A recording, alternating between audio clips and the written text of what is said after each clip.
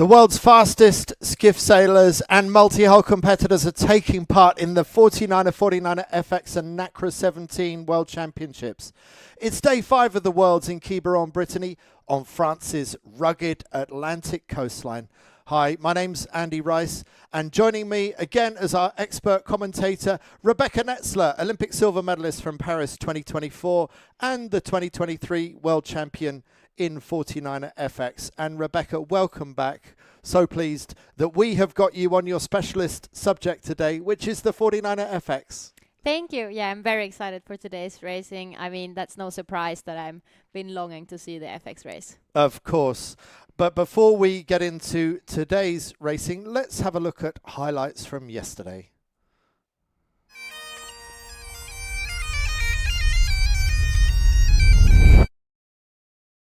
Day 4 of the 49erFX Nacra 17 World Championships.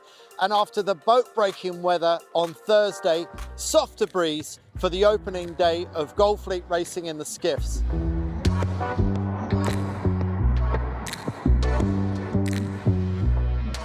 A mix of light to medium winds greeted the sailors, with the top 25 49ers first onto the racecourse for their Gold Fleet racing. Flat water and fast speeds made for intense battle across the fleet. In the lighter, more tactical conditions, mistakes proved costly and many teams were forced to lean heavily on their discard scores. New Zealand 94 and Australia 25 both found their groove today and now sit first and second overall respectively. A great performance for the teams from down under. While Germany 11 delivered when it mattered the most, taking a bullet in the final race of the day to secure third in the overall rankings. In the Nacra 17 fleet racing, there were some runaway victories. Argentina dominated the opening race of the day with a huge winning margin of more than 500 metres. Sweden 14 hit an upwind foiling mode that launched them into the lead of the next race, giving Jerud and Jonsson a big boost up the leaderboard. In the third and final race of the session, Finland 13 found impressive pace to take the final Nacra 17 bullet of the afternoon in a tighter, more closely fought battle. At the top, the championship fight remains incredibly close. France 51 continue to lead overall, but after a great day, Italy 98 are right there behind the French, just 2 points separating the top teams as they head into the last day of Gold Fleet racing.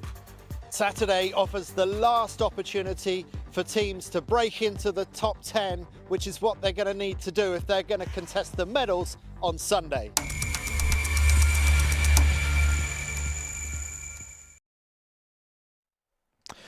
So we've had a variety of weathers. This is turning into a true test of an all-round champion. Let's just take a look at the event rankings so far and see the lie of the land. Firstly, in the Nacra 17. And so you can see it's really tight at the top between France and Italy, and quite a big gap back to the reigning world champions from Great Britain, who have got a bit of work to do and struggled yesterday. Argentina coming up the rankings yesterday with a nice win. Bryn Liddell and Rhiannon Brown, really good in the strong wins 2 days ago for Australia. And there we see the Swedes in 7th and 8th, and Jerud and Jonsson a slow start to the regatta. But Rebecca, they will be pleased to have got that race win yesterday, and they could still win this, do you think? Winning, I'm not sure. I mean, everything can still happen, and with the new point system, we can't calculate anyone from the top 10 away. We're up for tomorrow. Yes, it's all about making sure that you're in the top 10 and your game stays alive for being in the top 10 on the final day on Sunday. And here are the overall standings in the 49er.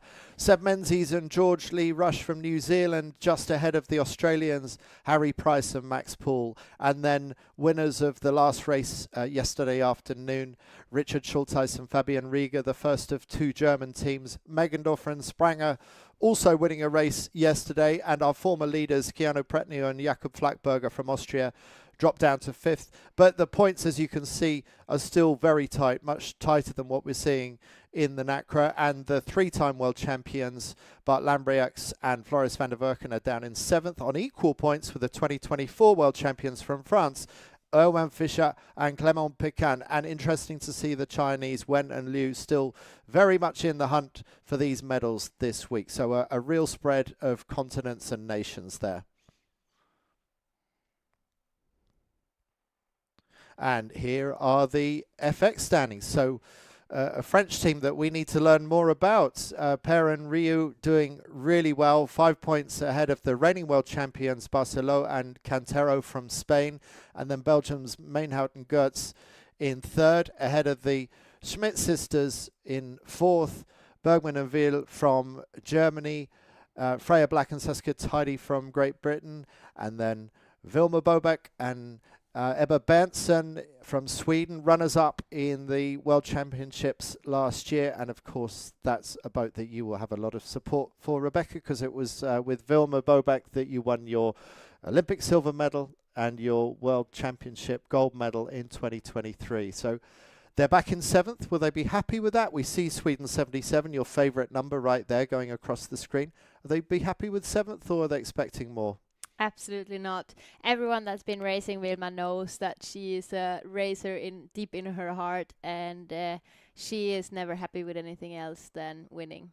I thought you guys had sailed a really good regatta in Canada in 2022 in Halifax, and you just missed out on gold there. I think you got silver there, did you? Yes, we did. We came away with the silver medal. I thought that was an incredibly good performance, considering that you'd only just started sailing together, and you were quite upset that week, which showed your competitive spirit, that you were not you felt that the gold had slipped away from you. Yeah, I think it, like we talked about yesterday, when you're coming away with a bad race to end the event, that's kind of putting in the emotion for the whole week, even though it's not summarizing the work that's been done. And it was exactly like that for us in Canada. We felt quite disappointed after that medal race, seeing what was going to happen, and we just couldn't execute it. So home and more training, and the year after we could be standing on the top of the podium. Yes, a year later, and so, well, I thought a silver medal together in your first year sailing together was not too shabby, but you hoped for more.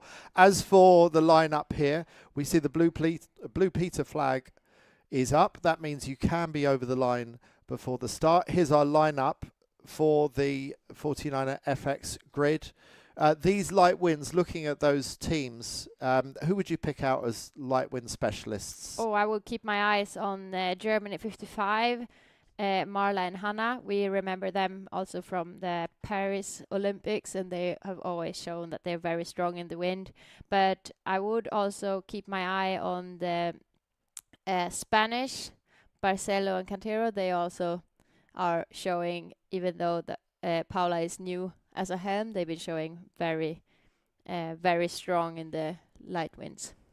Great. Okay, well, let's keep an eye on them and see how they go. And let's see where we are in the start sequence. So it shouldn't be much left before we start the first race for the FX today. The Blue Peter is down, so we are inside the last minute. I would guess that we have approximately 15 seconds to go before this first start is coming away. Getting closer. There's still a bit of line sag. They're using Vaqueros on the FX? Yeah, so we're coming to start now. Beautiful start by the Norwegian boat 11 PI Nora. And just about hanging in there are the Spanish, the reigning world champions, coming off the windward end of the line, but as Rebecca says, Norway has got the slightly superior start, so Spain having to work hard to hold their lane. And meanwhile, we see teams tacking out, including those Canadian sisters that got bronze in the previous Worlds, the Lewin LaFrance sisters, who are struggling a little bit more this week. It's kind of interesting today looking at, we didn't get a long look before the start were going away, but the fleet was kind of spread out, and it was no obvious side where I think the fleet were heading to, like we've seen the other days on the live stream, where it's been a really favored side of the start line to start on. And in these early stages, who would you rather be right now? Would you rather be the Dutch coming out towards us, or the boats like, who was it got the great start? Norway going out the other way. Who do you think's doing well at the moment? Yeah, I'm looking a little bit at the tracking here as well. I'm sheeting a little bit, and it really looks like Norway and Germany 55 really punched out there. We can see them in the middle of our screen, the two boats sticking out a little extra, and it looks quite strong right now. This Dutch boat in the front of our screen, I'll come back to that when they come back to us. There's our view. Germany 55. Now, is that not the boat that you highlighted, Marla Bergman and Hannah Veal, who are really good in light winds? And Rebecca, it seems like you've waved your magic wand and it's going quite well for Germany 55. Yeah, they really like these light conditions, and I think they're really good at just squeezing out that extra off the boat and sailing fast and being quite quick to be able to wire themselves down and really put pressure through the boat. They look pretty comfortable there, and so do the Norwegians, Pia Dahl Andersen and Nora Edlund, stretching away, and to leeward of them, the Spanish boat, the reigning world champions, still in clear air. But look at the angle difference. The Spanish team are just dropping away, and they seem to be out of the breeze that's favouring the boats closer to picture. Yeah, it looks like both them and the Swedish and the French 63. Yeah, France 63. Yeah, they are just like outside of this left-hand pressure and really getting another angle there. And now we can see Norway getting into that, or getting out of that pressure that we saw this bunch having. And it should probably come soon to Germany, Poland and Germany. But the damage has already been done, hasn't it? Because, yes, Norway is going onto a similar angle now, but look at the gain that they've made on the Spanish down to leeward. And such class acts down there. We've got the reigning world champions from Spain. We've got Sweden 77, Wilbur Bobek and Ebba Berntsen, and our current leaders, France 63, also right of picture as well, struggling in that lighter breeze. Yeah, it's it was interesting to see how quickly that went, and it just tells us how patchy and tricky this race course is. You really have to sail into the pressure, and the pressure isn't moving towards you. I talked a little bit to Vilma before the start, and she said the same about the racing the other day, that you really have to sail into the pressure to be getting it. It's not these days where the pressure could come to you. So that's definitely something we saw right there, and it's kind of interesting because now we're getting also the look there from the boats on the right side. Norway looked so strong before, but we actually see Canada coming out there from the other side and looking very strong as well. You'd still rather be Norway right now, wouldn't you? But we'll find out fairly soon. Norway, actually, their angle is collapsing a little bit, so maybe Canada is coming a little bit better. But even from that angle, I think Norway is still looking a bit stronger. And Norway just going into attack now, and they obviously feel like they're, well, I don't know how close to the ley line they are, but it's pretty close, I think. Yeah, I think that was the attack for the Norwegian boat to be on ley line, and it actually looks, now I can only see on the tracking, which is a little bit delayed, it looks like the top left looks quite good now as well, so it will be interesting if they have enough pressure to hold them all the way into the top mark. And this all stems back to a really good committee boat end start for Norway, and we see the power of how those few centimetres of advantage at start gun time can translate into tens or even hundreds of metres further up the racetrack. But coming in from the left-hand side on the ley line, is there a boat that's going to come in ahead of Norway? Yeah, it looks like Norway just got into a different pressure there, and they were heading and lost a bit of pressure. So Italy 15, Sofia Giglia and Giulia Schio is rounding this top mark first. I understand that those young Italians have also been going well in light winds so far this season, so this is not that much of a surprise.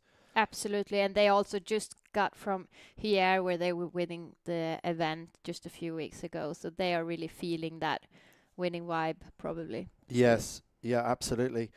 And round next, Germany 22, Maruschil and Freya Felker. A lot of Germans in this lineup. We got 5 Germans in this top 25 lineup. I can't imagine there's anyone beating 5 representatives, so really strong. And big gaps already for the front 2. Third boat round. That looks like Norway just coming around. Followed by Germany 55 and Poland 14. Germany 55, Marla Bergman and Hannah Veal, also one of Rebecca's picks for light wind racing. But look at that distance already. We've only had one upwind, and we can see this much space between Italy and Germany and Norway. That was the first 3 boats rounding down for this first top mark. And it's not quite fully stretched downwind. How do you know where to pitch your sort of your level of power and the angle that you sail? Because you could sail a bit deeper with less weight on the trapeze, or you can push a bit higher. What's the rule of thumb here? Yeah, I think in these patchy conditions where you want to stay in the pressure, you really have to look over your shoulder and make sure that you stay in the pressure for as long time as possible. So we can see now how Italy 15 is jibing to, and that's quite early. They're still quite far away from ley line, but they just want to secure. It looks like it's coming pressure top right because of all the boats jibe setting. So they just want to make sure that they stay in that pressure and not missing out. If that was the right decision or not, we would just have to wait and see. It looks a little down. bit soft and uncomfortable for them right now. I wonder if they're regretting it.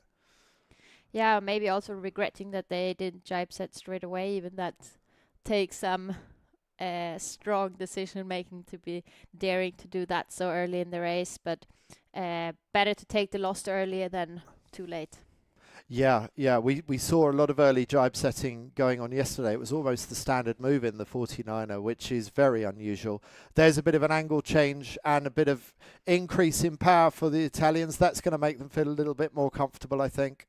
Yeah, and I think what the Italians do so nicely is that they are not scared of actually putting pressure in the boat, and you can see them quite early actually going out and both of them being trapezing on the side and sailing a bit higher angle to be going faster. And we're getting these privileged overhead views. What details are you looking at there, Rebecca?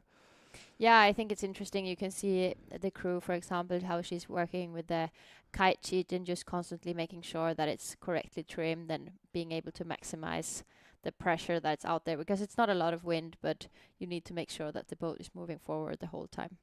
And a little bit of roll through that jibe, just putting the power out of that jibe, nicely executed, not dipping the wing in the water, which is easy to do with the 49er. Yeah, here we, for example, see a different technique where they don't really push as much. And we already have Italian by the gate taking the right-hand mark. Interesting, they've gone right-hand mark where they took the lead by going left. So I wonder why they're choosing to initially at least go out towards the right-hand side. Maybe clearer air this way. What do you think their thoughts would be about that? I would kind of sync it together with their decision making on the downwind. They chose to jibe in a bit earlier and to cover up that right-hand side of the downwind. They must have seen some kind of pressure on that side to be able to catch that now on the second upwind. And round go Germany 55 out to the far mark, followed by Germany 5. So the Germans feeling that the left is going to be the stronger play. Marla Bergman and Hannah Veal, the leaders of those two German teams. Now the Italians tack. Maybe they've seen the Germans go round the far side. They've also let most of the bad air clear out down at the bottom mark. So it's relatively clear air for Italy 15 to tack across over towards the left. Yeah, I mean, it just shows the power of having a big training group and working all together. We, at the gate, the same time, we had 3 German boats, and they're all just pushing each other now and also back home in training. And this is the hectic middle of the fleet rounding. And there's Spain 76. They had a pretty decent start, but it wasn't quite the best start. And it looks messy round here. I'm not sure what's going on with Italy 20. Have they got 2 people on board? I think they have. I don't know how you managed to bring a 49erFX to a complete stop like that. That's weird. I know when you drop the spinnaker, the boat speed drops an awful lot, but Italy 20 was completely stopped dead there for a moment. Yeah, that looked actually really confusing because it looks like the kite was already in, but we will have to talk to them later and see what was going on. Yeah, that's Italy's Jana Germani and Giorgia Bertuzzi, one of the best teams in the world, but struggling in the middle of the pack in this race right now because it's the other Italians, Sofia Gionchiglia and Giulia Scio, who are leading this race right now. It's the first of 3 races that we're going to be bringing you in the 49erFX World Championships today. It's 3 different Olympic classes all competing in Quiberon in Brittany in the north of France. It's the most important regatta of the year for these Olympic sailors as they build up towards the Los Angeles 2028 Olympic Games. And if you look on the right hand side, there are the stats for last year's World Championship. 23rd place for Gianculia and Schio, and their best event finish 13th at the 25 Europeans. So this is a big step up in performance, but we know, as Rebecca said earlier, that they won Semaine Olympique Française, got the gold medal there earlier this year, well, just last month, in fact. And it really looks like the Italians have made a step up in performance this year. Yeah, and it was quite a tactical move there, just coming across and tacking kind of an easy tack above the two German boats to be in control all the way up to the next top mark.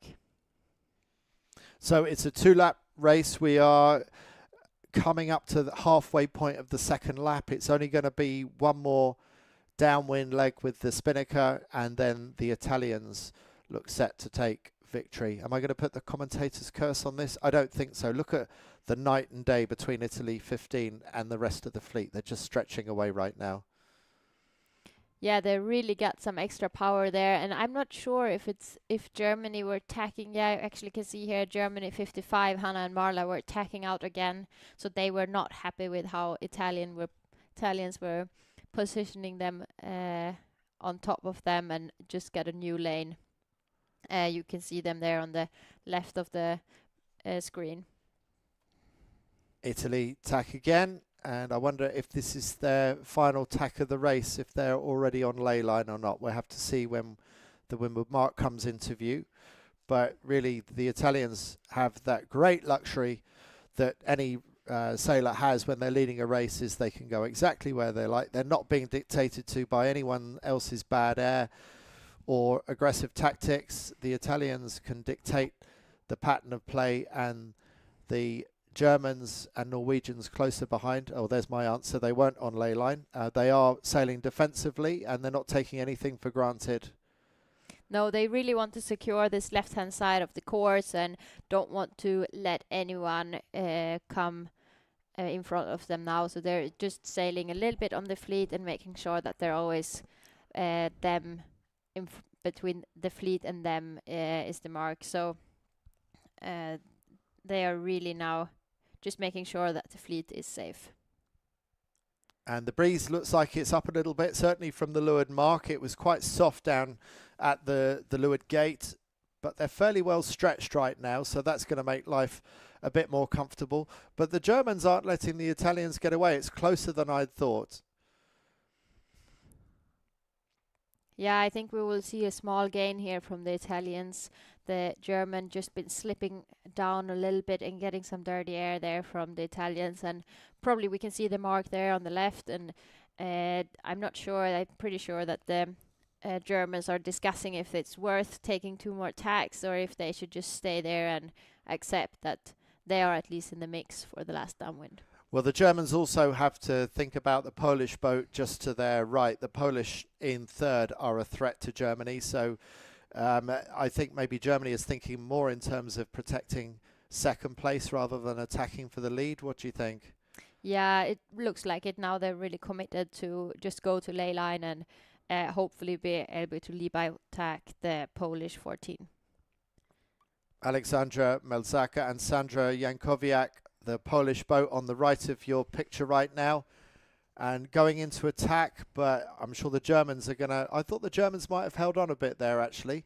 They made life a little bit easier for the Polish than maybe they needed to. It's giving a little bit of breathing space to the Polish boat, but it looks like Germany and Poland are quite thin on that ley line, and they're going to have to sail well to make sure that they make this mark in 1 without needing to tack. And this is just going to help the Italians extend even more, because the Italian ley line is quite fat and quite comfortable.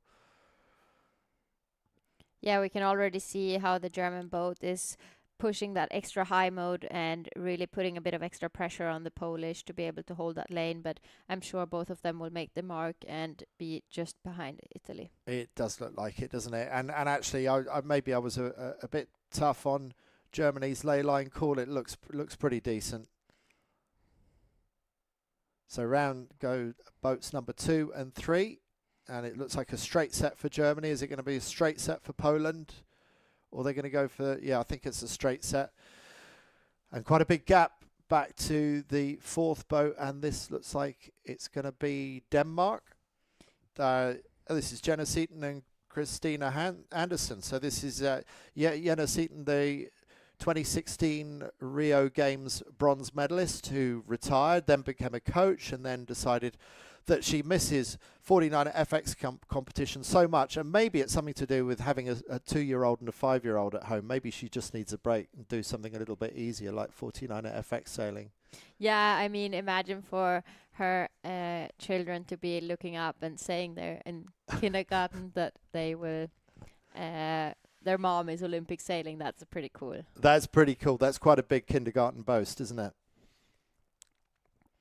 And round go Canada 71 and Germany 5. There was a couple we didn't call out just now because I was talking about kindergarten, so I missed a couple. But yes, where are, I'm just wondering, around come the next ones. Germany 22, Netherlands 65, that's a deal. The Olympic champion, followed by the reigning world champions from Spain. So the Spanish really struggling in this race. And there's our series leaders, France 63, going round. So there's a lot of big names that are very far back in the pack today. What's your take on that, Rebecca? Why do you think that's happening? I mean, it's the first race of the day, and we all know that today matters a lot. It's setting up for tomorrow, the big final day, and light conditions. We saw how it was there just in the beginning of the race, how the German boat stayed in the pressure, and the Swedish, and now I don't remember who else it was, that just fell out of that pressure. And well, that was the Spanish, the Swedish, and France 63. Who never quite got into that pressure, and that's sort of the luck of the draw. They weren't doing anything wrong. It's just the luck of the draw, isn't it? Yeah, a little bit. I mean, they probably could have positioned that tack a bit better towards the pressure, but sometimes the pressure isn't so easy to be reading, and I'm sure they didn't do it with purpose. Yeah. But all these micro mistakes all end up becoming quite expensive over the course of a race, and it all plays into the hands of those leaders who you can see on the left of screen, and they've got good breeze. You can see that white wake coming off the back of Italy 15. The breeze has picked up and the boats are accelerating, and the breezier it gets up to a certain point, that's all just going to make it even easier for the Italians to defend. Yeah, and I mean, they've been doing a really good race. They've stayed in the pressure the whole time, and we can really see they've been leading around all the marks and not really letting anyone in this race to challenge them. No, they look very comfortable up there, don't they? And it's the old cliche that all of us sailors know and understand is when you're leading a race, it feels so easy. You don't know why you can't do it all the time. But it's just not like that in sailing, is it?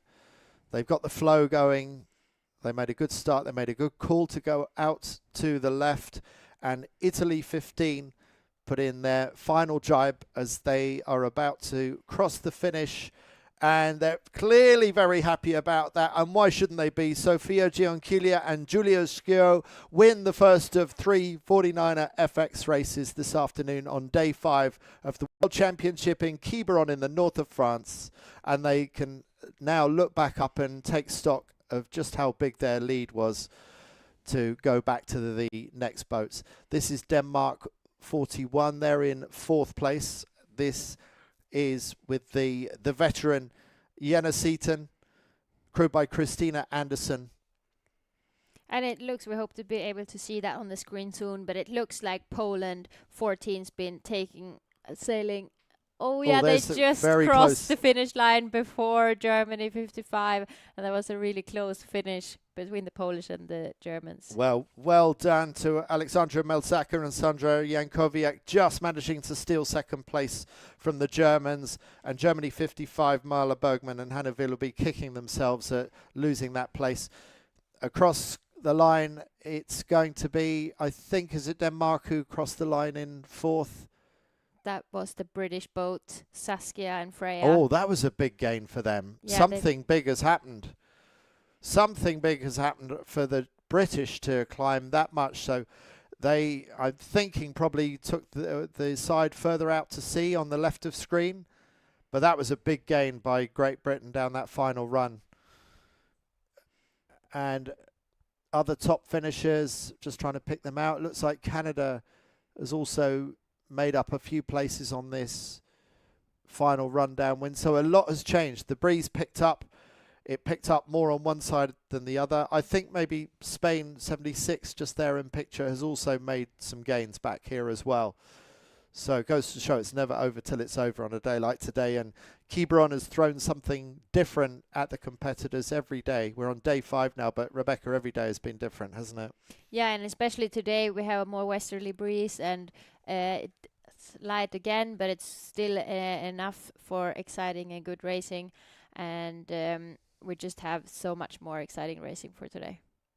Yeah, we got 2 more of these to go with the FX, and then we are back to the action with the 49er men, the equivalent skiff for the men's competition. Pretty much the same gear, except the mast is slightly taller and the rig is slightly bigger. There's the confirmation that Gianchilia and Schio from Italy won that race, and then the last gasp winners of second place, Melzaka and Jankowiak from Poland, just stealing second from Bergman and Veal, who have to settle for third. A great climb by Black and Tidy from Great Britain to get up to 4th place by the finish. Seaton and Anderson in 5th.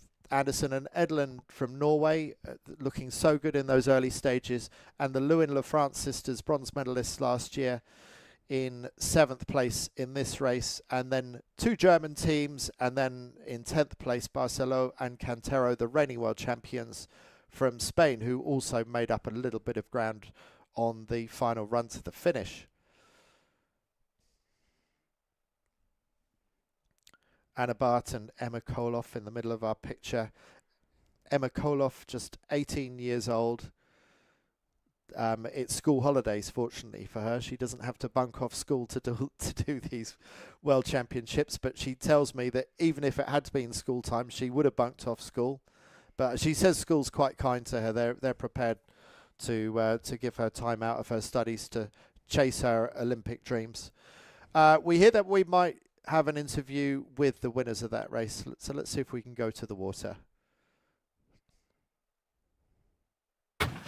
Julia and Sophia, congratulations on winning the first race of the day. What a way to start the day. How are you feeling right now, and how was that race? Really good. I think the key of the race was the start. We saw the pressure on the left, so we picked it, and we felt really confident with our technique. And yeah, we handled the boat really good, and we are happy about this. And Sophia, you started the day in 18th place, but you gotta make the top 10. So what a way to start the day. What was your strategy going into today? When I spoke to Julia, she said just keep it chill. Were you chill out there today? Yeah. Keep it chill, and yeah, we made the first race. We were a good speed, and yeah, we know that we have it in our blood, so we have to continue like this. And your Instagram handle is the Sicilian Blondies. You're obviously used to a little more sunny weather, but light winds seems to be your specialty. Am I right?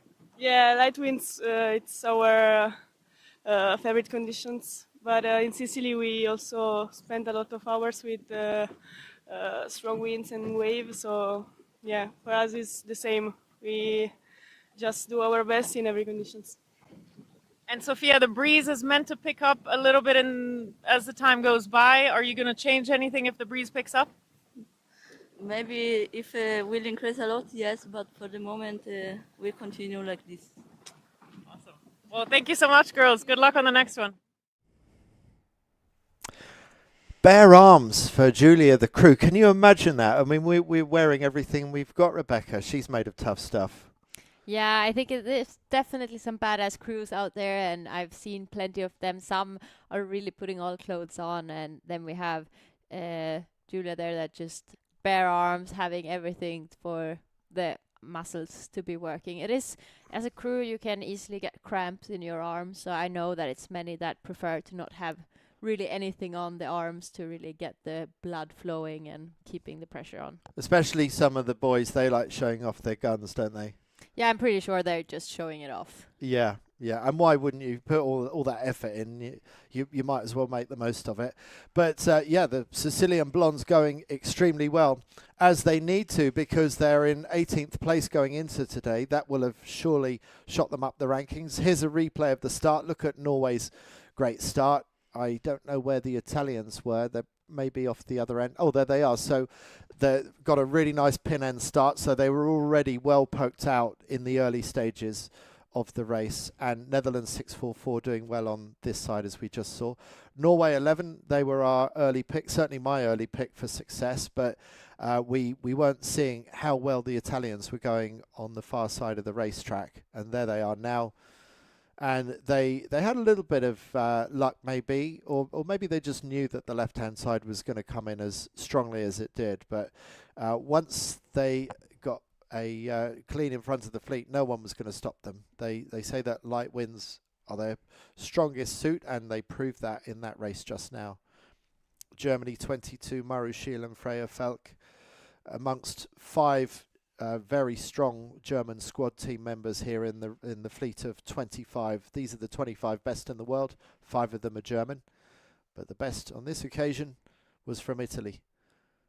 Yeah, and I thought it was also interesting in the interview. You could hear already how the crew was still breathing from that last downwind. So I'm not sure how chill they were, but it seems to be working. So even in these sort of light to moderate conditions, that's still hard work for the crew, is it? Maybe even more, because like we talked about yesterday, it's constantly you have to be bending and working and really keeping tension on the main sheet, not giving anything away with a lot of kicker. So in some way it could even be more exhausting, because you're trying to put as much tension into the sails as possible, and that's really working those arms quite hard. Yeah, and it constantly changes because the wind is going up and down, so you adjust the kicker and sometimes maybe even add a bit of Cunningham, but then quickly taking it off and going up and down on the wire, working a really powerful kite sheet. And yeah, it's exhausting conditions. Yeah. Well, Poland go round behind Germany, but we know that later on Poland overtakes Germany right at the finish, so that was a good game for them. But the Italians really were in a class of their own as they crossed the finish line well ahead of the rest of the pack. Yeah, that must also be a good feeling after struggling a little bit earlier in the week. We saw them coming in the day in 18th place and really aiming for that top 10. And you can see there's that last shot, there was quite a big gust on the left-hand side as we were looking at it. And I wonder if that's what helped Tidy and Black from Great Britain shoot up to 4th place overall, because I'm not sure where they were around that last mark, but it certainly wasn't 4th. So that was a really good game for them at the end. And we hardly spoke about them during the race, and then to get a 4th at the end. Well, that was a good game for them, and all these gains and losses all add up, and they become so important in the battle to make sure that they get into the top 10 for tomorrow's finals racing. Yeah, we actually saw it's so many Germans, so it's hard to keep track of them, but we actually saw Germany 22 rounding the first top mark in 2nd, and they finished 9th. So definitely something happened to them as well during that 2nd lap of this race. Right, okay. And there's our weather from the west, which means it's blowing across the peninsula, so that the peninsula shelters the race course and the sailors from the Atlantic, because on the other side of that peninsula is open ocean, and pretty flat water today.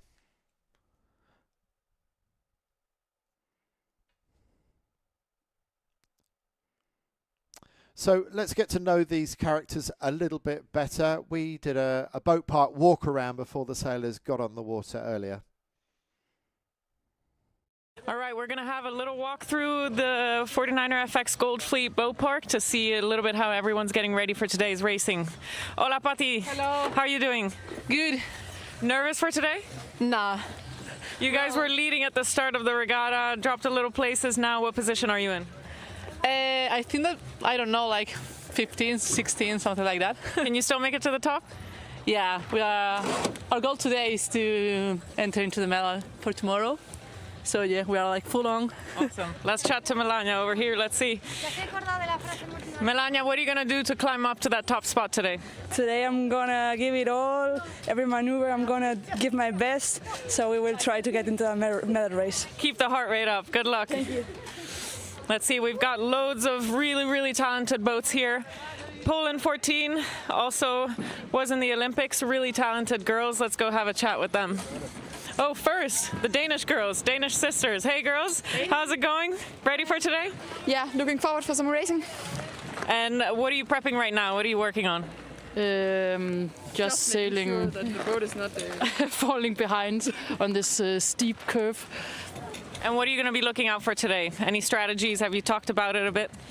mostly just looking out the boat, keep the head out, and then sail fast. You're in a good position. You're in third place, I believe, or second place? No?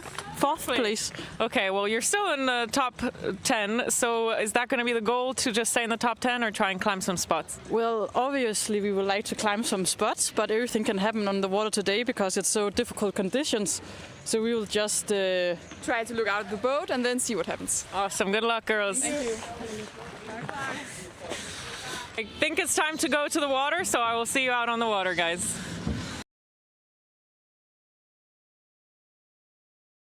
Hood, the media director for the 3 Olympic classes that we've got here, and I'm a big fan of Alexia. She does a fantastic job. She's been around this fleet now for probably getting on for 4 years, and she's really taken the media coverage of these 3 classes to a higher level, and she is a regular feature of the boat park in the 49er, the FX and the Nacra 17 scene. Rebecca, we always want to make our boats go faster. If there was one thing that you could do to make the 49erFX go faster, what change would you make to it? Maybe you could change the kite. And do what with it? I don't know. Make have it bigger? different kites for different conditions, or Different kites for different conditions. Okay, that's your take. Let's hear what the sailors in the boat park, what their theories are.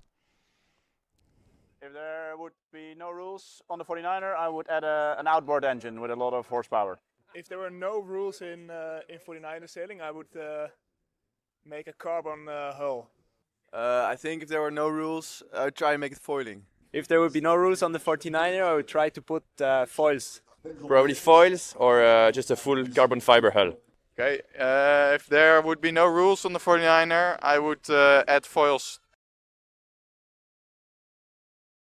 Surely out of all those answers, Floris van der Werken putting an outboard engine, I mean, he's thinking out of the box, isn't he? That's got to be the way to go, hasn't it?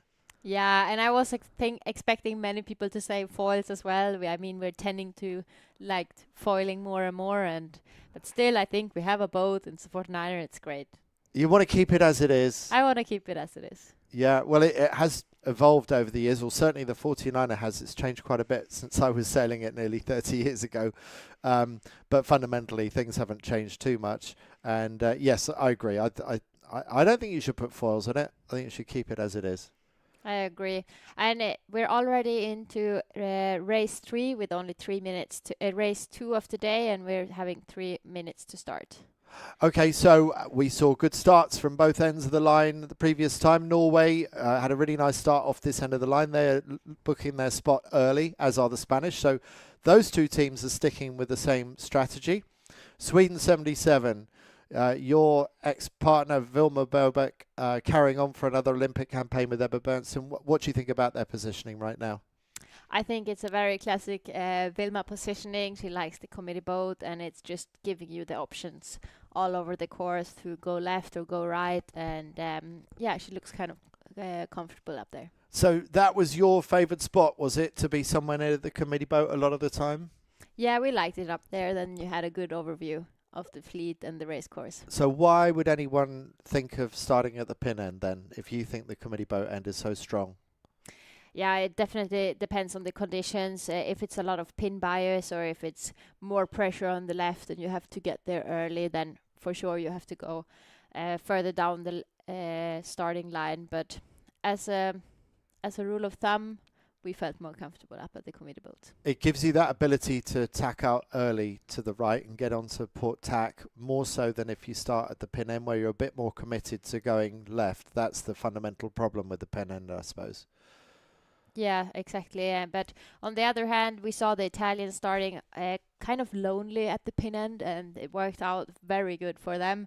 So never say never. We also see now Odile 65, Holland 65, being here down at the pin together with the Belgian boat, was sitting in third place going into today. Struggled a little bit in the first race of today, and certainly looking for more space now.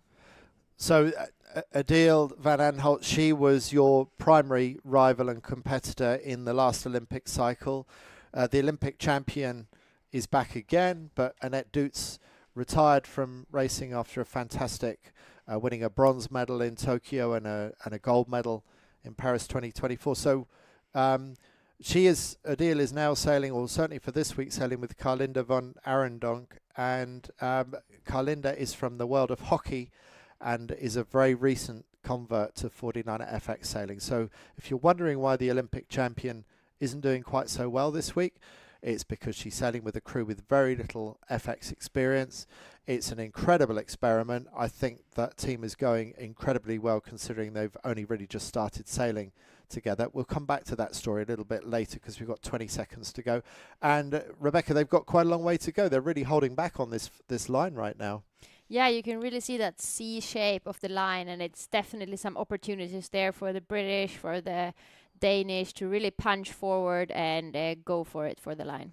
Here we go. 3, 2, 1, go. And that surely will be a clear start. That was quite a conservative start by the fleet. And good acceleration off the line by Germany 10, Anna Bartz, and the 18-year-old Emma Koloff. Sweden 77, first out to the right-hand side, doing the unconventional port tack. Rebecca, how do you think that's shaping up for Sweden 77? Yeah, we know it's a fast boat as soon as they both can be standing on the wire. So I think they're quite comfortable in the boat speed and looking for a bit of more space on this race course and just going fast in this early stage. So we've got the silver and bronze medalists going out to that side of the course from last year's World Championships I'm referring to. And Netherlands 65, the reigning Olympic champion, Adele, who I just mentioned, really nice start just to windward of Belgium 18, who've also got a really nice start. Yeah, we see the French here. They are being a little squeezed, just breathing a little bit there between the Belgium and the Dutch boat. And we could probably assume that they would tack soon to see to not lose too many meters to the bunch that is to windward of them. Yes, I'm sure they're wondering, can they tack and get across Italy and some of the other boats that are further up the course. Italy 15, you can see right in the middle of the picture. You can just about pick them out. It's not the best start, but it's not a terrible start either for Italy, who won the previous race. Oh no, is that Italy? Yeah, no, that's Italy. Yeah. Sorry, I'm mixing up my... there was another one that had a similar look to it. This is the Canadians we're looking at now. Georgia and Antonia Lewin-LaFrance, and then just to leeward, Italy 15, winners of the previous race, struggling a little bit more. On the right of picture, Rebecca. Yeah, that's just a beautiful shot of the Swedish sailing very fast, crossing over to the other side, just to cover up that fleet that we see further down the middle of our screen. So this breeze is picking up and it's getting more into the comfort zone of the Swedish, who we know are fast as soon as they stretch their legs. And that was always your trademark strength when you were sailing with Vilma as well, Rebecca. Yeah, we just really like to be stretching and putting that pressure in the boat and not be so gentle with the boat and really pushing it. Yeah, you can be a bit more aggressive with your body movements. Yes, exactly. And you see here how the crew is just, Antonia is stretching and really making her as tall as possible and doing gentle movements with the main sheet. And why do people raise and lower themselves on the trapeze wire? What's the point of doing that? Yeah, we're just getting better leverage to putting more pressure in the mainsail and pushing the boat forward. So the lower you put yourself on the trapeze, the more power you can put into the sails. But the closer you are to jeopardy, because if you're running low to the water as well, if the wind suddenly drops, you haven't got as much reaction time. No, exactly. So you need to make sure that you're either quick in your legs or pushing it comfortable standing. Oh, Here's a classic thing where Denmark is only just ahead of Belgium, but it's going to be really expensive for Belgium because they're going to have to bear away behind 3 boats that Denmark got in front of, and now Belgium is down in the bad air of Denmark. So there you see a classic example of why the rich get richer. And Denmark 8, Rebecca Johannesson and Silja Serup Simonsen have suddenly made a big gain of Belgium 18, Isora Mainhout and Anouk Gertz. And it's little moments like that that can really ruin your race, or they can make your race. Yeah, and we also saw just before Belgium had to go below that bunch, we actually saw how the Dutch Odile was trying to push through the boat, just didn't make it and ended up in the water and infringing Italy 20, had to make a turn. So that was a very costful centimeters for the Dutch boat. Oh, crikey, I completely missed that. I'm glad you spotted that. So drama there for Adil and the Dutch. I don't know if we'll be able to get a highlights or a review of that further on in the race, or maybe after this race is finished, but that would be interesting to go back and look at. Yeah, we see once again a very close crossing between the Norwegian boat and the German boat, with the Germans just going behind, but that was quick and safe, so no drama involved. But this race is really getting tight. Yeah, there's no one quite running away with it yet. 2 Danish boats up on this side of the course. Denmark 41, Jenna May Seaton and Christina Andersen tacking into leeward of Denmark 8, front of our picture. Yeah, and but we also saw in the race before, it's a lot of things happening at the top of this top mark, with the course being so close to land. And it's really important that you get the pressure all the way in. So the last pressure is kind of the winning boat coming into this top mark. Okay, well, let's see how it plays out for the Danish on the left-hand side of the race course. And we haven't seen Sweden for a while. We saw Sweden doing very well earlier. I wonder how they're going to come in towards the top of the course. Yeah, it looked like Sweden was taking one bounce back to the right-hand side, and by the looks of it now, it paid off to stay a bit more left on the course. Here with the 2 Danish boats, and the Canadian is a little further down to the left of our screen. We can't see them, but they looked very far forward in the last scene we saw them. So are we looking at 2 races where the first beat has paid from the left on both occasions now? Yes, the left, especially the top left, has looked very strong. This 3 upwinds that we've been seeing. Quite a late tack from Denmark 8 there. They probably could have tacked a boat length or 2 sooner than they have, but it doesn't matter because they've got a nice lead as they go round the top. So Rebecca Johannesson, Silja Serup Simonsen taking the lead, and comes back to another good start for Denmark 8. Around go Denmark 41, Canada 71 going round in 3rd. So Canada somehow has come back far ahead of Sweden, because Canada was trailing Sweden. Italy 20, Spain 76, the reigning world champions, around in 5th. France 19, Germany 5, Germany 10. There's Sweden 77. Something went badly wrong for the Swedes because they were ahead of Canada, but Canada is now up in 3rd place. Yeah, I think Canada was pushing a bit more to the left before they were making the decision to tack over and get to that ley line. And I see way in the distance, France 63. They were leading the regatta coming into today. They didn't have a particularly great first race. And Manon Pere and Amélie Rieu, not a great race in this one. So our series leaders really struggling.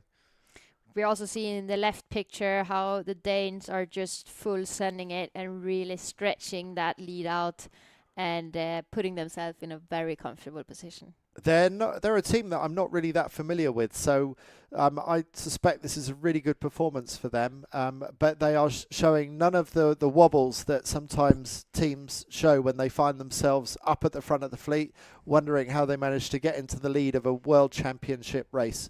Really smooth jibe, and the Danes looking very strong right now.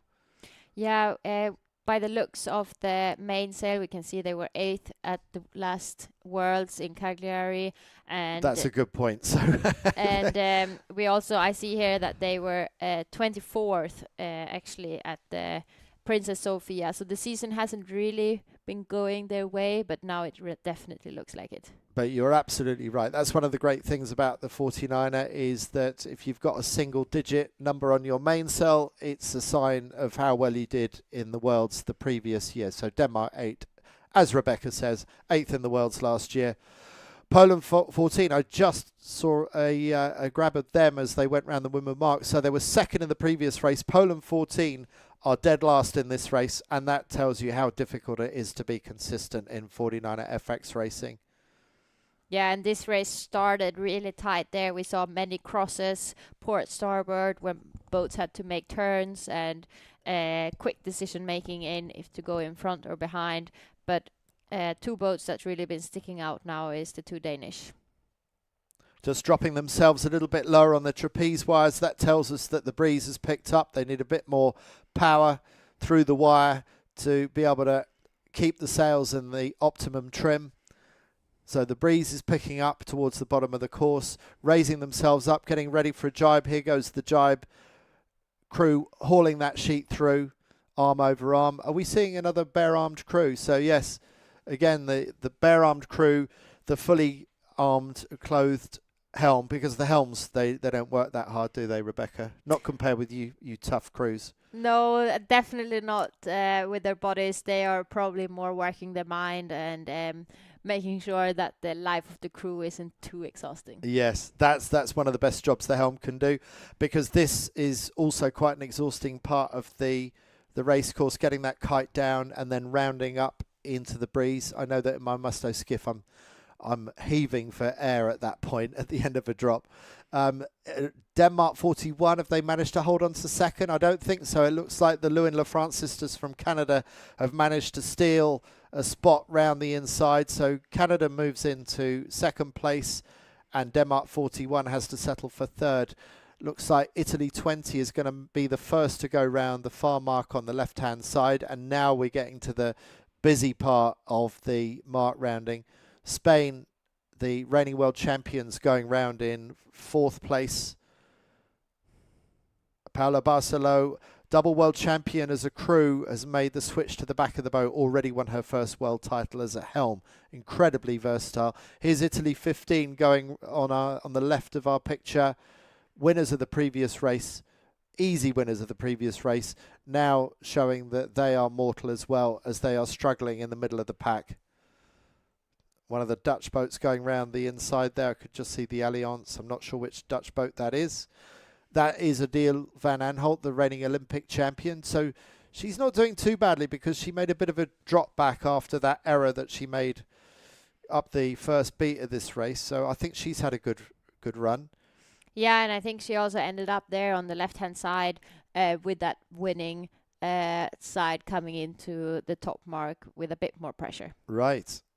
Well, so Adele managing to keep her head out the boat and look for the opportunities. It's really hard to keep these boats going fast and at full speed. You really need to be looking forwards and looking at the bow of the boat or the trim of the sails. Every time you look around, it can really take away from your boat speed. And when you're sailing with a new crew, as Adele is with Carlinda, it must be even harder to keep the boat speed going. And today, Rebecca, would you agree it's a heads out of the boat kind of day? Yeah, definitely. We saw here after the gate how 99% of the fleet was already on starboard tack and really pushing out to the left-hand side, and everyone sailing the same direction. So it's a big pressure coming, or we see a good shift.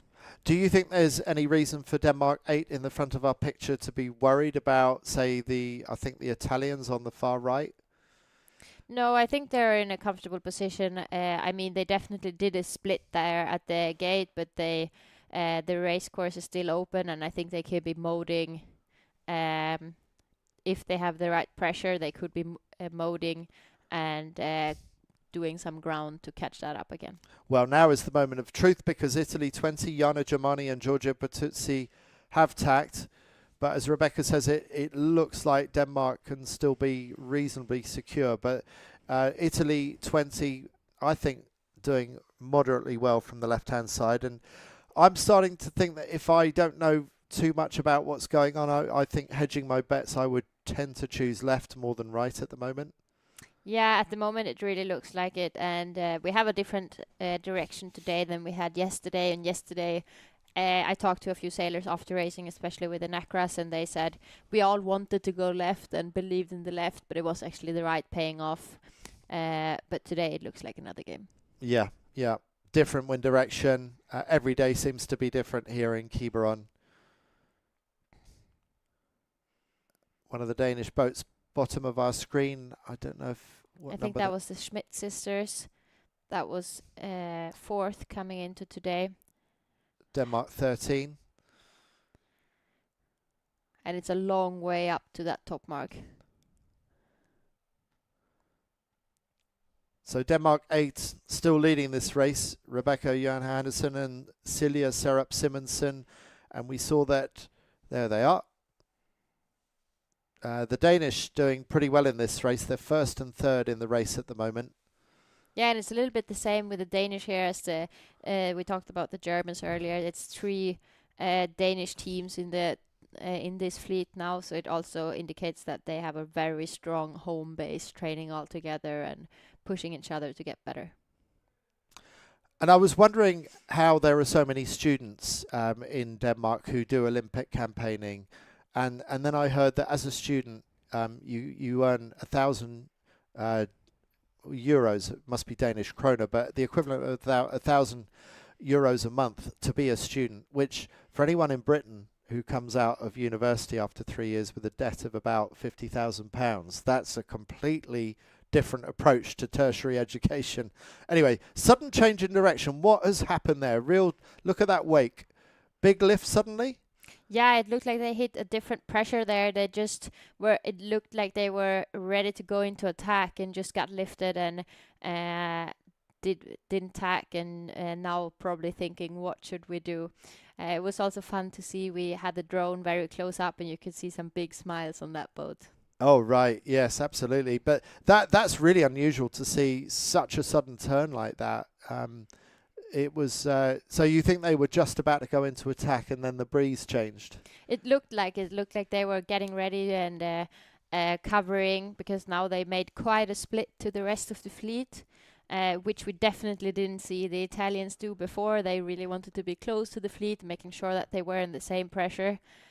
These girls have a bit more confidence and see something that we don't see here on the left. We also knew the top left was very strong the other races, and yeah, they're just believing in what they see and going for it. Can almost read what the name of the boat is. Smooth something on the back of the boat. Smooth Operator, is it? Yeah, it actually Smooth looks Operator. like it. Well, that's pretty. That's a pretty fair description of them right now, isn't it? Yeah, we also get a nice view of the sails here. They're putting up a flatter setup, reeling, getting low drag into that mainsail in these flat conditions. Do you name your boats? Yeah, we have been naming all our boats. Is very important.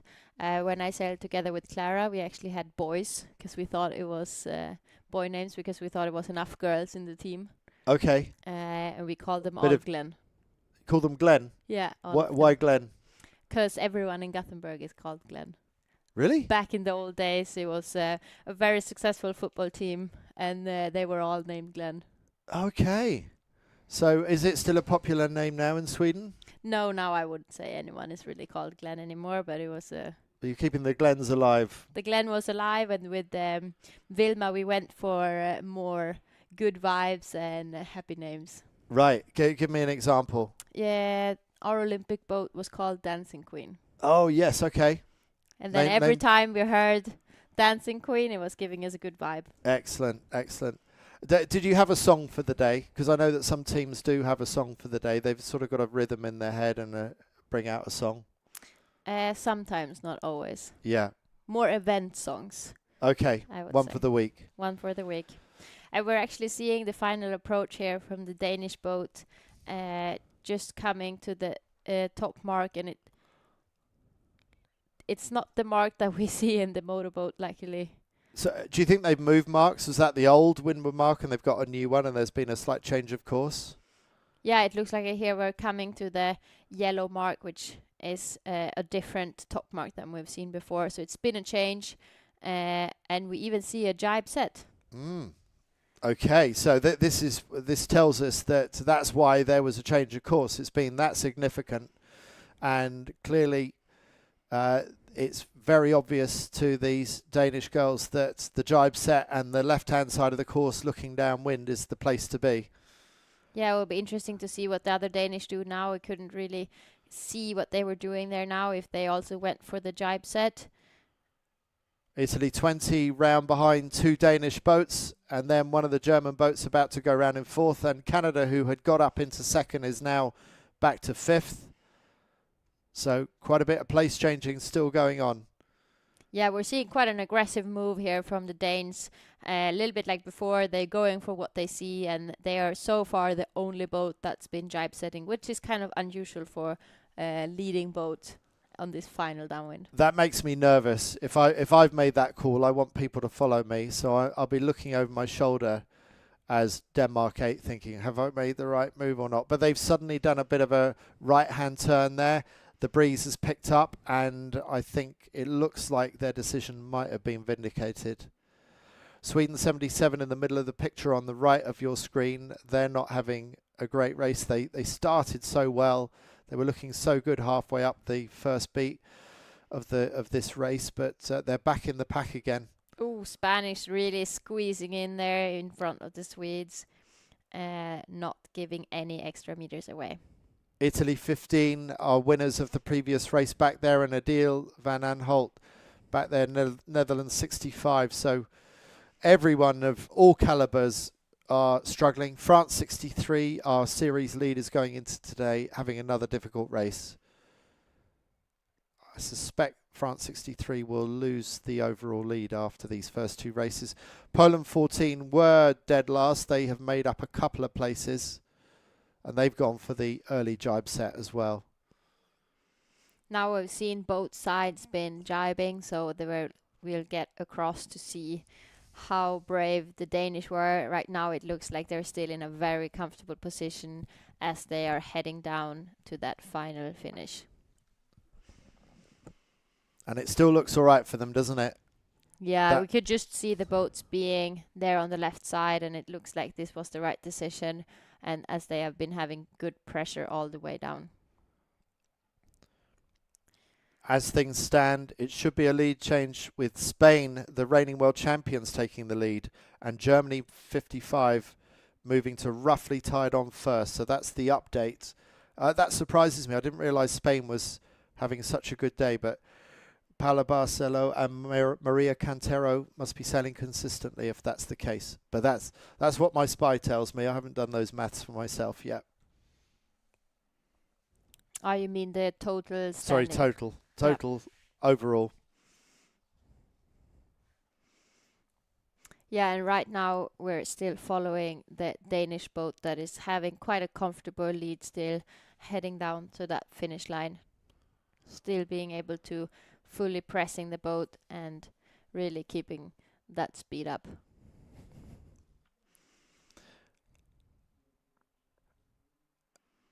What I see with their ponytails is that when the ponytails are going upwind, they're whipping around quite strongly, but downwind, the ponytails are hanging around and they're not blowing as hard in the breeze, are they? And that's because the difference in apparent wind. Yeah, exactly. Good ponytail indicator.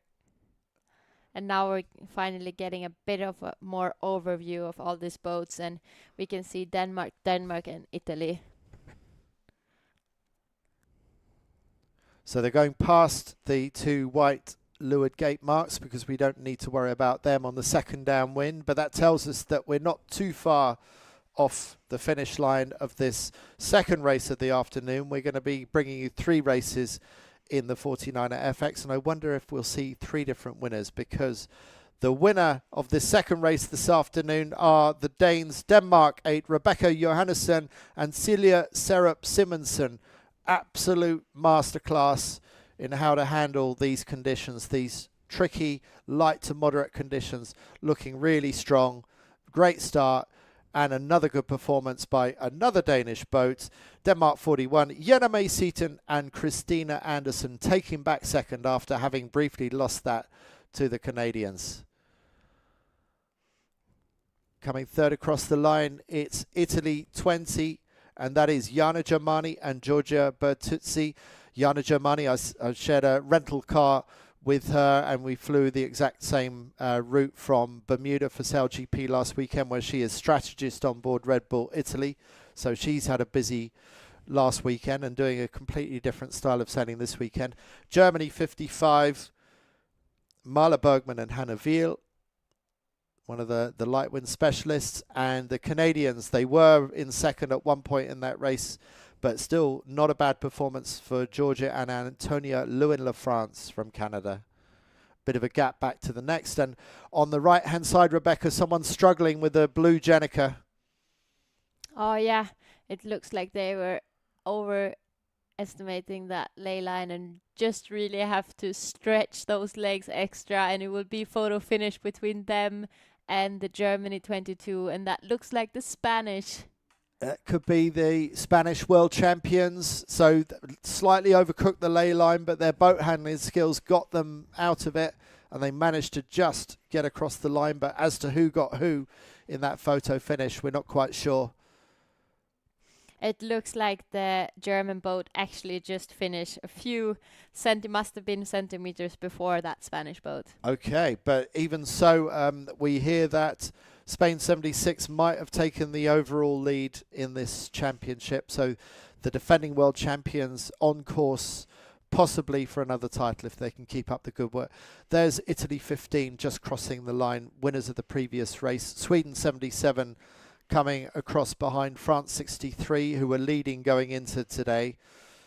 And Netherlands 65, the reigning Olympic champion, Adele, sailing with her new crew, who's come in from the world of hockey to learn the ropes in the FX. That's Carlinda van Arendonk. And, well, there's no dummies in this fleet, are there? No, they're all coming here together, crossing that finish line. We saw another photo finish there with the German 10 and Dutch 65, and it was Germany winning that battle. Denmark well represented at the front of that race, and Germany also well represented with 3 of their 5 competitive teams in the top 10. And it was indeed 7th place, just missing out on the photo finish with the Germans Schiel and Felker, but Barcelo and Cantero, we hear, may well have moved into the overall lead.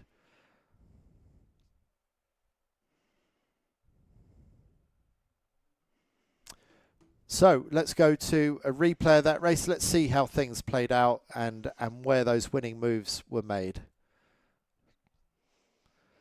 And here we are, the Spanish world champions coming off the line, slightly back on Germany 10. Sweden 77, one of those to start on port.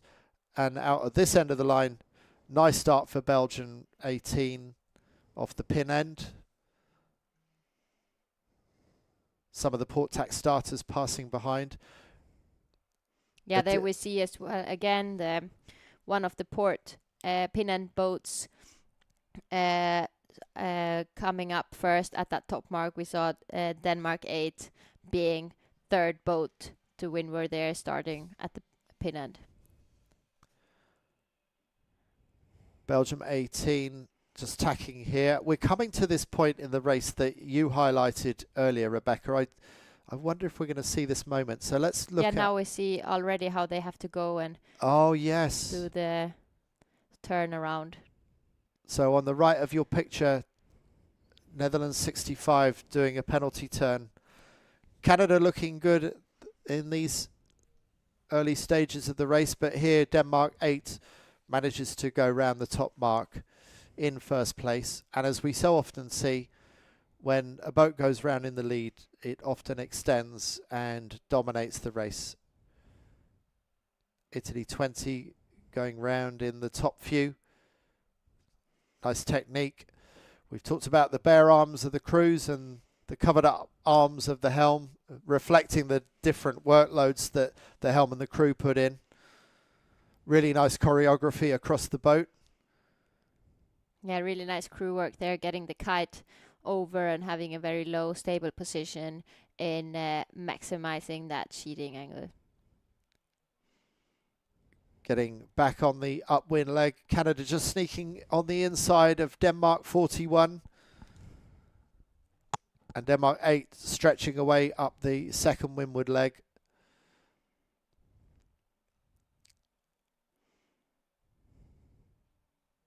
Smooth Operator, the name of their boat, and the mark of a well-coordinated team. Both bending in there when the lull hits.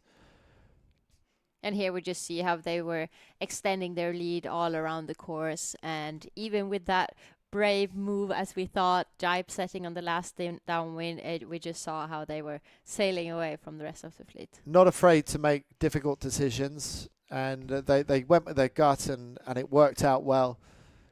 We also know that the Danish are training a lot in Aarhus, and as we've had World Championships and Europeans there, we all know that it's shifty and tricky conditions. You really have to believe in your own decision making. Yeah, yeah. And that's one of the hardest things to learn is dealing with the vagaries of the wind, and thinking about Adil's new crew who's come from a completely different sport. I feel that the biggest challenge for people without a sailing background from their childhood, learning that sense of the wind and what the wind is doing, having that sixth sense for it, that's the hardest thing to learn, isn't it? Yeah, I actually think that her new crew was sailing a bit of optimist. I was getting a bit of insights, and she has been sailing, just not competing so much. So that definitely must be helping, otherwise it would be a hard step coming from being not so much on the water and in the winds. I'm getting some updates about Sweden 77. They were doing so well early in the race, but took another tack to the right middle and then missed the top left shift that the rest got, and that's why they were so far back after looking good early on in the race. And that's more or less, I think, what you thought had happened to them as well, wasn't it, Rebecca? Yeah, and it looks like the Canadian boat were sticking in a bit more, going left and really getting to that pressure. Well, let's throw to the water and see if we've got an interview with our new race winners.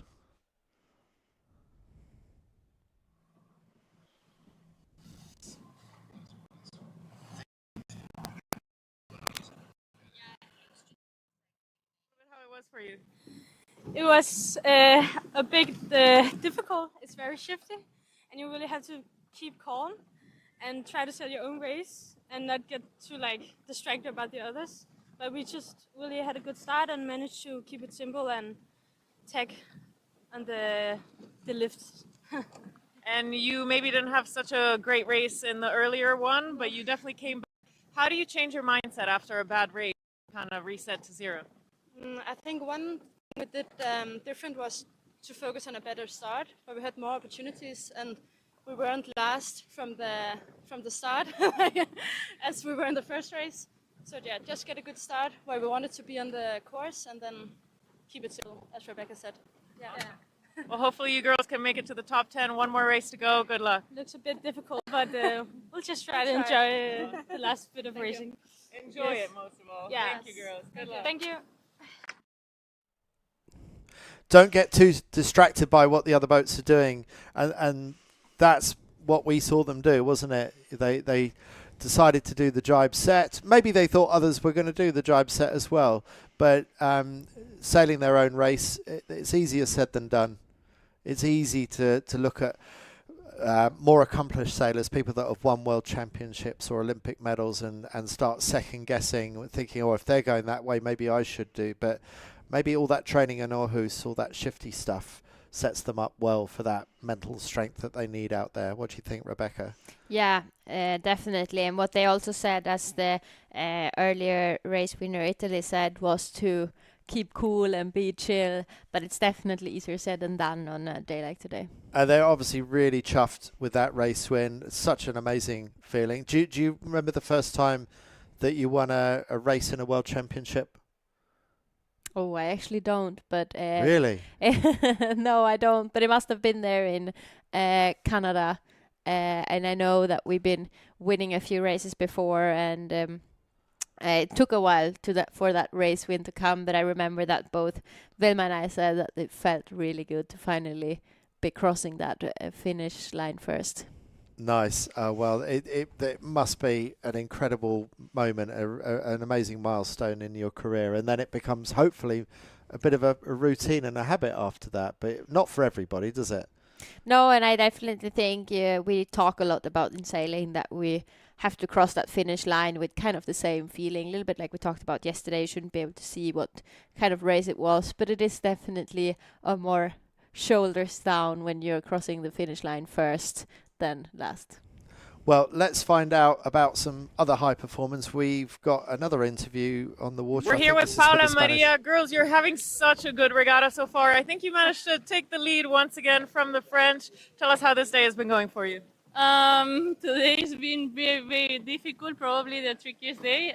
The wind is very unstable and there are like huge pressures and then huge like calms. So it's hard to keep patient and keep calm, but I think we're trying to do our best and we are pretty regular on our results, so and consistent. So let's see how it goes the last one. We will try the same. And Maria, I would love to have a microphone on your boat and know what you guys talk about, what goes on the boat. And I don't think you want to have it. No, it's all good. I think we're just trying to keep each other calm because as Paula was saying, the day is quite hard, quite shifty, quite unstable. She needs to have her head out. So I'm trying to be the calm one on the boat, but I don't know if I'm managing it. So she's got the head out. And what are you doing on the boat? Trying to keep the boat going while she can look out. All right, and one more race to go. What are you going to try and do in the next one? Just keep the same, consistent, try to be fast and having the head out. So same. Yeah. All right, good luck, girls. Thank you. Thank you. Well, the Spanish always have a lot to say, I find. I feel like there's not enough hours in the day for how much Spanish people have to say to each other. I don't know if that's been your experience. Yeah, probably. And their smiles, there's just... it's giving me a big smile on their face. I know that they're talking a lot about enjoying sailing together so much, and it must be really helpful. Paula knows exactly how it is to be the crew and doing that hard work, and now really can let Maria shine. Yeah, 2 world titles as a crew and now 1 world title already as a helm. Paula Barcelo is also a fully qualified doctor as well, and when she's not doing this, she tries to put a couple of days in a week practicing as a doctor part-time. So multi-talented woman, and they've gelled so quickly, Maria Cantero and Paula Barcelo.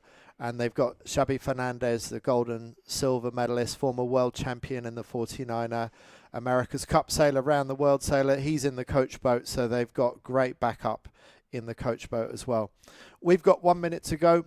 Which end of the line are you going to pick to win this final FX race of the afternoon, Rebecca? Yeah, I mean, even though I like to be closer to the committee boat, we've clearly seen that the pin end has been the place to be. This 2 races that we already watched, both winners of the race were starting close to the pin end. So I wouldn't be surprised if we see anyone down there to be first at the top mark in this next one. Well, Belgium clearly likes this because they got the pin in the previous race. So Isora Mainhout and Anouk Gertz sticking with the pin end. But we're still not seeing many of the other front runners there. There's Italy 15, winner of the first race this afternoon, just doing a back out, doing a reverse with 15 seconds to go. I'm not sure if they needed to do that. No, we're just seeing the boats really loading now, preparing the kicker and putting the maximum pressure in the boat before the start. And here comes the acceleration. 3, 2, 1, go!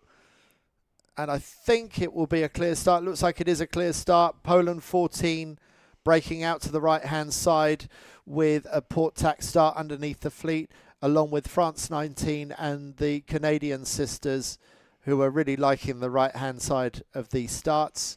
And look at Denmark 13, I think it is, the Schmidt sisters, port tacking out of the middle of the start. So an amazing start by the Schmidt sisters.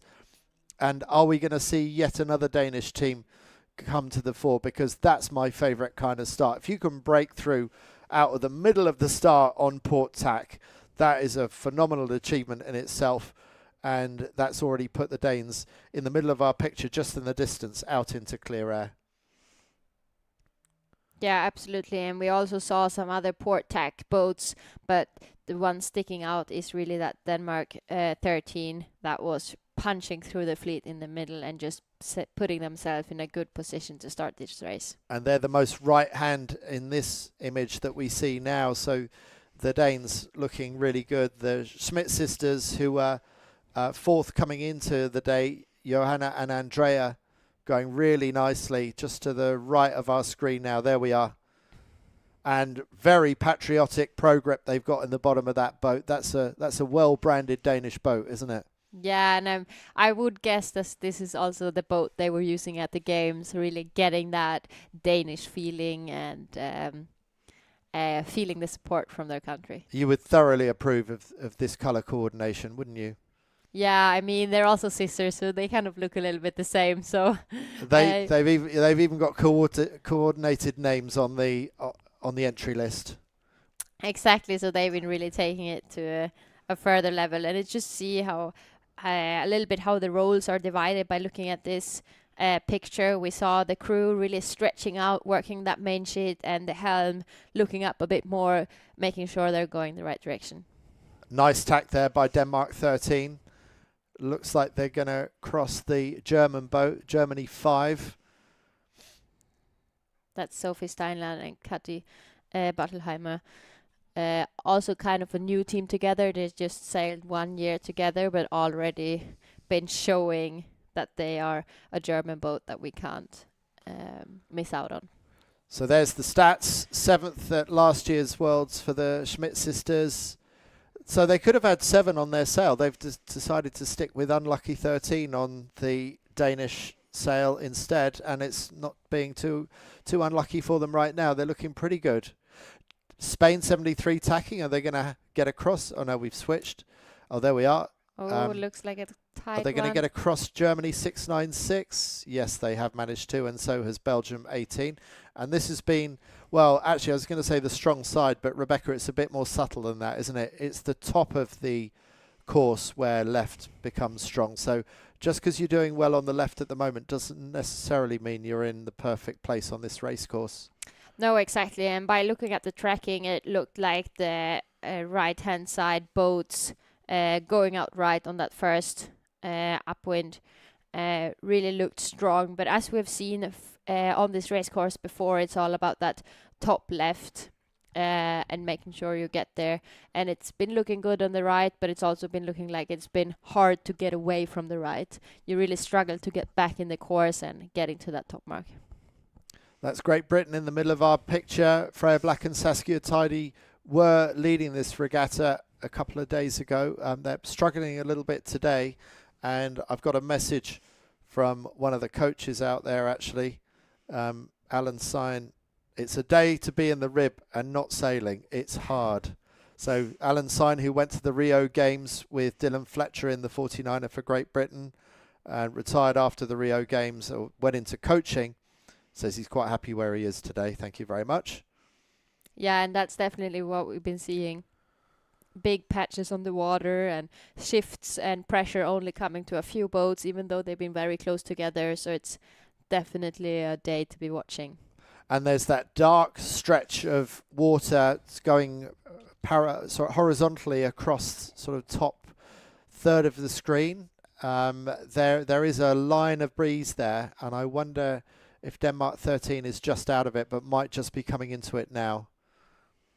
Yeah, and I'm not surprised to see the Danish boats actually being in the front here because of where they're coming from in Aarhus, where it is a lot of pressure differences and shifts, and so you all the time have to be looking out for the next pressure.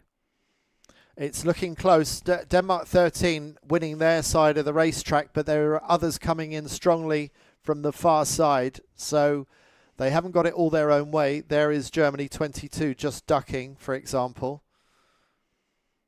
But there are others that are going to come into view. So the Schmidt sisters have still got a battle on their hands. Yeah, and as we can see here, it looks kind of quite strong coming in from that left-hand side. We see the France 84, Norway 11, and then it must be the Spanish below them. That, yeah, exactly. That is just sending it there on the left-hand side in front. What of the a right beautiful side. picture there, isn't it? Yeah, it's amazing. We also see how closely they stand with the feet, but still getting a bit of space for the crew to be working with that main sheet. And probably a lot of chatter going on board that Spanish boat. Yeah, I'm pretty sure it's not silent. What do you think they're talking about? Is it sailing related? Yeah, definitely. Like now it's all about the approach to that top mark and talking about the ley line and putting that ley line correctly to close the door for the Norwegian boat we see here on the left of our screen, so they don't even think about tacking in front. It looks like they will just be in front anyway, but they're definitely giving them a decision to be tacking inside or not when they're on that ley line. I thought the Spanish a little bit overtacked the ley line, but it's given them plenty to work with. But is Norway going to be able to sneak in ahead? And meanwhile, there's another Spanish boat, 73, and France 84, who have got in ahead. So France 84, Chloe Reville and Alban Dubois are going to go round in the lead. Norway's going to have to tack. This could be expensive for Norway, but it looks like there will be a spot for them to go round in fifth. Two Spanish boats. Sorry, you go, Rebecca. Yeah, and that's exactly what the Spanish did so good. Talking about that ley line to really hitting it for it to be a question for Norway. Should we try and go inside, or should they have just been gone outside straight away? Yeah, so a little bit of an expensive mistake there, but the Norwegians still going round in fifth place. But bit of a messy hoist back there for somebody in the red Jenica. Meanwhile, France 84 going nicely here. Will this be another stretch away win for a third team this afternoon? We haven't had much to say about the French so far today, but Chloé Reville and Alban Dubois doing well in this race. Rebecca, I don't know if you saw those extraordinary pictures of France 84, and I'm trying to think of the other team that got caught up with a cruising boat on that really windy day. Yeah, it's incredible that no one got injured and that it was just a bit of boat repair going into that after that situation. Pictures, it looked very, very bad. Yeah, we can come back to that. There are France 63, our leaders going into today, going round, and I'm sorry to say Sweden 77 was a long way at the back. The Swedes are really struggling in today's conditions. Yeah, and here we also get to see the Schmidt sisters that I thought they were going to do so much better. Yeah, with that great start, it's definitely a course, but that is different. But we see it was this left boats actually winning in the end, even though it looked so good on the right early on in the stage. So my friend in the coach boat, Alan Syne, who says it's that hard out there. It's not that hard. You just go left, isn't it? With the great benefit of hindsight, if you'd have gone left all day, it wouldn't have been too bad, would it? No, it's probably looking like it's not so great on the left. Bottom left is probably not looking that good, and that's why people are constantly considering that right side. But it's been all about the top left and getting that pressure that's been laying there. But I think you're right. It's threading together right-hand side at the bottom of the course and then picking your moment to go across to the left for the second half of the leg. France 84 going into a jibe, simultaneous jibe with Spain 73. That's Alicia Fras and Elena Barrio Garcia. Yeah, here we can also see the dark patches on the water, how different they are, and you really have to be good keeping your eyes out of the boat. Unusual colour of Jenica on the French boat, sort of a greyish colour.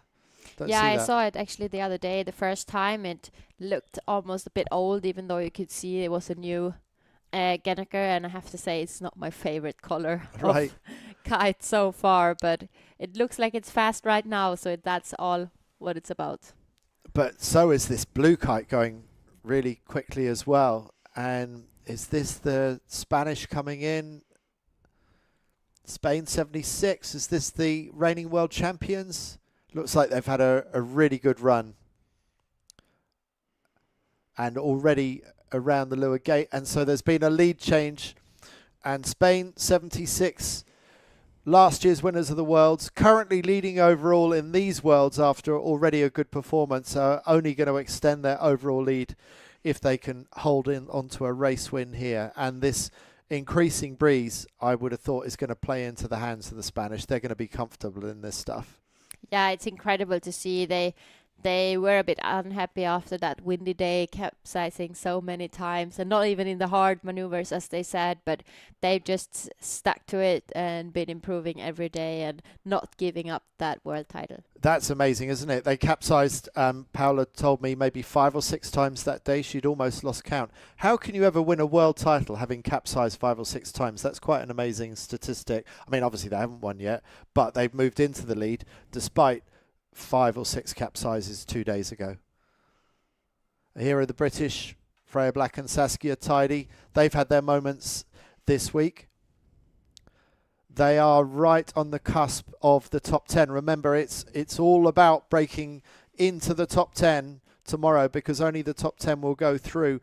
And at the moment, the British are 9th as things stand. Canada are 10th. And Italy's, well, 2 Italians actually, 11th and 12th. Italy 20 and Italy 15. And in 13th, Vilma Bobek and Ebba Berntsen.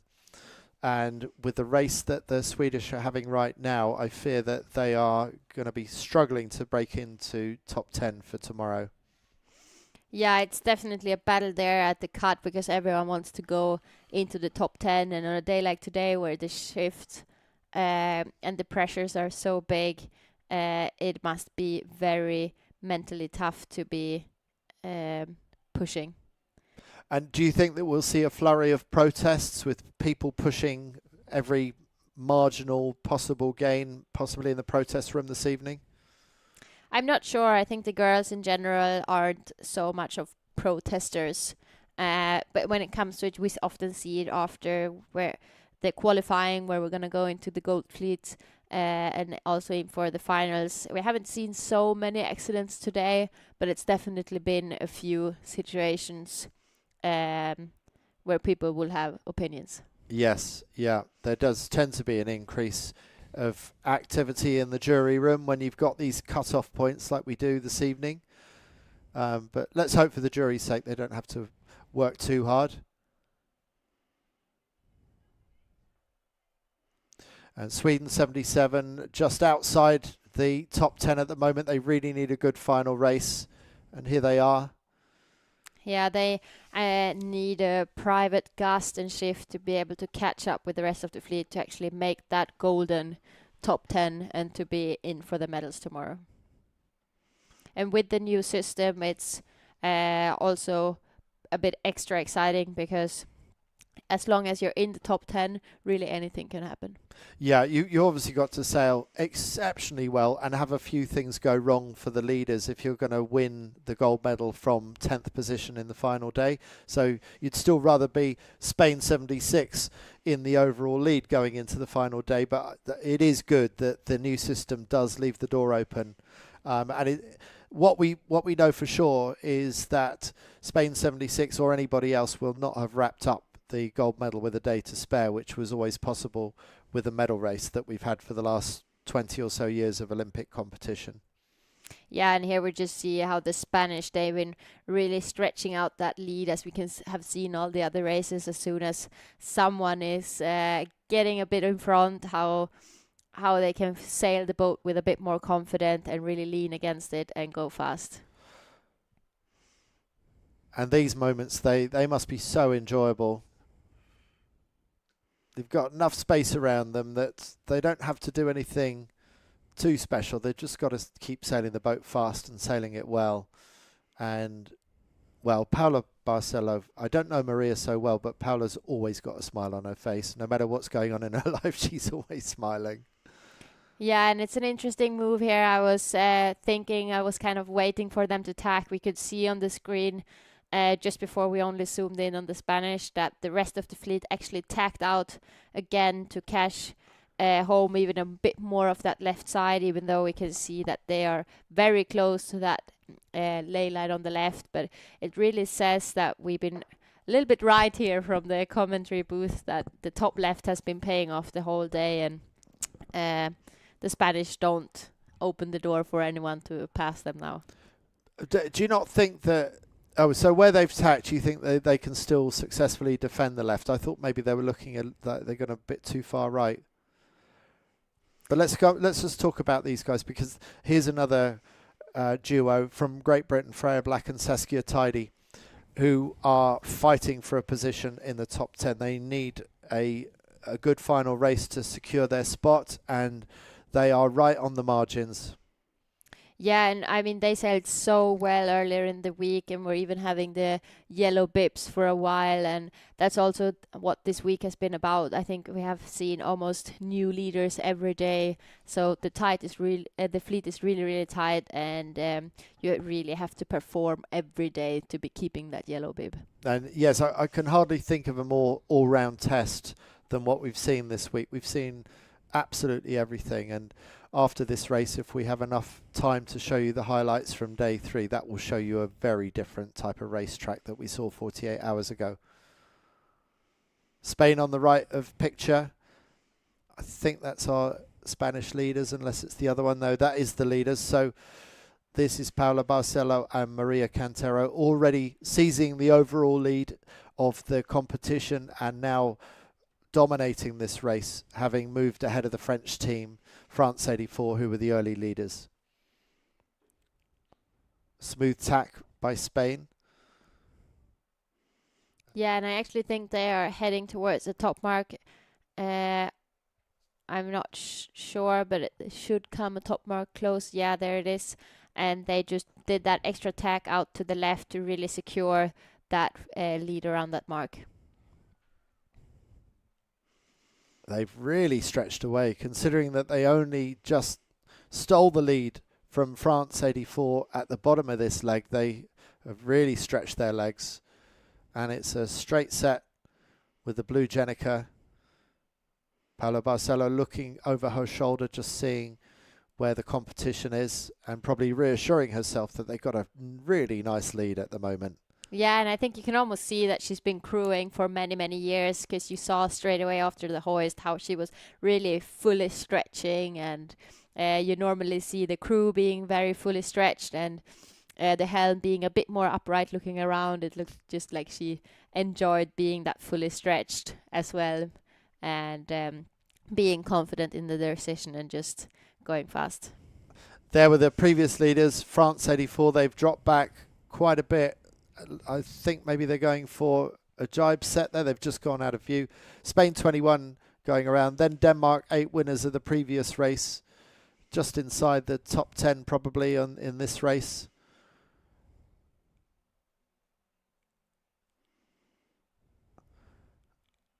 Netherlands 644 has just gone round and done a straight set. Followed by... This is Adil van Aanholt, Netherlands 65, the Olympic champion. Oh, this will be a tricky situation here for the Germans coming in from the left, just finding that extra space to get around. Just about getting away with it. Yes. 2 more Danish boats going around, 41 and 13. And now Germany 696, followed by Italy 20, Jana Germani and Giorgia Bertuzzi. But where are Great Britain and where are Sweden? These are the boats that we're looking for, because they need a good race. I think Great Britain is just coming around, but we still can't see any Swedes so far. So Great Britain going around, but in the back few, and it's really bad news for Sweden, because I don't think we've seen them yet. No, they would be really devastating with this result. Being so far behind when they needed to be in front to really secure that top 10 position. Now they're going straight set. I thought just for the sake of it they might go for a jibe set just to split with the fleet, but maybe they see so much benefit on this side of the course that it's not even worth going for the jibe set. But I can't see any way back in for Sweden here. No, it doesn't look great actually, and it's a shame. They've been sailing so good earlier in the week, and especially on that windy day, really battling it out there. But it was kind of interesting, the shots before, how it was almost like a countdown for everyone to jibe. So it is must be something coming on that side, on the right side, looking upwind now, because there was so many boats driving at the same time in the middle of the course. Yeah, so actually maybe on that windward leg, maybe it did pay to go right, because it's been such a go left course. Or do you think it's only just come in time for this run? I don't know, but it's the left has tended to be the stronger play, but the way that this breeze has shifted, I can't help thinking that maybe going right would be the place to go at the moment. Yeah, it will be interesting to see when they all come down to the finish line and see if it actually was a gain. But it was definitely something that many of the boats saw and really wanted to change side of the course. That was 2 quick jibes for the Spanish, and there it is. And the feeling doesn't get old, even for Paula Barcelo, double winner of a World Championship as a crew, won her first Worlds as a helm, with Maria Cantero winning her first Worlds last year in Sardinia. They've moved into the overall lead, and just as they move into the overall lead in the championship, they go and win a race. So they will have extended even more at the top of the leaderboard, and they will go into the final day wearing the yellow bibs and very much in control of this championship, with just 2 more races to go in the finals racing tomorrow. Yeah, we also know they've been working very hard doing double sessions at home in Santander, really to fast track that learning curve to be battling now at these World Championships. There's a real close battle here between Canada and Great Britain as to who's going to grab the 10th spot between Freya Black and Saskia Tidy from Great Britain and the Lewin-Lefrance sisters. And I'm not sure I'm going to be able to give you an immediate update on which way that's gone, but it's a real tight battle between Canada and Great Britain. Yeah, and I can see here on the tracking that they are just next to each other, battling it out, and Canada looks in front right now. I'm not sure that's going to be enough, but it's definitely extra exciting that they are sailing just next to each other.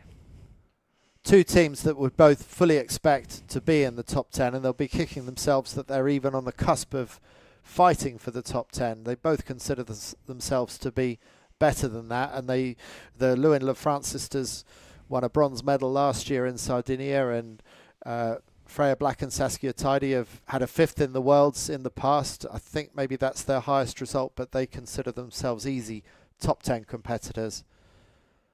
Oh, we actually see as well Sweden's been gaining a few boats. I'm not sure they're gained just enough, but we can see them on the right side of the screen. So just a glimpse of it. So it was actually a gain for them going straight.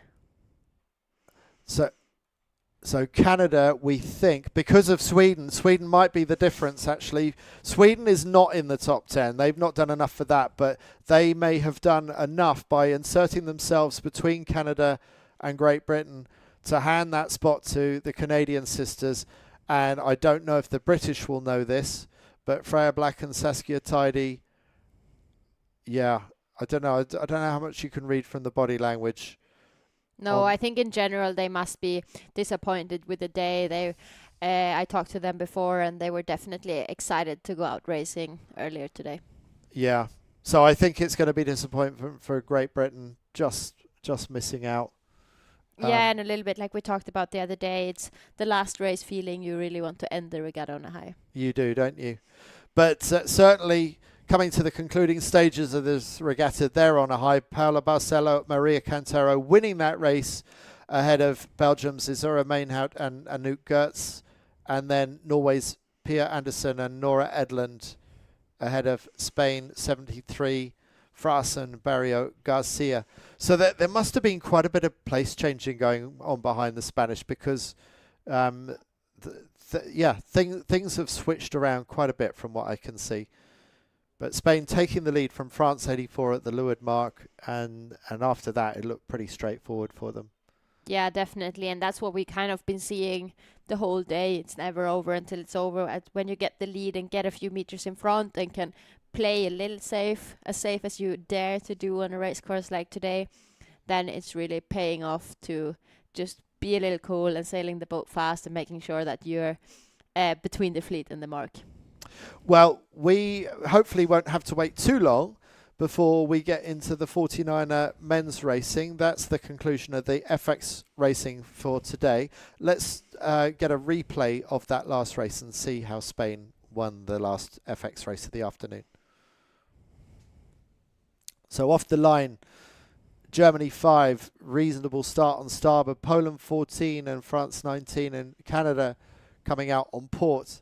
There's Spain 73, but that's not the one that ended up winning the race. Belgium 18 ended up second in the race, and we've talked about the power of the left for so much of this afternoon. Well, that certainly generally has worked for Maynard and Gertz. They've had mostly a good day today. And France 84, in the middle of that last picture, they were the early leaders. We thought Denmark 13 were going to be looking good at the top of the course, but as we've seen in previous races, being on the right towards the top of the windward leg was not always the best place to be. And it was the boats like Belgium 18 that went out to the left that tended to do better. Yeah, I felt like you needed to be brave on today's race course and really believing in that top left, because it was many times it looked better to be starting off on the right side and then really struggle to cross that race course and come to the left side. And when you take that pain in the middle of the racetrack, that's always a difficult decision, knowing when to do that and when to get the opportunity to do that. France 84, the early leaders. Yeah, it looks like this will be our Spanish boat, so they were really not in the first batch there at the first top mark, but really battled the downwinds and the shifts there on the second upwind. Oh, there they are, actually further forward than I thought. Seeing the shifts there in the middle and really pushing the others all the way around the course. Going for that earlier jibe than the French leaders, and that was enough to put Spain into the lead by the bottom of the course. And once Spain got in the lead, just extended away. There is Sweden 77, really struggling today and not being able to make the final 10. Spain 76. And then GBR 24 fighting hard with Canada to try and get that last 10th spot to go into the finals racing tomorrow. And here are the Spanish on the final run, and you can see the gap back to the next gaggle of boats, second, third and fourth. Spain 73 going round, followed by former leaders France 84. And then we're looking, you can see the Union Jack of the Great Britain boat on port tack, just about to tack onto starboard. And that battle builds between Canada and Great Britain. And the final run into the finish, still fighting for every position. But the Spanish celebrating with a race win and moving comfortably into the overall lead of this championship.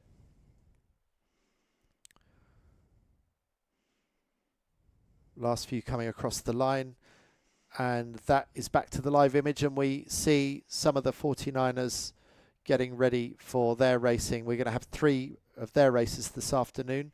Let's go to highlights of day 3, because that's been some of my favourite footage of the regatta so far, and when you see it you'll understand why.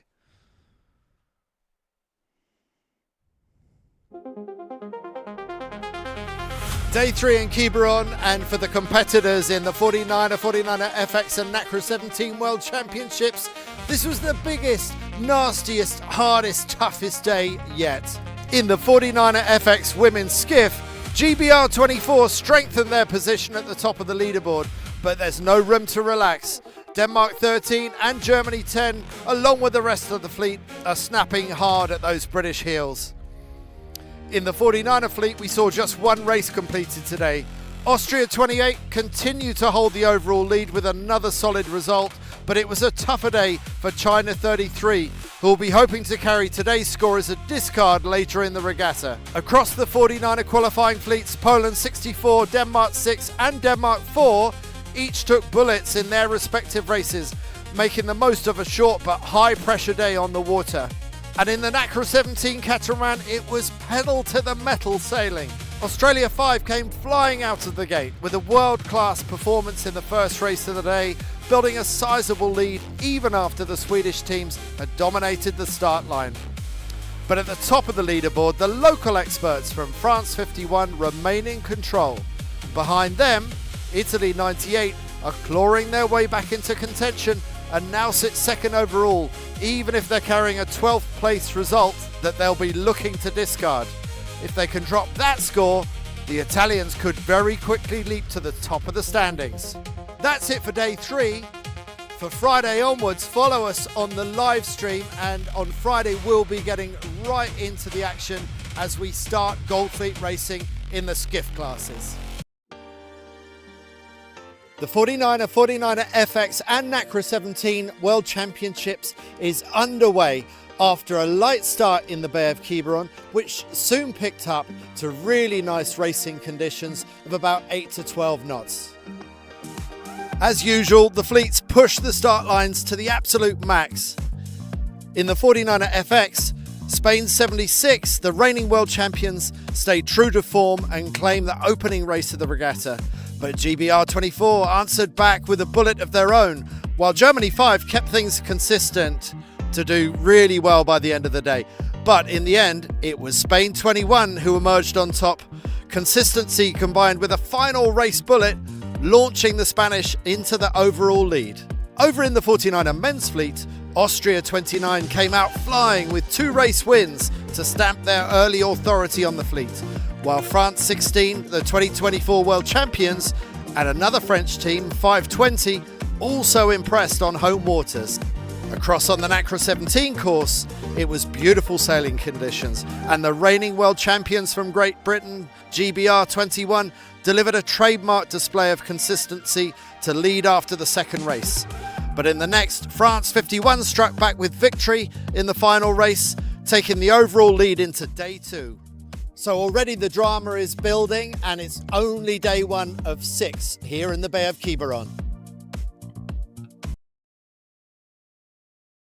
What an exciting day of racing we've got for you today. The wind is building, the 49er sailors are tuning up, and our commentary team of Andy and Rebecca are just taking a momentary break. So I'll be doing a brief update here on some stuff going on behind the scenes in Olympic sailing.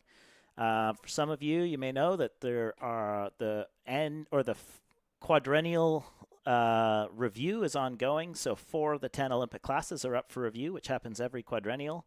Those 4 events are the Nacra 17, who obviously we hope stay in, but I'll explain more about that later. The 470 mixed, and the kite surfing men and women, whose world championship is ongoing right now in Portugal. So if you once you've finished watching us, go ahead and find their live stream as well, and you can catch some kite racing today is on the water. So those 4 events are up for review, and the way the process is unfolding is there's a joint committee of the events committee and the equipment committee at World Sailing, who have about 15 people in the group reviewing all the different options and what is available. They've come up with a list of criteria that they think is the most important for sailing to consider when they select events for the next Olympics. This is for the 2032 Olympics. They're looking to make sure that the Olympic broadcast is attractive. The IOC has made it very clear to sailing that we need to be attractive in their primary product, which is broadcasting and TV streaming. They're hoping that the cost of campaigning can be kept to a minimum. Obviously, you see all the coach boats, you see all the nice-looking sailing equipment here. It all costs money, and there's only so much of it. So everyone's trying to keep campaign costs reasonably. And then they're looking at universality. So that's how many countries around the world are participating. So long-term investment, like is the equipment wearing out, or is it holding its value? The simplicity for the sailor, is it the skill of the sailor that makes the difference on the water, or is it like development or what can be done to do with the equipment that makes the difference? And then the cost to organizing committees.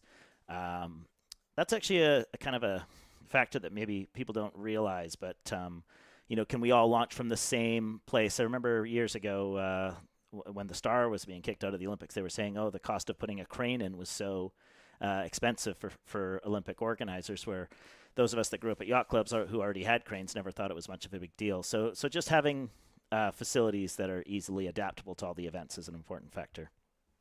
So while they are debating the big picture merits and a bunch of secondary merits as well, what they're going to do here in a couple weeks, probably in the middle of June, is put forward maybe like what you might call their first offer to the sailing community. So they have the choice to retain the equipment that's already there, put in new events and equipment, or maybe put in a few different options. Like maybe they can't make up their minds and they want to put in a couple things for everyone to consider. We don't know yet what they'll do, but we do expect their first offer in the next few weeks. And then after that, it'll be debated by all the different groups at World Sailing. Potentially new slates, as they're called, could be put forward, and then eventually by September, everyone should be voting on what we want to do for the 2032 Olympics. The community at large was also asked to put forward options that could be considered for the 2032 Olympics. And without going into all of the options that were put in, I can tell you that there were some groups of options. There was obviously a group of people that wanted to keep the different events that are already in the Olympics right now.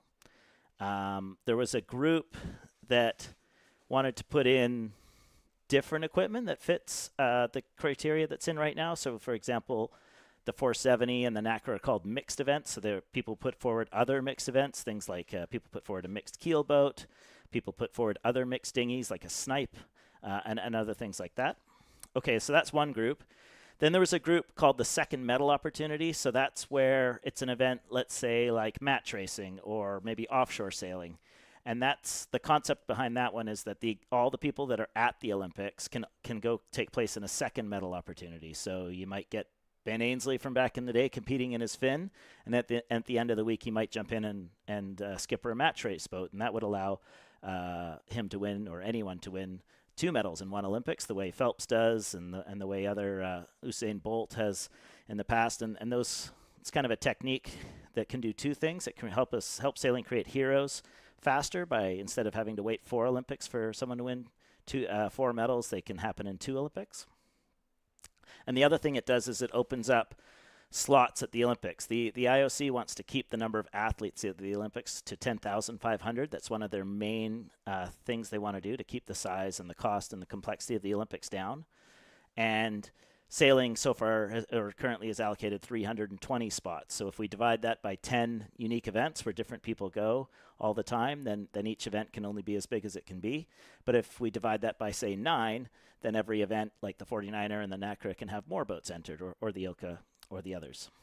There were a few other options. People have been looking to put in the Switch or the Wasp, which is a foiling single-handed boat.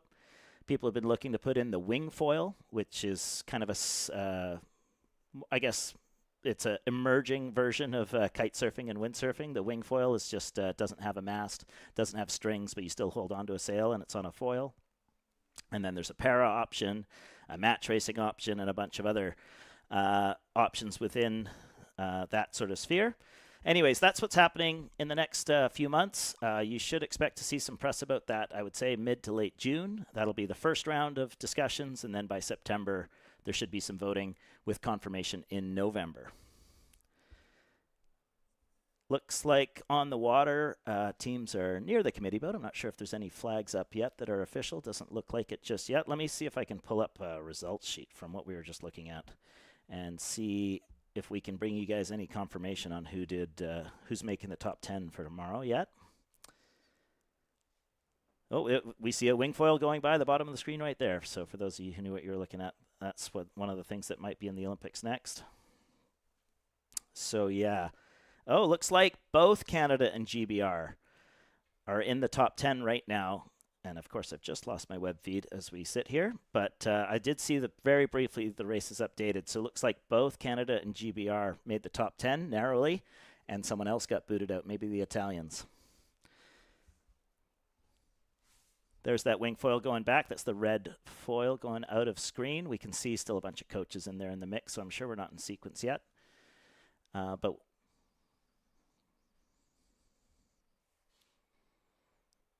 let's talk with our leaders from Spain on the water right now. I mean, what a day. Incredible racing so far for you girls. How was it out there for you?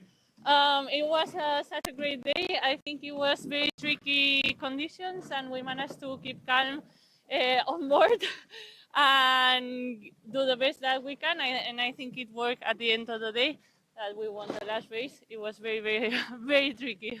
It was kind of a pattern. All the teams we spoke to today were saying that the main thing today was to keep calm. Maria, how do you do that on board? I don't know. I have my moments, I have to say. I mean, I think these days are so important for Paula to be able to see everything, and normally she can get like much more pressure. So I think it's my job to bring things down a bit. But again, like sometimes it's even complicated for me. She did a great job today because I was very nervous. Like, because there was so much different on the speed between being on the gas or not, and sometimes you were first and sometimes you were 10th. So it was like very, very hard. So you can conform. You are humans. You also get stressed. Yeah. For sure. And tomorrow, final day, 2 races. You got a pretty healthy lead, but have you started thinking about anything about going into tomorrow? No, we will keep the same routine as always. I think it's one of the things we always try to do. And yeah, we will see how the points are after the compression and everything, and we will plan the race, but it will be probably like normal day. As you told me, Maria, the main thing is to have fun, right? Yeah, always. Obviously, you work hard, but when you have fun, it's always much easier. You have fun equals more speed. Yeah. So good luck and have fun tomorrow, girls. Thank you. Thank you. Okay? Yeah.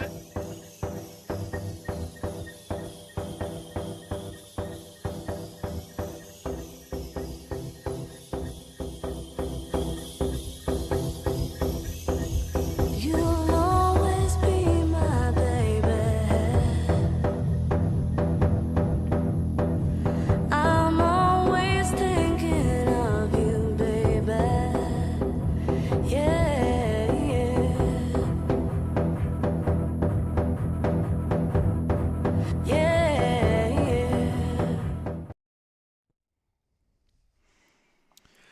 2 minutes 20 seconds to the first of our 49er men's races, and here is the starting grid, our top 25 battling it out and holding the top 2 spots. They're from Australasia. In first place, Seb Menzies and George Lee Rush from New Zealand, followed by Harry Price and Max Poole from Australia, and then Germany's Schultheisen Rieger in third, and Germany's Meggendorfer and Spranger in fourth place. Austria's Keanu Pretner and Jakob Flackberger in fifth place. And then the 2024 world champions, Erwin Fischer and Clément Piquin from France. Then the 3-time world champions from the Netherlands, Lambriax, Van Aanholt and Van der Werken. And then in 8th place, China's Wen and Liu, followed by Uruguay's Umpia and Ditz, and Poland, Staniel and Storch. So we've got many continents, many different nationalities represented there. 1 minute 30 to go. Now, they will have been watching the FX racing very carefully. Rebecca Netzler, former world champion in the 49er FX and Olympic silver medalist. As a coach, what would you be saying to your sailors? What should they have learned from the FX racing? Yeah, I think what we saw quite clearly in the FX race was how much the top left was paying off and how tempting it was to go right, but not actually having the chance to cross the fleet and come over in a comfortable position. And what's interesting with the 49ers is that we have from 7th place to the 3rd place right now, we only have 6 points. So it's definitely going to be a deciding day today. Yeah, and we've just seen the drama of who makes it into the final 10 for tomorrow in the FX race, and that's going to be the battle today. And so at the committee boat end, New Zealand 94, are they going to be able to get in there? These are our leaders at the moment. It's Seb Menzies and George Lee Rush, and with 15 seconds to go, it looks like they've got quite a lot to do there right now. Yeah, it also looks like quite a few boats is positioning themselves to do the port tack start.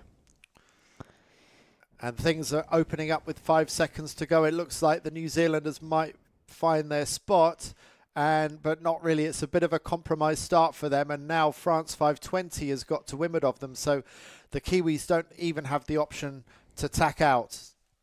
So not the best of starts for New Zealand. Meanwhile, good starts on port tack for the Polish, the Italians, and possibly Australia. I'm trying to work out who that other boat is, but finally New Zealand manages to tack on to port tack, but not the best start for our leaders in this series at the moment, Seb Menzies and George Lee Rush. No, it definitely looks a bit more comfortable and not as much stress on this side, and we see the Dutch boat and the British boat really going fast there, heading towards the left. I can't really see which British boat it is, but it might be number 4. No. Yes, that's the most likely, but no, it's actually 110. 110. Okay. 2 levers, Elliot Wells and Freddie Lonsdale. I was speaking to Freddie earlier. He's 6'5", 90 kilos, and Elliot's also very tall. And he said when they tack, it's like 2 giraffes trying to cross the boat. That's a pretty good way of explaining it, but it looks like it's working for them today, and they look very fast. And just to windward of them, in the middle of our picture, Netherlands 2, Bart Lambrechts, Van Aanholt and Floris van der Werken. Bart Lambrechts married Adele van Aanholt, the Olympic champion who we were just watching racing in the 49erFX sailing, and they are now also the father and mother of a young daughter as well, who's about 9 months old now and just beginning to crawl. So Bart's got all that going on at home as well. Oh, and here we see a nice tack position from the Irish, and now they just really have to get back up to speed quickly to not getting rolled by the Polish. Poland 64, Mikolaj Staniol and Jakub Storch. They start the day in 10th. They want to, at a minimum, stay in 10th, but ideally climb a bit higher. But they don't want to go lower than 10th because it's all about getting into the top 10 on the final day. There's another cruising boat. These boats don't seem to understand that there's a world championship going on here. Harry Price and Max Paul, they are front of picture right now. The Australians, they managed to get through the bad air of that cruising boat without too much damage. The Australians going fast out to the right-hand side, but they surely know that the left has been a strong play towards the top of the racecourse most of the time for the FX racing that took place earlier. Yeah, definitely. And we also saw them last time we saw this Australian boat that we saw earlier in the picture. They also really like the right-hand side. So it will be interesting to see how that's working for them today. Germany 21, Simon Heindl and Konrad Jakobs seem to like the left-hand side. They're going fast out in that direction. And just to windward of them, it's USA 43, Andrew Molleris and Trevor Bornath going really well. Possibly the leaders out this side of the race course. The USA team tacks away, so now Germany 21 is free to tack whenever they want to tack. They now choose to tack, and this is where we've tended to see the lead come from the boats on this side of the race course. How will it play out for the 49ers? Yeah, and it's been looking good for the boats in the beginning coming from the right, but we have seen them struggling to be able to cross all the way to get that top left pressure. So we will see if the course been changing since the girls were out there. Denmark 6, Frederik Rask and Jakob Prak Jensen had a good race yesterday. Yeah, and they were 6th at the Worlds last year, so they are definitely trying to push to become even better this year, even though they really need to put up a good performance today to climb up to that top 10 and be able to get any better results tomorrow. Yes, yeah, they have got quite a lot to do. So we'll see how things shape up in the first of these 3 races. My name's Andy Rice. I'm with Rebecca Netzler, the multi-talented 49erFX sailor, multiple medalist in the booth with me. We're in Quiberon. This is day 5 of the World Championships. A close cross there for Germany 21 and USA 43. It just looked like they made it, and I'm not sure if the Americans had to maybe bear away a few degrees, but it doesn't seem like there were any protests being shouted, and the boys are just continuing sailing as fast as they can.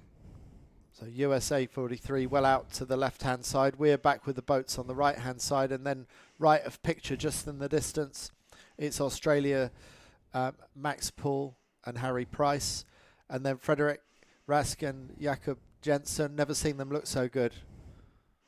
No, there's something a little wrong with the graphics, but we can just see them live, how they're pushing this boat, and even sailing with a bit of leeward heel. You can see how the main is almost coming completely in the center line, and it looks like they're trying to hold their lane there against Austria 28. Going for every bit of power, standing on their tiptoes, and it looks like they've got a little bit of a lift at the moment on the right hand side. Will it be enough to keep them in the game? Just to leeward of them, New Zealand 94, they had that really compromised start. Those are our overall leaders from New Zealand. Seb Menzies and George Lee Rush. Really young team, I think in their very early 20s, and sailing with immense maturity. Poland 64, the most right hand of the boats going out on our picture to the right. That is Mikolaj Staniel and Jakub Storch, currently in 10th place overall, being a little bit sailed over by the French and Italian boats to windward of them, and now they're going to get tacked on, so things getting difficult for the Polish there. Yeah, and the Irish really ends up to be sandwiched there. We really hope they are able to get out of that position. We see the top mark, and actually in this race it looks like it's going to be the right side that's been paying off. So of course everything else than what we said, just before they were tacking, it just looks like it was ending up without pressure on that left hand side. We're not sure if they maybe moved the top mark. It doesn't look bad from the left, but it just when these guys on the right were getting a bit of extra pressure, it looks like the left were dying off a little bit. It looks actually very even, doesn't it? I mean, it really looks like boats from the right and the left are going to do well here. Netherlands 2 manages to tack in just ahead of Australia 25, and USA 43 looks like they might bleed around. So by the smallest margins, the left is still paying. And it looks like it is going to be Andrew Mulleris and Trevor Bornath, USA 43, who will go around in the lead. And then a really thin lane for Matthias Coutts and Oscar Gunn. I wonder if the other New Zealanders that we haven't yet mentioned have managed to get round in second. No, not quite. It's Netherlands 2 who go round ahead of Coutts and Gunn, who in turn go ahead of Harry Price and Max Paul, who are the first to jibe away. And that looks like a really nice move for the Australians there. It looks like they've got good angle, good pressure. So I quite like the way the cut of the Australians' jib. They've just jibed out of picture. But then again, the Americans looking good in the far distance with that black Jenica as well. So let's see how the Australians fare compared with the USA team, who were the leaders of the straight setters on starboard. Yeah, it's getting really hectic at this top mark, and some of the top teams are rounding right now, like the Uruguay and the Swiss boat. We're not used to see them so far behind, but this is Gold Fleet racing. It's shifty, it's hard, and it's definitely not an easy day. No, and a bit like the FX women's fleet, the top 25 men's 49ers, it's no surprise to see any of these boats leading, really, and therefore by the same logic, it shouldn't be that much of a surprise to see a really good boat right at the back of this fleet. USA in the far distance leading this race ahead of Netherlands 2, who are second in this race at the moment, ahead of New Zealand 45, Matthias Coutts and Oscar Gunn. Yeah, we also see the two German boats battling out there and just disappeared out of our screen, and we have seen both of them winning races yesterday. Yeah, absolutely. So yeah, Richard Schultheis and Fabian Rieger, we just went over the top of their orange spinnaker. They were the winners of the last race yesterday afternoon. China 33, one of the strongest performers in the strong winds of day 3.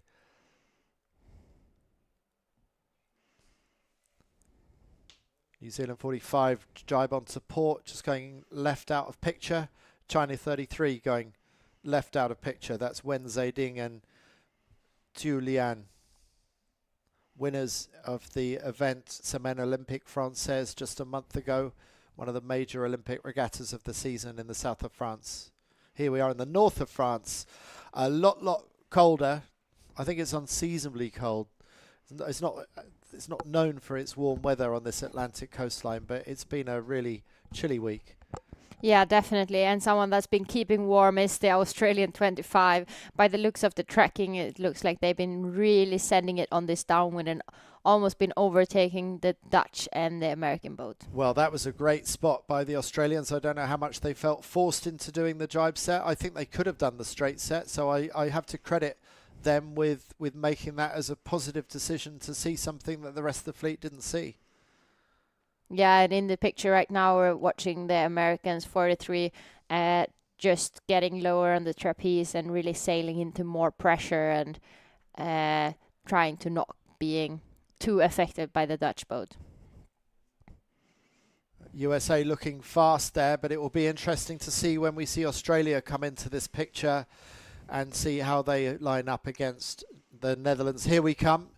Australia passing just behind the Netherlands, and will they have a piece of the USA or not? So a small gain to Australia, but it looks like USA is marginally holding on to this lead. Yeah, and we are definitely then expecting an exciting second upwind with the racing being this tight on the first day of this race. Normally when you look at these top three going back a few years, you'd say, well, this is the race for Bart Lambrechts and Floris van der Werken to lose. The Dutch team would be the form team, but it's a much more open field these days. Really nice rounding by the USA. Good rounding by the Dutch going round the opposite mark out to the right-hand side. Swiftly followed by the Australians. Yeah, the Australians did a really nice rounding there. It looks like they were even able to put a bit of kicker on before coming around to really get that extra height coming out just behind the Dutch boat and squeeze in some height to be able to continue their lane. Yeah, a little bit of kicker before the rounding is great if you can find the time to actually do that, which they managed to do. Coots and Gunn, they were a little bit higher up. They've not had such a great run down here, so the New Zealanders have lost a few places down this run. Poland 64 going out to the right-hand side, followed by GBR 4 going out to the right-hand side. That's GBR 4 now fourth in last year's Worlds, and I think they may well have been fourth in the previous Worlds before that. But currently outside of the top 10. They start the day in 13th, James Grummett and Ross Hawes GBR4, so they got some work to do. And this result, as it stands, would probably put them in quite good stead for that. Our overall leaders coming into today doing a jibe drop on the right-hand mark. That's New Zealand 94, Seb Menzies and George Lee Rush. Yeah, they're definitely looking at keeping that lead for tomorrow.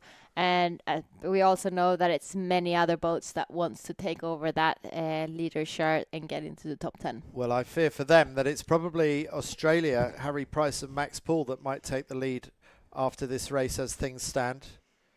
So I suspect there will be a lead change in favour of Australia. Australia chasing these Americans, Andrew Molleris and Trevor Bornath. And the Americans, by their standards, have not had such a great week. I'm just looking to see.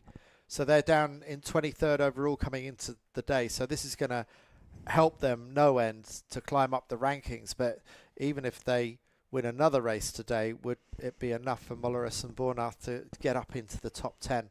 I fear that no matter how well they sail today, it may not be enough.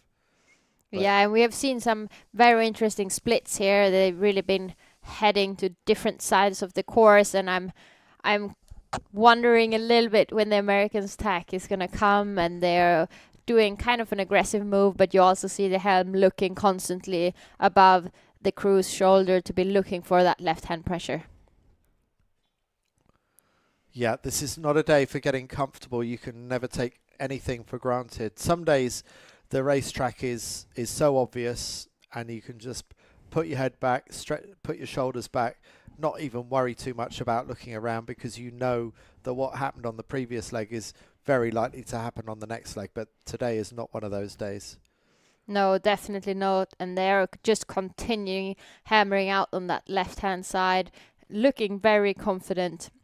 But we also see on the top of our screen that Australia and the Dutch boat is looking, I don't know if it's just shade from the clouds or the screen, but it looked like they almost were in more pressure. Looks like they're setting up for attack, but maybe not. The Dutch boat looks very strong up there in the middle of our screen. So that's a worry for the USA. Nice close-up shot there. Constant adjustment. What was that? An ease of something? Ease of Cunningham or kicker? Yeah, it looks like most of the people have the Cunningham in front and the kicker in the back, and it looked like it was just a small little ease on the Cunningham and the jib before going into that tack. It's a very crucial tack.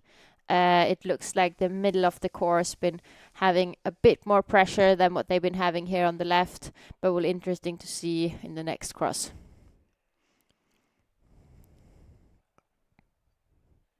Looks like they've got good pressure and good angle there at the moment for the USA.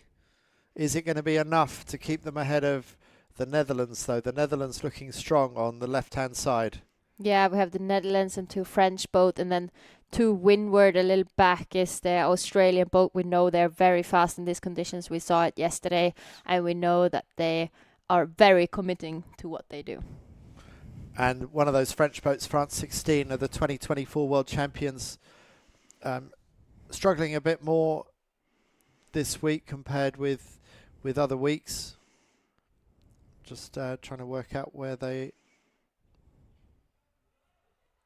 on the the 2 of the French teams are on the cusp, but actually France 16 is 6 overall, so France 16 not doing too badly. No, they're definitely in the mix, and the tights are the points are very tight, so it's all to play for today. We can already see it's been a lead change on the Dutch boat, and it looks even like the Australian boat coming there from the right-hand side has been overtaking the American boat since the gate. Yeah, so that's quite a big loss for the USA there. I'm surprised how quickly that's happened, but the Netherlands really moving up, and I feel like we haven't seen the best of Bart Lambrieux and Floris van der Werken. Will we see it in this race? They started the day only 10 points off the lead in 7th place, and this is going to really help them out. But how's this cross going to go? Australia tacked to leeward, and now it's going to be a bench off. Who's got the speed between Australia and the Netherlands?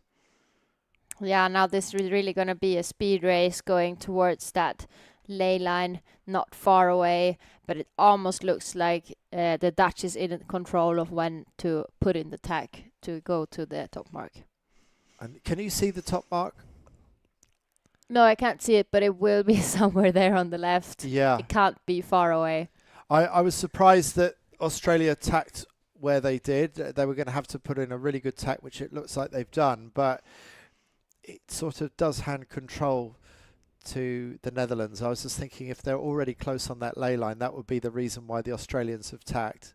Yeah, I agree, and I almost thought it looked like the Dutch boat would have to duck them if they just continued on starboard, but it's all about who is in the right of way for that last tack, and the wind is actually shifting to the right, which is good for the Australian, and we see now it's playing off, hopefully, like the Australian boat was wishing for. Well, well played by the Australians. I doubted them, but those images that we saw just then confirm why Australia made the decision to tack. They maybe sensed or knew that the next shift was going to come from the right-hand side, and it has put them in the lead on this race, and you have to assume that they have now tacked on the ley line. Yeah, that was a really nice tactical move from the Australian, and it just paid off in their favor. That's coming very first cool. to the top mark. To be able to tack there underneath the 3-time world champions and believe that you can gain the advantage, that shows a lot of confidence on board the Australian boat. Yeah, and in these shots we also see how they could perfectly set up for that ley line and forcing the Dutch boat to do that few extra meters to really put them behind and gain as much possible before this last downwind. And the USA boat has really suffered on this leg, actually. It's now dropped behind one of the French boats, France 441, Théo Reville and Gauthier Tellier. So it's been quite an expensive leg for the Americans who had been leading. Yeah, and it wasn't a perfect set there from the Dutch boat. The kite was flapping quite a lot, and we can see how the Australian boat got a few extra meters. And we will definitely have a tight downwind coming our way and see who is first down at the finish line. And it's turned into a match race between those front two, because third boat only just goes round now. The French followed by the Americans, and then Poland about to go round in fifth. Here's our match race at the front, and look at the gap between the two black kites in the lead. Yeah, and the Australian boat just really wants to be on the inside of the course here compared to the Dutch boat, to be free and be able to jibe whenever they want and not straight away get the Dutch boat in front of them. So I think it was tactical to go a little lower and really make sure to keep that inside free. We also saw them tacking now, jibing now quite early, getting back to the inside of the course. So probably they have seen something, a big pressure or something to be able to bring them down. Meanwhile, at the top, Austria 28 going around ahead of Germany 22 and Ireland 99 and Denmark 6. Couple of jibe sets going on there. New Zealand 94 not really making gains in this race. So a tough race for Seb Menzies and George Lee Rush, overall leaders of the regatta coming into today. And all these jibe setters are just confirming that the Australian boat really must have seen some pressure there in the middle of the course and heading over to the right side, looking upwind. And we've seen now that the Dutch has followed. And it does look like the Australians have better breeze than the Dutch just beyond them. It looks like the Aussies have a little bit more pace and just a little bit more angle down. And you can see the difference there. Australia accelerating over the top of New Zealand, whilst meanwhile the jibe setting continues at the top of the course, still confirming that the Aussies made a good spot here. Yeah, you can see how they are keeping a close eye also on the Dutch boat, but now it looks like it really paid off for them, getting that extra pressure and be able to roll a little bit on top of the Dutch boat. But as we know, this downwinds, it's been open and very close all the way to the end. Yeah, take nothing for granted. Can also see here on the tracking that it's been a massive right shift and that the Australian boat is almost on ley line. They don't have to be, or they're not so far away. Probably they will have to do one jibe, but that's also explaining why almost the whole fleet was jibe setting at the top. Really good view of the sailors. No way you could get that with a helicopter. That is drone work at its best. And there we get the bigger view. And you can see the lower angle that the Aussies are sailing compared with the boats behind. But you look way back up the track and there is the next gust. Yeah, the Aussies looks very confident there. Been gaining a lot on that move on the Dutch boat, just sailing away from them. They managed to get down onto the same line as the Dutch, because just a minute or so back I felt like the Dutch might be able to get a piece of the Australians, but not a hope of that now. No, clean. Yeah, the Australians really want to get to that first position right now. They showed it the other day, sailing very, very good, and here they're just crossing the finish line again, winning another race in these beautiful conditions. Well, congratulations, Harry Price and Max Poole. A well-executed race and some really good, strong decisions made. They really backed themselves. That jibe set that they did at the first mark, that closed the gap on the front two. And then they managed to move up into the lead towards the top of the second leg and then stretched away from the Dutch. And to stretch away from the three-time world champions the way that they have, that shows great confidence and great composure by the Australians, who will now take the overall lead in this championship. France 441, Theo Reville and Carl Devaux having a really nice race. There's a big battle going on as to who will manage to get into the top 10, and Theo Reville and Gautier Tellier started the day in 12th place, just 1 point outside of 10th place. So that will rocket them up into the top 10 with that really good finish for France 441. Those are the kind of stories that we're going to try and keep an eye on. Oh, here we see another tight finish where the Poland looks like they are coming in front of Denmark, and then Germany followed by the British boat. And the British boat started the day in 13th place, 1 point out of the top 10. But will that be enough? Will that move them up or down in that finish? I'm not sure where they were in that. Are we just outside the top 10 now, do you think? Yeah, I think now the points are getting closer, and we also saw that the German and New Zealand 94 was moving down a little bit in this race, which makes it even tighter with the points. Yeah. At that top 10 cut. Yes, it's going to do well for the Aussies, of course, the Dutch, and well, where one German goes down, another goes up, and Germany 22, Megendorf and Spranger will go up, and Germany 11, Richard Schulteis and Fabian Rieger, winners of the last race yesterday, are going to go down a bit. USA 31. I'm trying to think. That wasn't the one that was. No, that was that's Nevin Snow and Ian McDermott we're seeing there. So that's the other American team, not Andrew Molleris and Trevor Bornath, who were leading a good chunk of the race.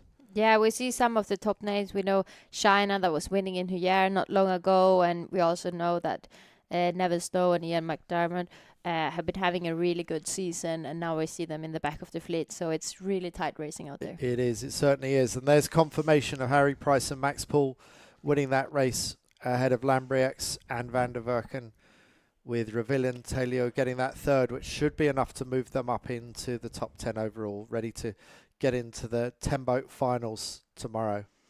Molleris and Bornath, leaders of that race for a good chunk of that 2-lap race, but not quite able to hold on to it all the way to the finish. So that's race 1. I understand we might be ready to go to the water. Let's see if Alexia Luhud has an interview for us. It's replays. So we've got replays of how that race panned out. Let's have a look.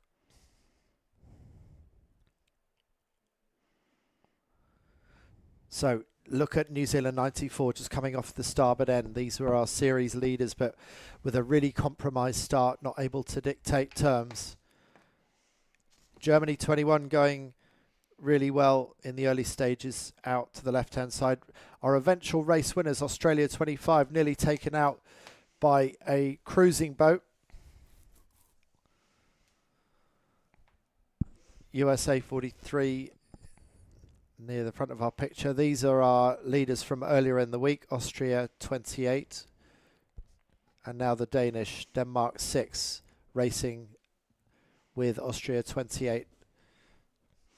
Yeah, it was definitely a tricky race to start with. We saw both sides kind of coming up. We believed a little bit more in the left, and the Americans were actually first at this top mark, came from the left, starting close to the pin, but in the end it was the Australian 25.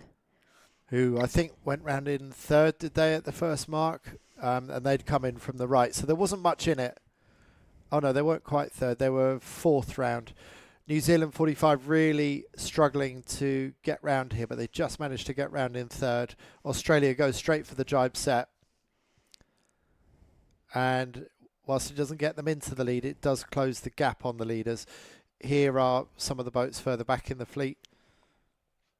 And it was just that decision making at the gate, left or right, that was kind of getting away the win for the Americans, that pushed very much to go back out to the left, while the Dutch and Australian boat just play that right side, and the pressure on the shifts a bit more than the Americans, which also made them have that tight battle at the top of the mark.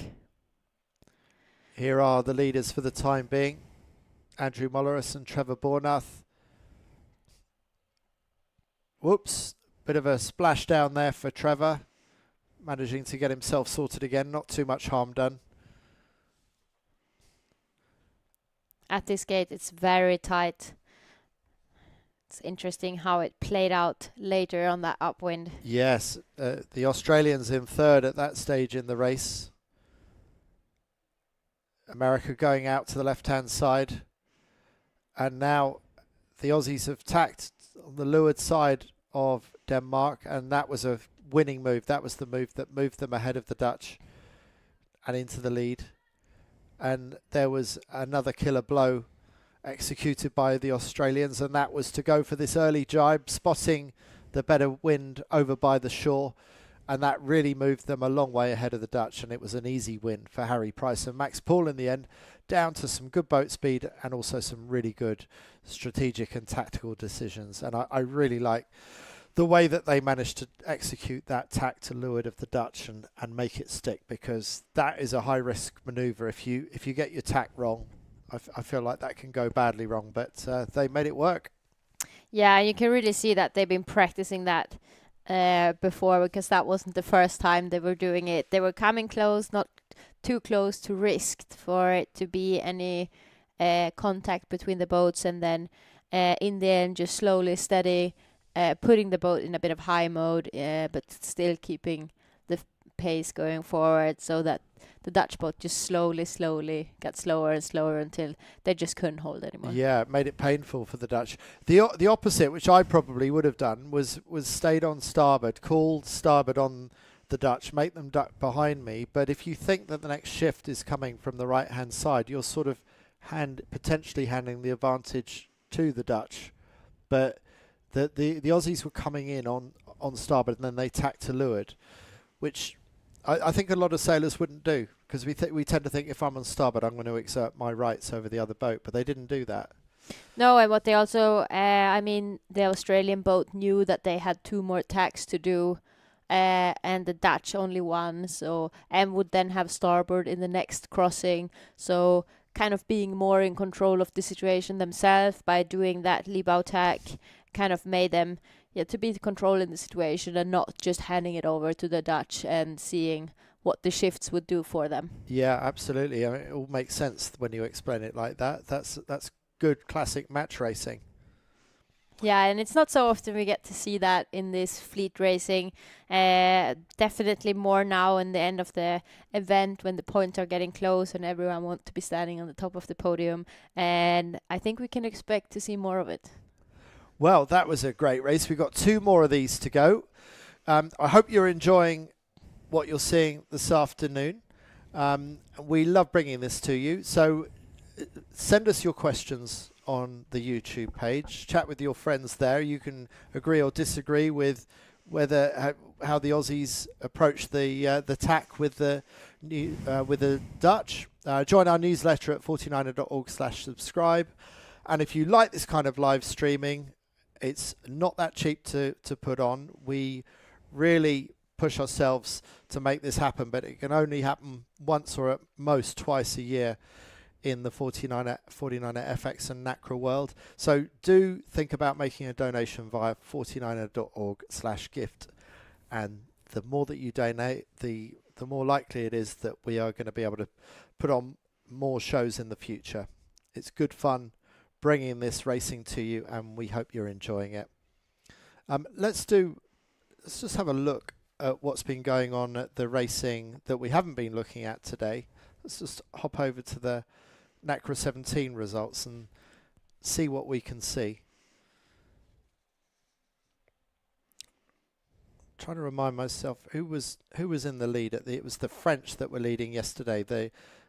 The local team of Moniac and Retournaz who were leading.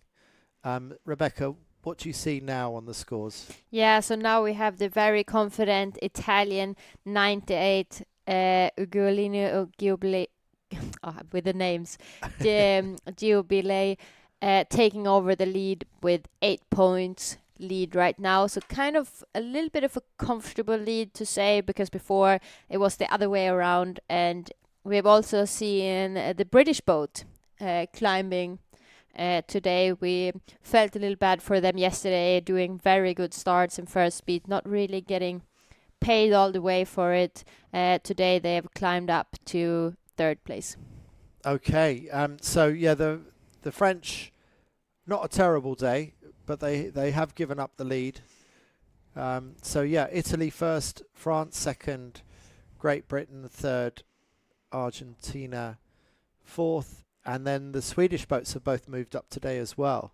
But it looks like they've both won races today, so they move up to fifth and sixth. So it's been a slow start, a slow burn for the Swedes this week, but they're gradually getting better and better by the day. Yeah, and it's for me, obviously, as a Swedish person, I'm really happy to see that they're. It's the end of the day, and I talked to them yesterday, and they were both a bit disappointed. Of course, Ida and Marcus a bit more than Emil and Hanna, but Emil and Hanna was second and winning a race yesterday. While Ida and Marcus were fighting a bit more, but now today they've been really grabbing it again and going out performing as best as they can and still climbing on the last day. Very, very nice. So that's the foiling catamaran fleet, the Nacra 17. We've already brought you the FX racing earlier on in the day, and we've got 2 more races to do in the 49er. Will anyone be able to win 2 races today, we wonder?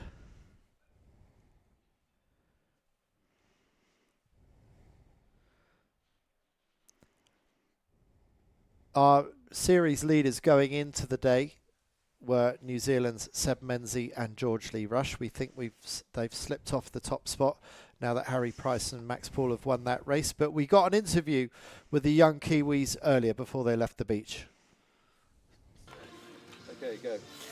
Seb and George, you guys were Open European champions last year in 2025, and you're currently at the top of the rankings here at the World Championships. Is your goal to get a world title since you haven't got one of those yet? Yeah, of course, that's always the goal. I think it's probably everyone's goal. But still got another big day of racing today, and then hopefully the final series tomorrow. So yeah, a lot of racing to still go, but yeah, looking forward to it. There's quite a lot of really experienced boats in the top 10, and you guys are quite young compared to all those teams. Do you ever feel like a bit of the underdogs, or you've got the confidence you need? Oh, yeah, I think it's always good to be the underdogs, you know. Yeah, I think at the moment we've just been sailing our own regatta. There's so many good teams here, and the points are still super close. I'm sure we could punt our way out the top 10 if we made a couple of bad mistakes. So, yeah, we're not counting anything too early and just keep doing what we've been doing, and hopefully that's enough to put us in a good spot for tomorrow. And Seb, you've been involved in the America's Cup, of course. Did you get any extra insights from them, and is that what got you to the top of the leaderboard here? Oh, well, when you spend time around those guys, you always ask them questions. But, I mean, yeah, I guess it's just a bit more motivation to see and talk to the guys that have won the 49er Worlds before. But, yeah, not sure. And, George, you guys kind of laugh around a lot with the whole Kiwi squad, but how seriously do you take this regatta? I think we switch on and switch off. We're obviously super serious about the campaign, and we want to win and we want to do well. So from that aspect, we take it very seriously, but we also try and keep it lighthearted when we're not switched on for the racing and have plenty of fun, and I think that's when we sail best. So, yeah, a mix of both, I'd say. Good enough?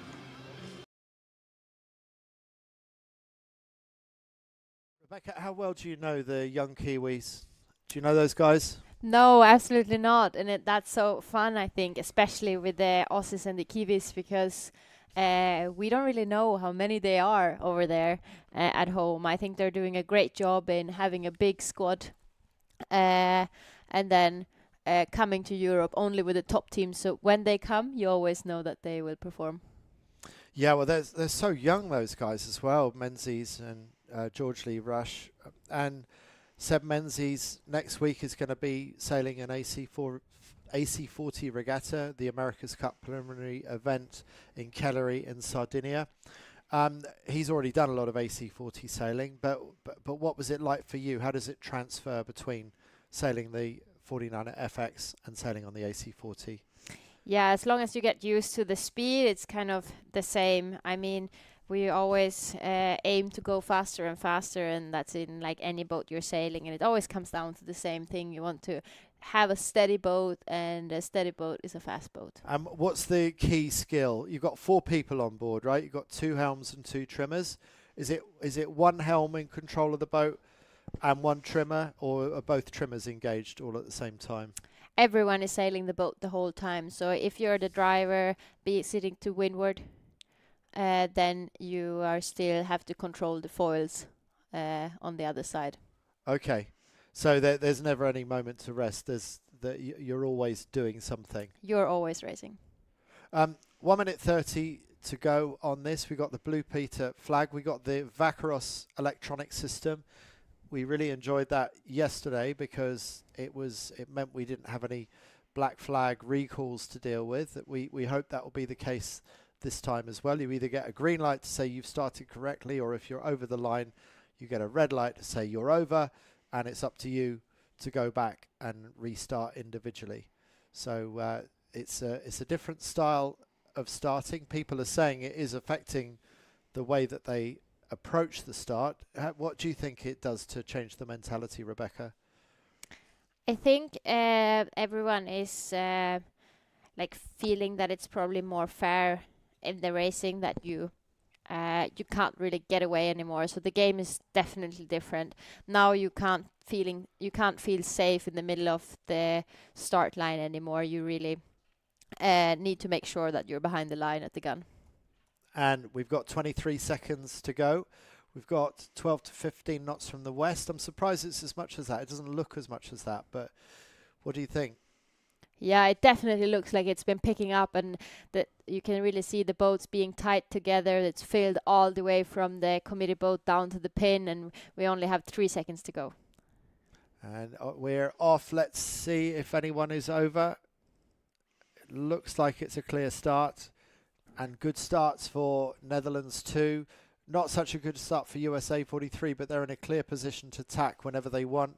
And meanwhile, we've got the port tack starters. USA has now tacked, and that was France 16, the 2024 world champions, who were starting on port tack. USA 31 leading the previous race for so long. There are pin end starter here, but a really good start by GBR 110, the self-styled giraffes sailing that boat. Two really tall guys, Elliot Wells and Freddie Lonsdale. Yeah, I'm getting a little flashbacks to the start before. We saw the Americans, we saw the British boat, we see the Dutch boat. So it's kind of right now looking similar. We just saw that the Australian 25 are current leaders, just tacked away. It looked like they couldn't really hold their lane anymore, and had to bounce out to the right-hand side.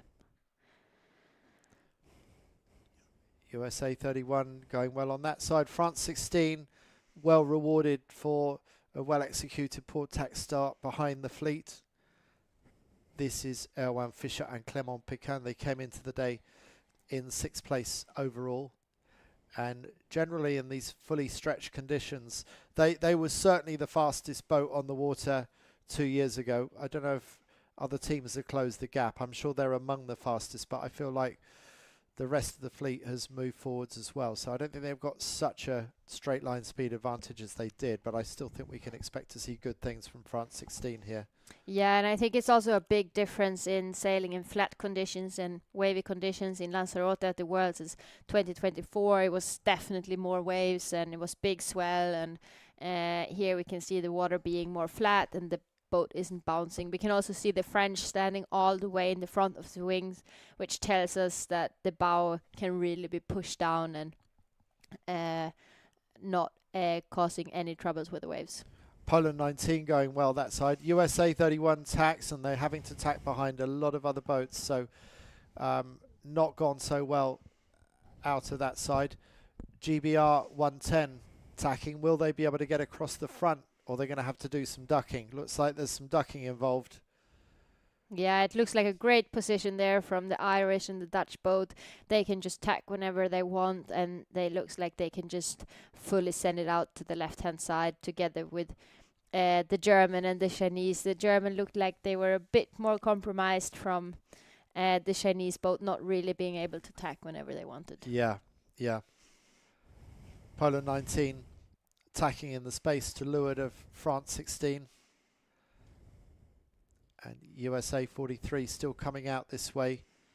Nevin Snow and Ian McDermott, not the best of weeks for them. They've been one of the most solid teams over the last year or so. But Nevin, speaking to him this morning, disappointed with how they've been going this week. Yeah, I talked to many in the fleet before, and they were actually one that they saw as one of the top 5 being able to be standing on the top of the podium this week. Yeah, it goes like that sometimes in sailing. All of the boats on the left-hand side on the far left have now tacked. There's still a couple for China to try and get in front of. China's going to have to duck one. I wonder if Germany 11 is going to try and get ahead. Germany 11 might just get ahead. It's ahead of a British boat. I think that's GBR 4. Yeah, and that's what's easily happening there for China. They have to duck one, then they have to get and duck another one. So that first cross is just so important. Gets worse and worse, doesn't it, if you don't get that first cross in successfully.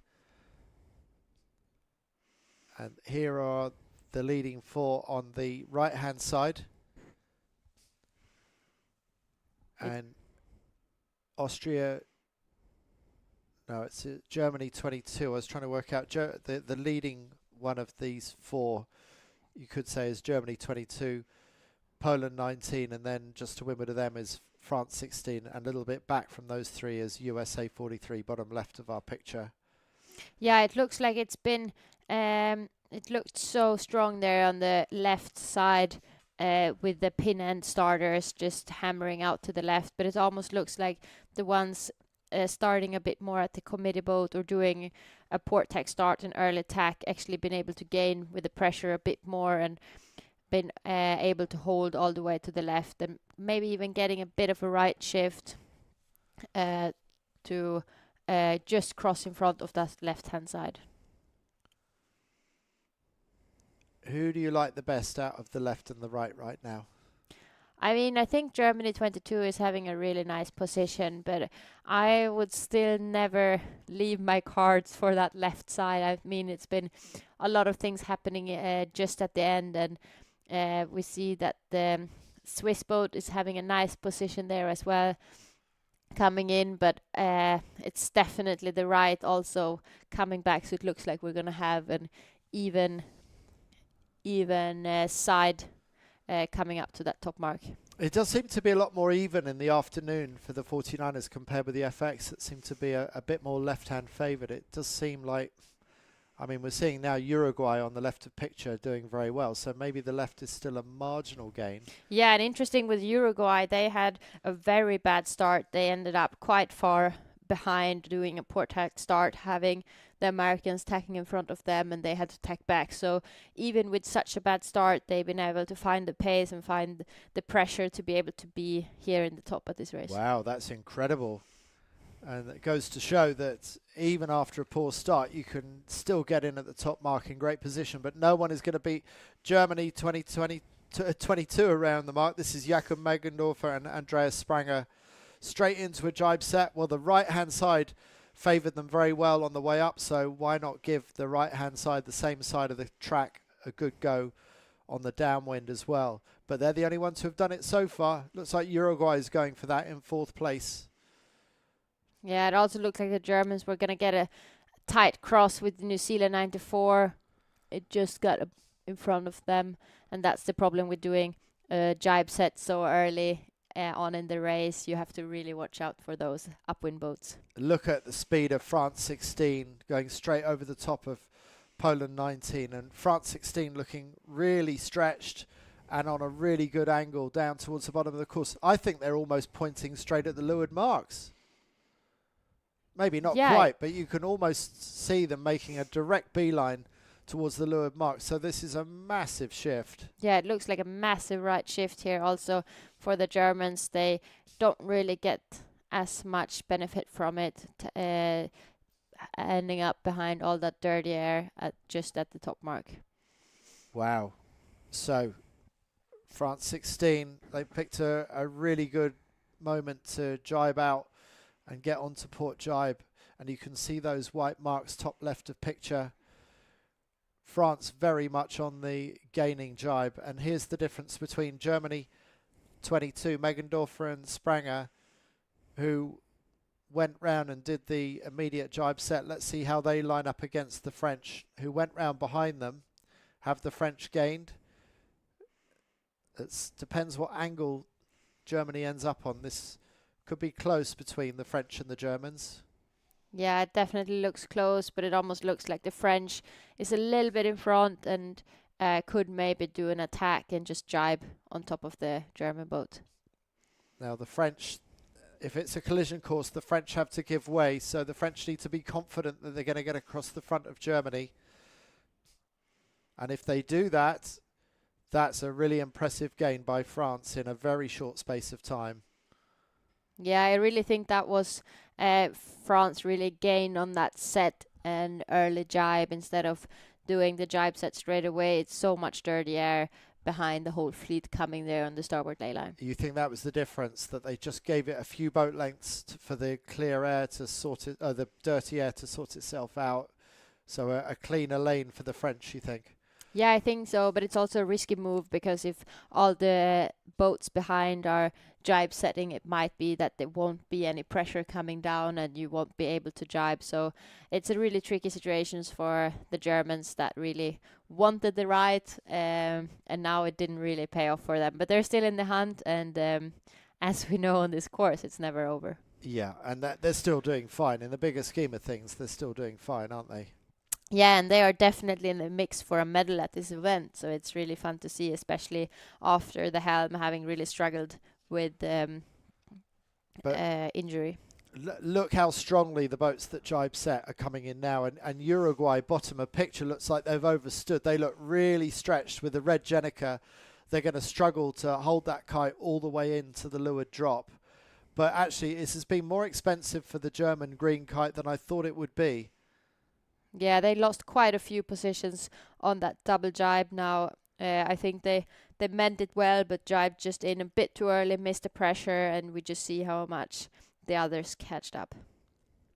France 16, our new leaders, the 2024 world champions who won in that windy Lanzarote regatta, look to be back on form in this race, the second of our three races that we're showing you today, this afternoon from Quiberon, Brittany, in the north of France. We can also see that it's been a top mark change. They probably moved it a bit to the right. We can see one of the officer boats down there with a big screen showing that they moved the mark. Okay, and they would move that mark further to the right.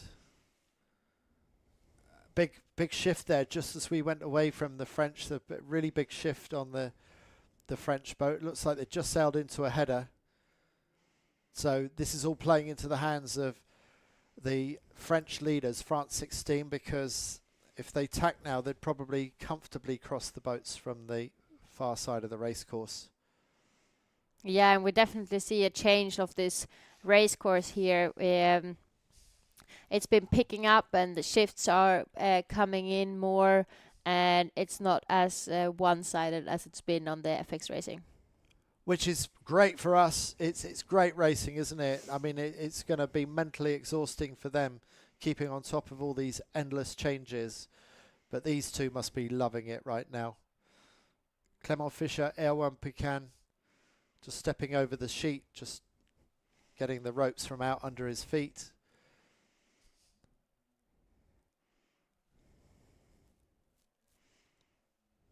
Yeah, they looked so calm and relaxed, just standing and focusing and sailing the boat fast. And you can see that they've been sailing together for a long time. Yeah. Yeah, they really enjoy each other's company. They're a great team. Erwan Fischer looking over his shoulder now. Clement Pican taking a look. Clement Pican, one of the tallest in the boat park. Here we go with the tack. Yeah, I actually can see here on the tracking that the German 22 that was our leader before, they went to the other mark and actually gained a little bit of it. Just saw a cross with the Uruguay where they were in front again, so they were back in that second place, and I think that's also why the French chose to cover up the fleet a bit more for the people being on port. Sailing defensively, and they probably got the speed to be able to do that. Erwan Fischer now looking over his shoulder up towards the windward mark, seeing the wind, whatever's coming down, trying to work out whether to stick or twist, whether to keep on going on port tack or whether to tack onto starboard. Just a small amount of chop to bump their way through and then back into flat water. Yeah, we just see how they're covering themselves up there with the fleet and tacking back to be able to also cover a little bit of the left-hand side. It is a tricky situation when the fleet is being this divided, and at one stage, even as the leader, you have to go on what you see yourself. So yes, it looks a little bit surprising from here. We're not seeing the whole picture here, but for the French to tack away from who we think are their closest rivals, but maybe there are others. Yeah, there are others. Poland and Uruguay, who we don't see in picture, they could feel like the bigger threat to France 16 right now. Yeah, we actually see the German boat here almost being on their line. It looks like it was a pretty good move there from the French.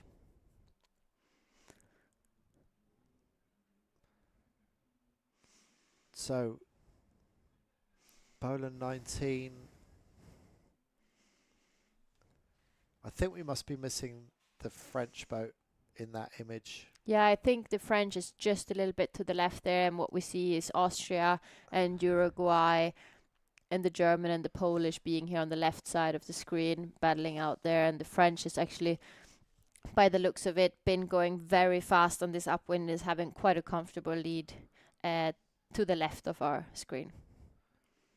Uruguay at the bottom of our picture. They started the day in 9th place, Hernan Umpia and Fernando Dietz. So they're on the cusp of making the top 10. Certainly doing enough at the start of the day. This race right now will be helping them. Uruguay have tacked. Now they'll be hoping that Germany doesn't tack on them. But Germany is going to tack on them and try and make life difficult for Uruguay as they go back towards the middle of the course. Yeah, and now we'll really have to see how they're thinking there on the Uruguay boat, if they are going to do the 2 more tacks or if they're just going to try and survive on that lane for a bit longer. It looks like they're managing to hold out. Germany seem to be sailing a bit of a lower kind of mode, and it just about keeps Uruguay in the game without needing to do the extra tacks away.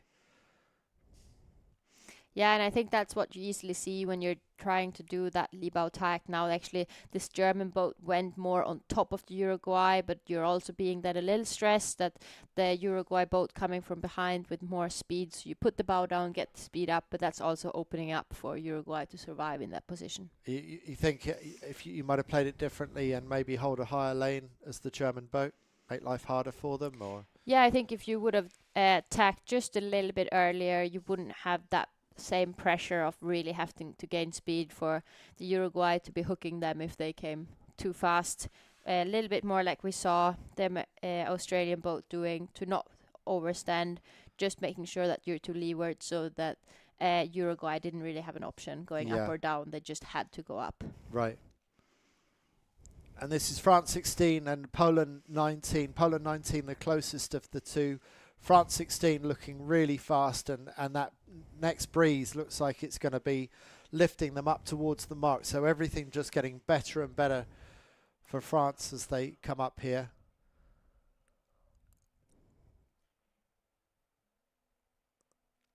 Poland have tacked away. I don't know if France... So France 16 is going to have to tack as well. We'll probably see them come into picture fairly soon.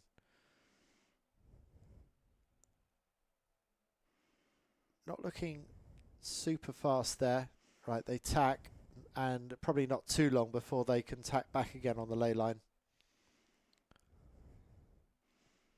No, it is definitely getting less wind up here. We just see them outside our window, and they're very close to us on the land here, and it's looking really patchy and like big holes up here at the top mark. So what are they going to do, Rebecca? Straight set or jibe set? I say jibe set. Yeah, I would almost also go for the jibe set. I'm not sure. It looks like they are actually setting straight set. straight, I guess for straight set. No, but it is kind of an interesting race course. But they looked very comfortable and confident on the upwind, so they are definitely just going for it now.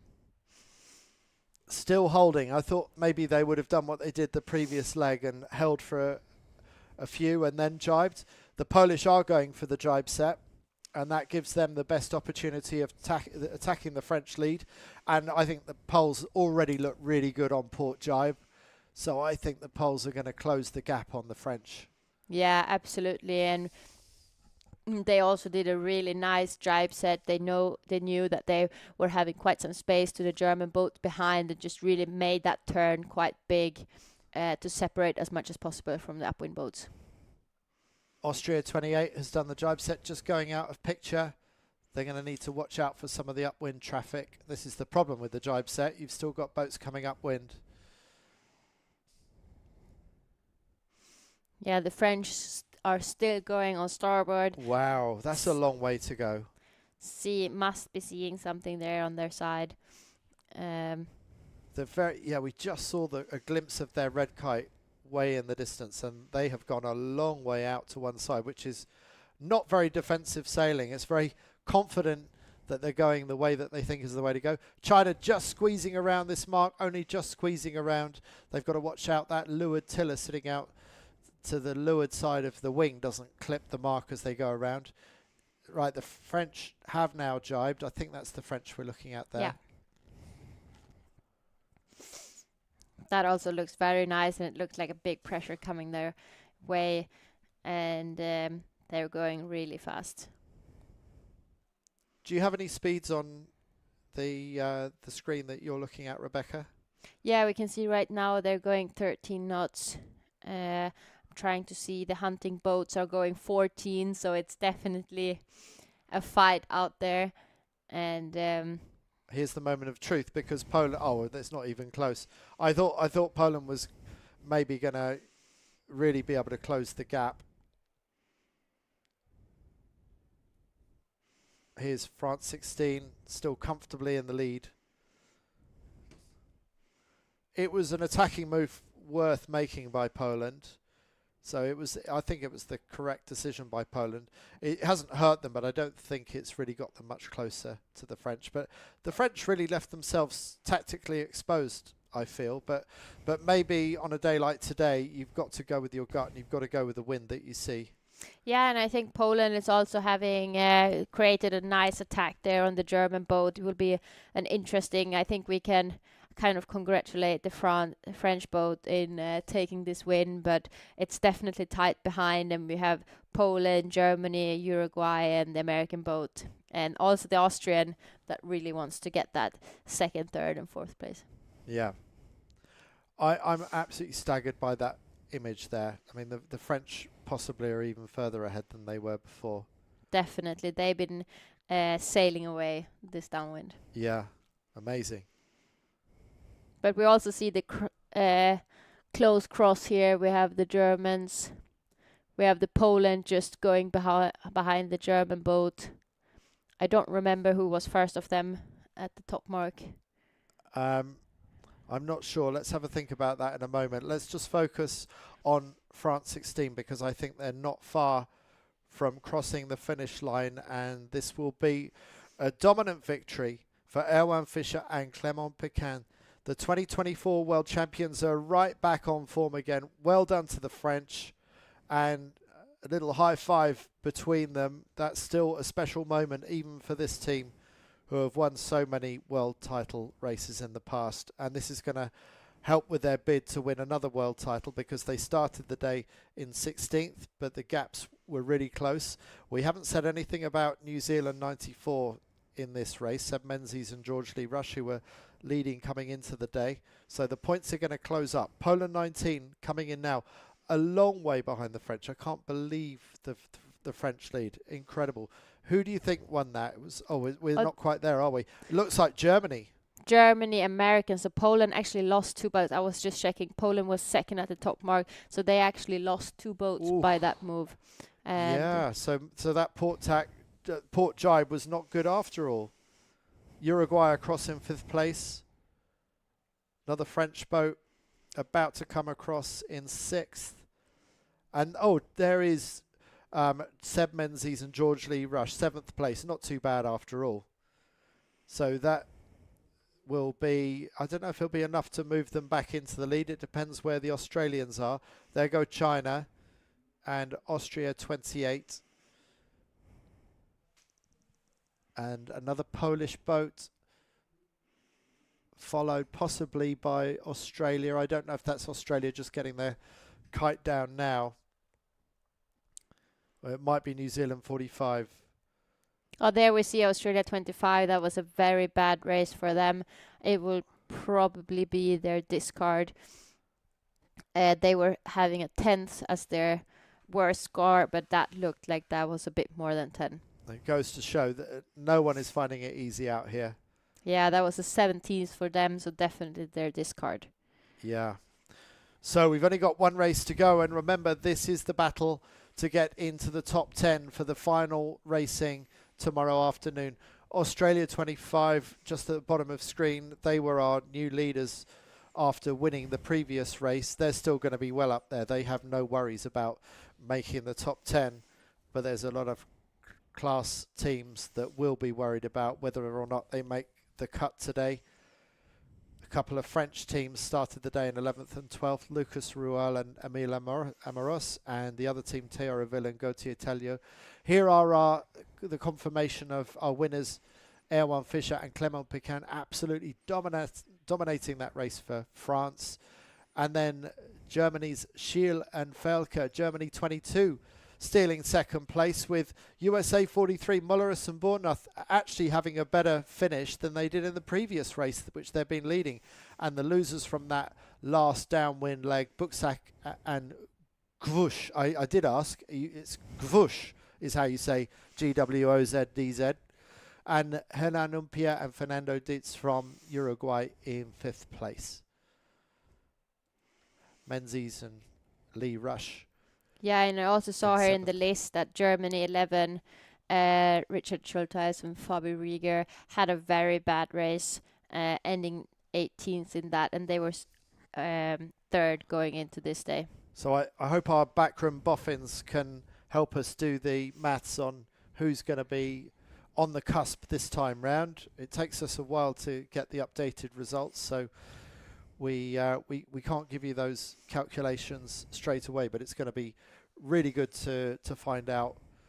Yeah, and we also have this magical cut here at 10 both final tomorrow. So it's a really important race to finish off the day. Now, I understand we might have an interview with the French winners of that race. Is that right?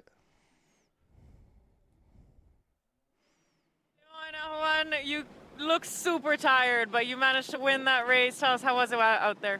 Yeah, the wind was super shifty. We had to make a lot of maneuvers, so yeah, a little bit tired. I don't remember how many takes we do at the last wind, but that was tiring. Yeah. And you look a little bit out of it, but you definitely were doing something right out there. How was it for you at the front of the boat, Clément? Yeah, it was pretty good. We trust our project, that we say at the beginning of the race. We want to get the right side of the area, so we decided to start on port. And yeah, we feel pretty happy about this first win of race for this World Championship for us. So yeah, we need to continue like this. Yeah, awesome. Do you want to say a quick word in French for the French public watching? Merci à tous de nous suivre, c'est trop cool. En tout cas, on est super heureux de naviguer ici en France, à la maison, à Quiberon. Super conditions, j'espère que vous savourez les manches et on va tout donner pour la dernière manche de finale. Et continuez à nous supporter, c'est trop bien. Bonne chance, les gars. Merci. Well done, the French. They look like they're having fun out there. Two lovely guys as well. We're very blessed that sailors are generally a nice bunch of athletes, and I know that because journalists who come into sailing from other sports, when they've been around football or Formula One or tennis or whatever else, they very often say that sailors are the nicest bunch of people. Can you imagine, Rebecca? Yeah, I can actually. I think it makes you humble, have to travel the world and do your own logistics and ask other countries for help, and wherever you go, you stay for a long time, which kind of makes it feel a bit like home. So, yeah. Yeah, and sailors have to be very self-reliant, don't they? And when you've stood on the podium and received your medal on a good day, or maybe you're just standing in the crowd congratulating those that did win the medals, you've then got the hard work of packing up the boat, putting it into a 40-foot container. It could be pouring with rain. You've somehow got to have everything dry before it goes into the container. And you've got this horrible aftermath, or maybe you enjoy it. Did you enjoy the 40-foot container pack-ups? Absolutely not, because as you said, it was every time for some reason it was raining. So you just knew that when you open the doors again, it will definitely not be a nice smell. Not a nice smell, and probably things have been growing in there as well. Yeah, definitely. Yeah, that is the hard side of Olympic campaigning. Here we are with the top mark replay. Germany 22, Meggendorfer and Spranger leading in the early stages. But this was the move. France 16 doing about 10 boat lengths of sailing on starboard before they decide to jibe. And Meggendorfer and Spranger are just sailed around by the French, who really judged that downwind run to perfection. And the French have so much upwind speed, they then get this little header on the right hand side and it moves them further ahead in the lead. Here's the race back in the pack, and you can see the French having to put the bow down as the header hits, and they seem to be in right place, right time. They're very much in sync, the French, with the French weather here in Quiberon.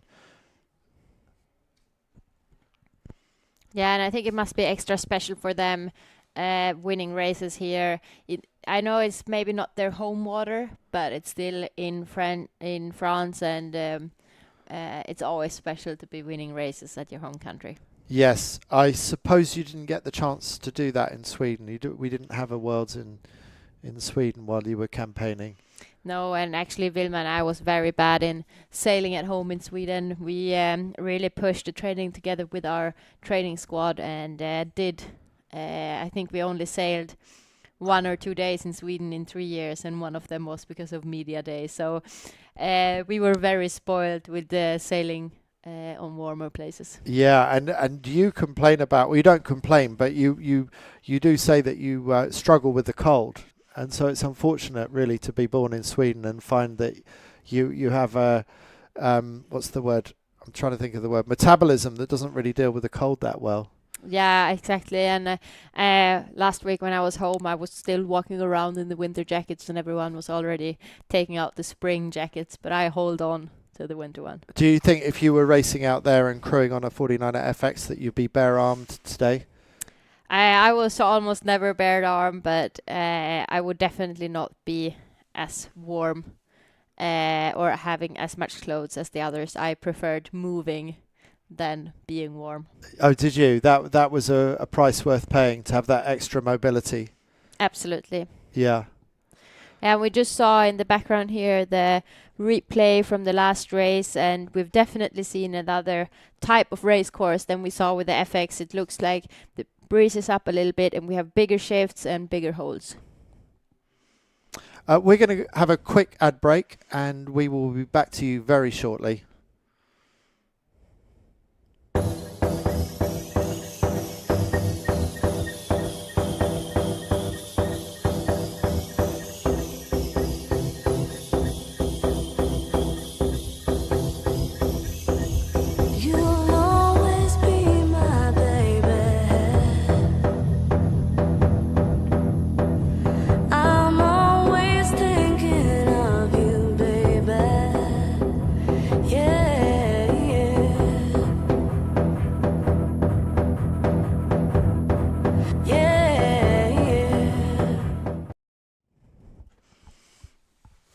So we have one more race coming up this afternoon. This is going to be the final Gold Fleet race for 49er competition. You know your maths, and you know that 25 doesn't go into 10, and there are going to be 15 disappointed teams at the end of the afternoon, the 15 that don't make it into finals racing tomorrow. And there's too much quality to squeeze all these amazing teams into that top 10. There's going to be some really high quality disappointment this afternoon. We haven't had a lot to say today, for example, about Denmark 3, Jonas Vara and Matthias Lemsleten. He was 46 years old last year when Jonas Vora got the bronze medal for Denmark, making a comeback. He was one who won the gold medal in Beijing 2008, became Olympic champion all the way back in 2008, retired, decided he hadn't had enough of 49er racing and came back. A bit like Jonas Seaton. I don't know what it is about these Danes that they can't stay away. They win a medal and then they retire and then they come back a few years later. But Jonas Vora, we're not hearing much about him today, are we? No, we haven't really seen him in the front of the pack. We would maybe expect him, just like we saw earlier today with the FX, the Danes pushing out a little bit more, liking these shifty conditions, just as they have at home. Yeah. Yeah. Oh, there they are. There they are in picture, Denmark 3, right next to the committee boat. Any others that you thought we might be talking more about? No, I think... I'll throw one at you. Yeah. Sebastian Schneider and Arnaud de Plante, they were having... they sailed really well on that windy day. Yeah, and also the first day they were doing very well. They were still coming with that F50 vibe from Bermuda, and it seems like it's slowly coming off. Yeah. I mean, they just looked unstoppable in the breezy stuff. Their boat handling looked impeccable. But the funny thing about sailing is that you need to be so multi-skilled, and on a day like today, everyone's got the boat handling required, right? Because it's not super difficult. I mean, it is difficult for most human beings, but not these 25 teams. It's not going to be good boat handling that sets the good apart from the bad today, is it? No, definitely not. And we would expect a very high standard from all these boats.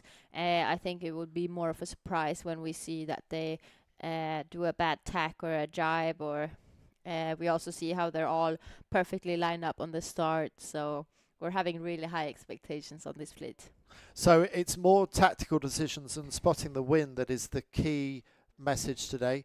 And you said earlier that when you sailed Sweden 77 with Vilma Bobak, that typically you'd like to line up somewhere near the committee boat, maybe 3 or 4 down from the committee boat, give yourself that early option to tack out to the right. And am I right in thinking that France 16 started on port in that last race? Were they one of the port tack duckers? I think so. At least we saw one of the French boats coming out there doing a port tack start. I think and what was very them. Interesting as well was just to highlight how important the decision making is on a day like today, when we have a lot of different wind directions and strength. Is the Uruguay boat. They had a very bad start, had to tack 2 times. They were being tacked at, and they still found the pace, and I think we're fourth.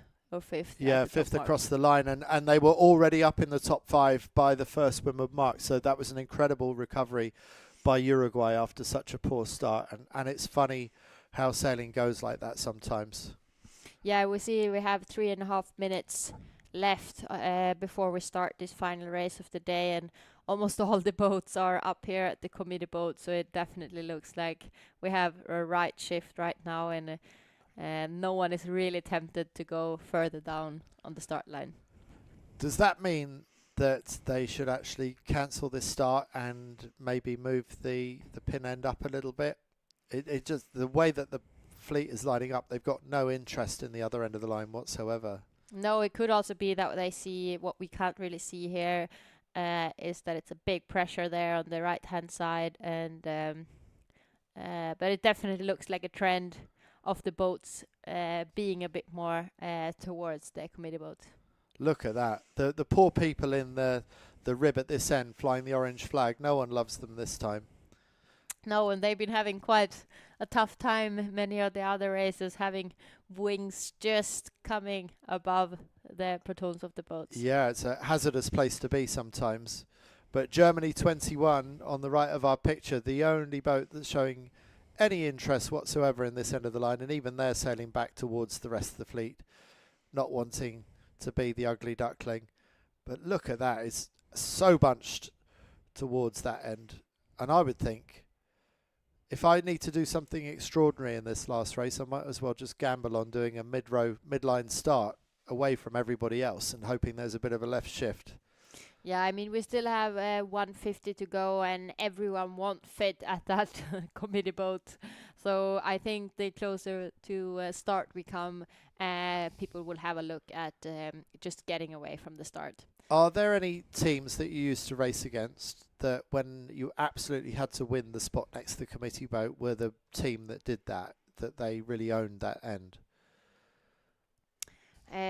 I can't come and think about anyone right now, but what we get on the screen right now is that it is actually a postponement, and it looks like they're gonna change the starting line to get a more even start for this last race. Yeah, that's not that much of a surprise, is it? Let's go to highlights from day 2. Let's just fill in the gap while we wait for the line to reset. So if we can get second day highlights, that would be nice. Day 2 of the 49erFX Nacra 17 World Championships brought heavy weather with more than 25 knots gusting across the Bay of Quiberon. There was a real sense of excitement around the boat park early this morning as competitors prepared themselves for what was ahead. In the end though, the 49erFX and Nacra 17 fleets were held ashore while the 49ers headed out into the full force of the bay. And the conditions were every bit as brutal as expected. White caps stretched across the bay, big breeze, big waves, and full metal skiff sailing. The heavy air specialists came alive. Swiss 77 Sebastian Schneider and Arno de Planta delivered a standout performance with a first and second place finish today in their qualifying group, launching themselves up into second overall in the standings. GBR4 and Denmark 6 also won races, making statement performances in really difficult conditions.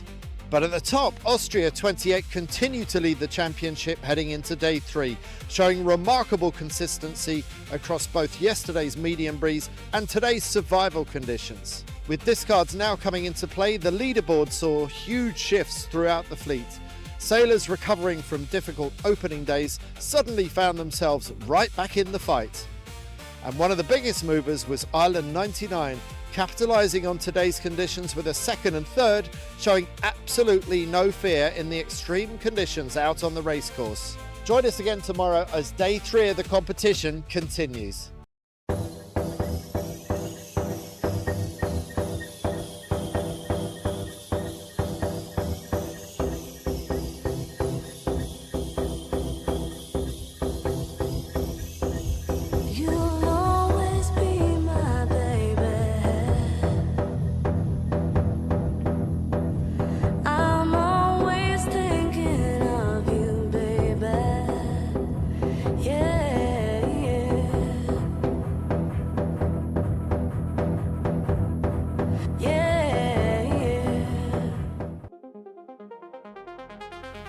Day 3 in Quiberon, and for the competitors in the 49erFX and Nacra 17 World Championships, this was the biggest, nastiest, hardest, toughest day yet. In the 49erFX women's skiff, GBR 24 strengthened their position at the top of the leaderboard, but there's no room to relax. Denmark 13 and Germany 10, along with the rest of the fleet, are snapping hard at those British heels. In the 49er fleet, we saw just one race completed today. Austria 28 continued to hold the overall lead with another solid result, but it was a tougher day for China 33, who will be hoping to carry today's score as a discard later in the regatta. Across the 49er qualifying fleets, Poland 64, Denmark 6 and Denmark 4 each took bullets in their respective races, making the most of a short but high pressure day on the water. And in the Nacra 17 catamaran, it was pedal to the metal sailing. Australia 5 came flying out of the gate with a world-class performance in the first race of the day, building a sizable lead even after the Swedish teams had dominated the start line. But at the top of the leaderboard, the local experts from France 51 remain in control. Behind them, Italy 98 are clawing their way back into contention and now sit second overall, even if they're carrying a 12th place result that they'll be looking to discard. If they can drop that score, the Italians could very quickly leap to the top of the standings. That's it for day 3. For Friday onwards, follow us on the live stream, and on Friday we'll be getting right into the action as we start Gold Fleet racing in the skiff classes.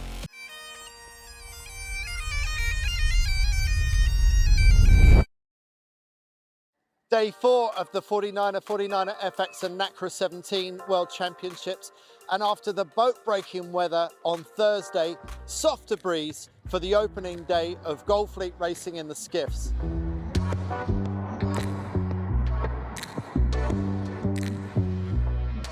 A mix of light to medium winds greeted the sailors, with the top 25 49ers first onto the race course for their Gold Fleet racing. Flat water and fast speeds made for intense battle across the fleet. In the lighter, more tactical conditions, mistakes proved costly and many teams were forced to lean heavily on their discard scores.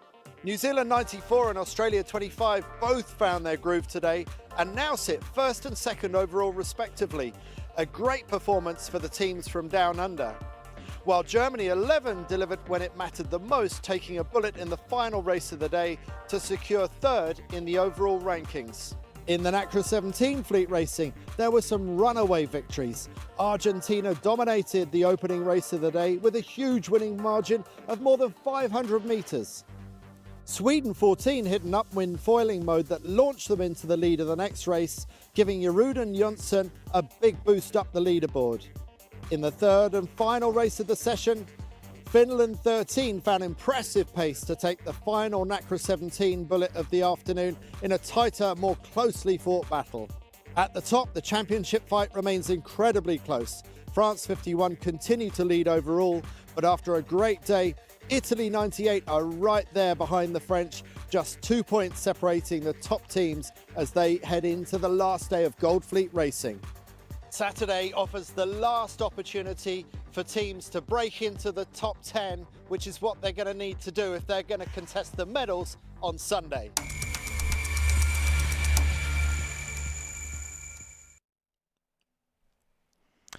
Three minutes 45 to go, and the line has been reset for that big shift, and hopefully we'll see this fleet spread out more across the whole length of the line. That will be the sign that the race committee have got their course change right, and that's what we hope to see in a moment.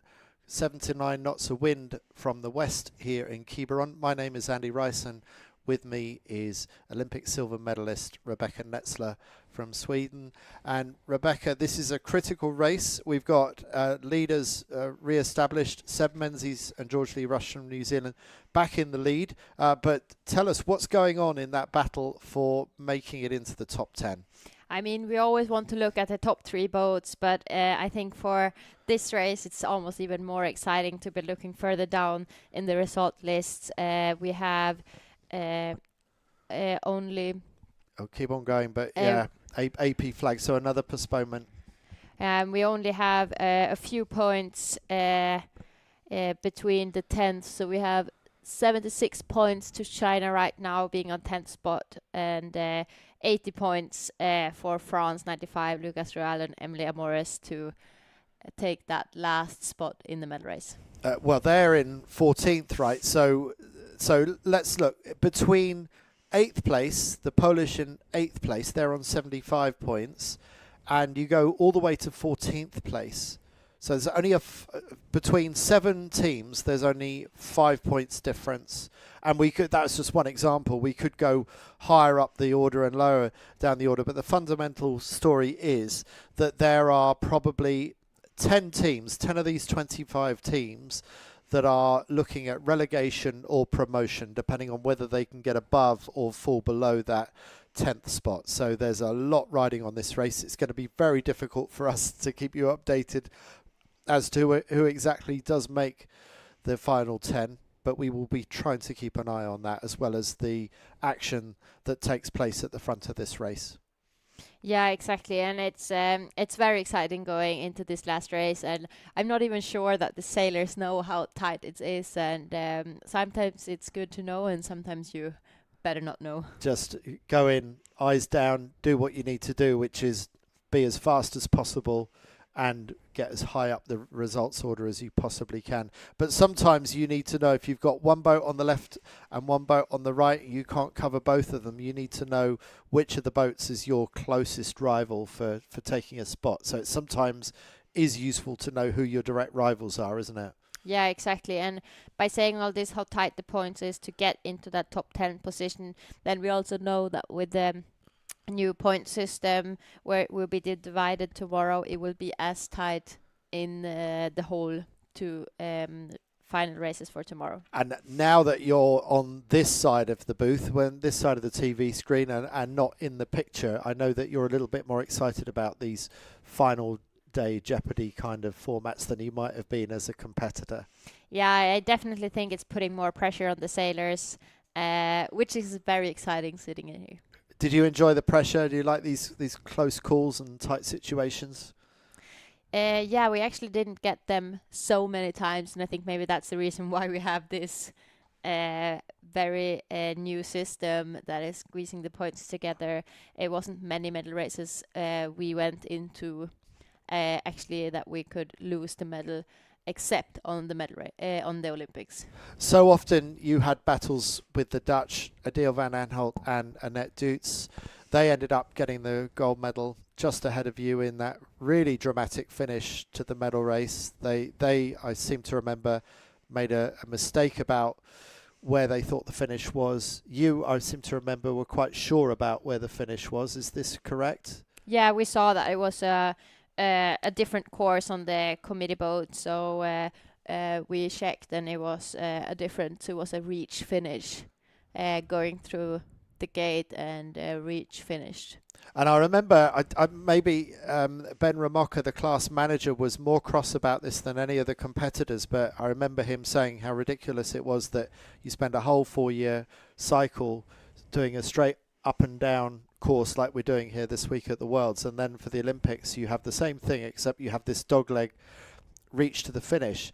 And on one point I have sympathy for Ben's point of view, that why would you suddenly change things just for the Olympics? But at the same time, it really surprises me that some of the teams were caught out by that. Surely you read and you double read the sailing instructions, and you make sure that your coach has read and double read the sailing instructions, and you go out there that morning and you say, remember, there's a reach at the end. It staggers me that people can miss that stuff. So which side of the argument do you sit? No, I don't know. With looking back, I think we went out on the day before the medal race actually happened in the end, trying to do, but it wasn't enough pressure to actually finish that medal race. So we got postponed to the next day, but already on the day before we could see on the starting vessel that it was another finish and another race course being signed. So I think that was how was that shown to you on the race committee boat? So on all the race committee boats, I think we can't see it now. I think it's displayed on the other side. We see the whiteboard there. It's L2 normally written, and that means our upwind and gate and normal finish, or just downwind finish. And at the Olympics, it was LR2, which means that it's to the right, to the finish. And I remember when we saw it that we were thinking, oh, that makes sense, because it makes it so much easier for the audience to actually see who is coming around and winning the race than when everyone is coming from different directions looking downwind. Okay. And now we actually had to round the mark and then do a reach to the finish line, so it was very clear who was leading and winning that race. So it gives you that clarity of who's won gold, who's won silver, who's won bronze. But it doesn't give you those photo finishes that we've seen at times today, presumably. It's to take away the possibility of or the likelihood of a photo finish, would you say? I think it's more for the audience that even though it is a photo finish, you can only see it on the screen. And I think in Marseille was such a fantastic venue. I know we struggled a little bit with the pressure during the Olympic weeks, and it was quite a few races that got postponed. But the good thing with this reach to the finish was that you could ask the audience, because we had so much people standing on the land to watch. It was really clear for them who was coming first and second. I asked Nick Douglas, otherwise known as Sailor Girl, a very good Australian commentator and journalist. She was running the park, the Olympic Park in Marseille. How much did the spectators care about watching the racing live from the shore? and she said they were watching the big screen. The racing was, no matter how close it was to the shore, it wasn't close enough to really make it a live spectacle. So they were watching the action on the big screen. And what I heard from some of the sailors was that if you only moved the racing maybe 200 or 300 meters further offshore, you'd have had much fairer racing, and it would have been a better quality TV spectacle for the rest of the world. So we seem to be having the same dilemma about Los Angeles 2028, about having good spectator viewing for the people on the shore. But are we really going to compromise the quality of the live global TV coverage for those few people that are paying tickets to watch it live? And I struggle to understand how we're still having this discussion about where we're going to put the priority, because in my view there is no compromise to be made. You do what you need to do to have the best TV quality that you can, because that's how we're going to be judged. Yeah, absolutely. And I think what was so incredible in Marseille, maybe, I don't know, because I was sailing, but we had so many people standing there. I think we had up to 35 people coming from Sweden cheering us on, and we really felt that support going in and out of the harbor, and sailing down from the finish line towards the crowd. So you felt that. So are you saying that it's valid to keep the racing close to the shore, and that should be kept as a priority? I'm not sure if it's have to be a priority, but I just felt how amazing it is to really feel and hear the crowd. A little bit like we've seen some pictures from how it was in Weymouth, where it was a lot of people. I don't think it have to be a priority, but when it's possible, I definitely think it's worth it. I've had a message from Ben Raboka, and he says even the TV broadcast showed it to be a windward leeward at the game. So even the TV was putting out the incorrect. They were putting it out as an L2, not an LR2. So that message didn't get through to everybody, even on TV. Sorry, slightly separate point from what we were talking about with whether it's live spectating or TV spectating that takes precedence. I know that these things are all being addressed heavily after Marseille, and that hopefully the sport goes in the right direction after Marseille. I personally enjoyed that games. I don't know about you. I enjoyed it, but I was glad that I was telling that picture in words rather than in pictures, because I think making it look interesting through a camera lens or a TV camera was quite difficult. But one of the benefits of writing is that you can paint a picture with words, and no one ever has to look at how awful the sailing was at times. Yeah, I think the FX class was very lucky with the conditions. I thought we had great sailing, some light wind days and some more breeze days, but that was generally Marseille. I think we trained there a lot the last 3 years. I remember being there the first time for a very long period, 2022. Vilma was even there earlier, sailing the Junior World Championships, and no day was like the other. And Marseille, when it's good, it's really good, isn't it? And it was so good. All the images of the training leading up to the games were amazing, because it was so windy and wavy, and it was at times survival conditions. But when the heat really hits that concrete city, and that bubble of heat sits over Marseille, the wind arrives and it just blows over the top of the city, and that's more or less what happened for the fortnight of the Olympic regatta, and we never saw the best of Marseille, unfortunately. Yeah, I totally agree. It was unfortunate that we didn't get this the last how it was for us leading, because we really enjoyed the sailing there. Let's come back to the action that's about to ensue. Here we got 3 minutes 30 seconds to go, and here are the top 12 as they stand. So from left to right, we got New Zealand in the lead, Menzies and Lee Rush ahead of Price and Paul from Australia. Fisher and Pecan's victory in that last race moves the French up to third, and Bart Lambrechts and Floris van der Werken, the three-time world champions from the Netherlands, are up to fourth. Germany's Megendorfer and Spranger in fifth. Austria's Pretner and Flackberger sixth. Staniel and Storch from Poland seventh. Buksak and Gwusch also from Poland in eighth. And then Schulteis and Rieger from Germany in ninth. Wen and Liu in China currently holding the 10th spot, the coveted 10th spot, which means that Umpierre and Ditz from Uruguay in 11th and Reville and Tellier from France are the first ones knocking on the door, looking to get their way past the Chinese and the others at the bottom of this top 10.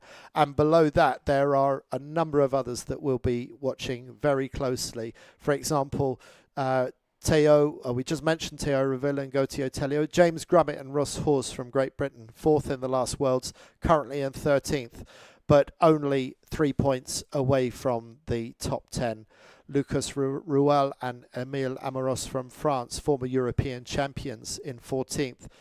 The Danish, Frederik Rask and Jakob Jensen, just back from them. So, I've said it before, 25 into 10 doesn't go. It's indivisible.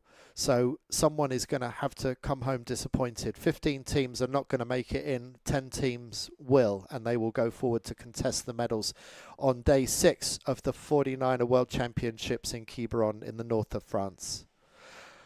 We've got just 1 minute 50 to go. Just if you are enjoying this, do tell your friends that they're about to see a really exciting race in the 49ers. Share on Instagram, on YouTube, and join our newsletter at 49er.org/subscribe, and also think about making a donation to 49er.org/gift if you want to see more of this racing shown on these live streams in the future. Rebecca, how is the line shaping up? Do you think it's starboard or port biased? I think right now we still see a tendency for the boats to be here at the committee boat, but it's definitely more boats down to the pin, and they look kind of comfortable there as well. So I think this adjustment to the starting line was definitely a good one, even though it was a little bit of a delay. But we really want a fair race now, and it's so much on stake. Absolutely. Denmark 3 looking pretty good for this committee boat end line. It's not quite as hard contested as it was, but it's still looking busy at this end. And Germany 11, Richard Schultheis and Fabian Rieger, bottom left of your picture, they are jibing away. And Seb Menzies and George Lee Rush, they're also turning downwind and looking for another spot further along the line. 25 seconds to go. A late charge in by New Zealand, 45. That is Coots and Gunn. It definitely looks like we have plenty of boats here setting up for a port tack start, and it will be interesting to see where they're able to punch through the line. Yes, I'm trying to remember. There was someone who did that really well in the last race. Here we go. 3, 2, 1, go. And it looks like a clear start. It's a great start for Ireland 99. Poland 64 going for the port tack start behind the fleet. And Netherlands 2 also going for a port tack start off the committee boat end. Absolute classic 49er move. And already looking good for doing that. It looks like the breeze is heading slightly for the Dutch. So if it heads for the rest, that's going to be a good move for the 3-time world champions Bart Lambrechts and Floris van der Werken out on the far side. But Ireland, their pin end start has rewarded them with stretching away from the rest of the fleet. They're looking really good coming out towards the left-hand side. Robert Dixon and Sean Wadilove. Yeah, we also have Uruguay and Australia 25 there in the middle of our screens, a little further up, getting a beautiful start, and definitely 2 boats that we want to keep an extra eye on this race, as Harry Price and Max Paul are looking to get that overall lead. Exactly, they want to get it back. The Dutch looking good here. Austria just to windward, caving in slightly towards the Dutch line. And Ireland have tacked and managed to cross the other boats. So really good start by Rob Dixon and Sean Wadilove. They're in 17th place at the moment. I wonder where this could get them to. If they could win this race, maybe they would have a sniff of getting into the top 10. I fear that even with a race win, it might just be a road too far, but we'll see. Yeah, I think that will be a lot for them to wish for, but at least it's a step for them in the right direction after having a little harder season, except in here. That's right. They had a really good year, getting the silver medal behind the Chinese just a month ago. and their campaign is certainly back on track. But will they do enough now to get into the top 10? Look how good the Irish look at the bottom of our screen. They've got clear air to leeward of them, and they're going nicely. Yeah, and we saw one boat go sailing on starboard. It was almost only one boat doing it, and that's our current, and that was New Zealand 45. Matthias Coutts and Oscar Gunn. They unfortunately don't have a chance for that top 10 final. Well, this is the team lying in 4th place overall. This is Bart Lambrechts and Floris van der Werken. That port tack start just ahead of the committee boat has put them in a really good position over on the right-hand side. Just bending their legs, not quite full power conditions. Now we can see in the back of the boom how the 2 blocks on the boom and on the bridle is very tight together, which is why the crew will have to bend their legs. And they're very low on the trapeze, giving themselves very little margin for error. Yeah, by trapezing very low and still be bending, it means that as soon as you start stretching again, you get back to that maximum power. So many don't want to hire themselves on the trapeze if they really don't have to, because then they have to lower themselves again to come back to that maximum power. It's one of those things, it looks really easy when they do it. It's so easy to dump yourself in the water. So they make it look very straightforward there. Yeah, and you also see how shifted the conditions are. The Bart really have to steer up sometimes to really catch the wind and get the maximum height, because they are a little bit, when you are in that position, you really want to gain as much height as well possible to not divide too much with the fleet. You don't want to have to let that main sheet out, do you? You want to try and keep the boat flat, but not have to ease the mainsail. Exactly, and especially in these conditions when you're really trying to squeeze out. And here we almost see a bit more pressure. It looks like they can be standing a bit more straight all the time. They also have the more freedom of moding a bit more on this upwind with a bit more space to leeward. And yeah, letting that boom out a little bit more does suggest that they've got marginally more power on this side of the race course. Poland 19 possibly going slightly quicker than the Dutch on the far side of the race course. And now that I know how to say his name, Matthias Gusch, I mean, there is a whoosh to that name. Yeah, and it definitely looks good for them now, just like the 2 Danish boats. We talked a little bit about Jonas Varre earlier, and now he really wants us to talk about him showing himself here in the front. Yeah, I've known him for so long. I love to see the 2008 Olympic champion doing well. Jonas Varre sailing with Matthias Slayton, just going into attack. Both Danish boats have now tacked.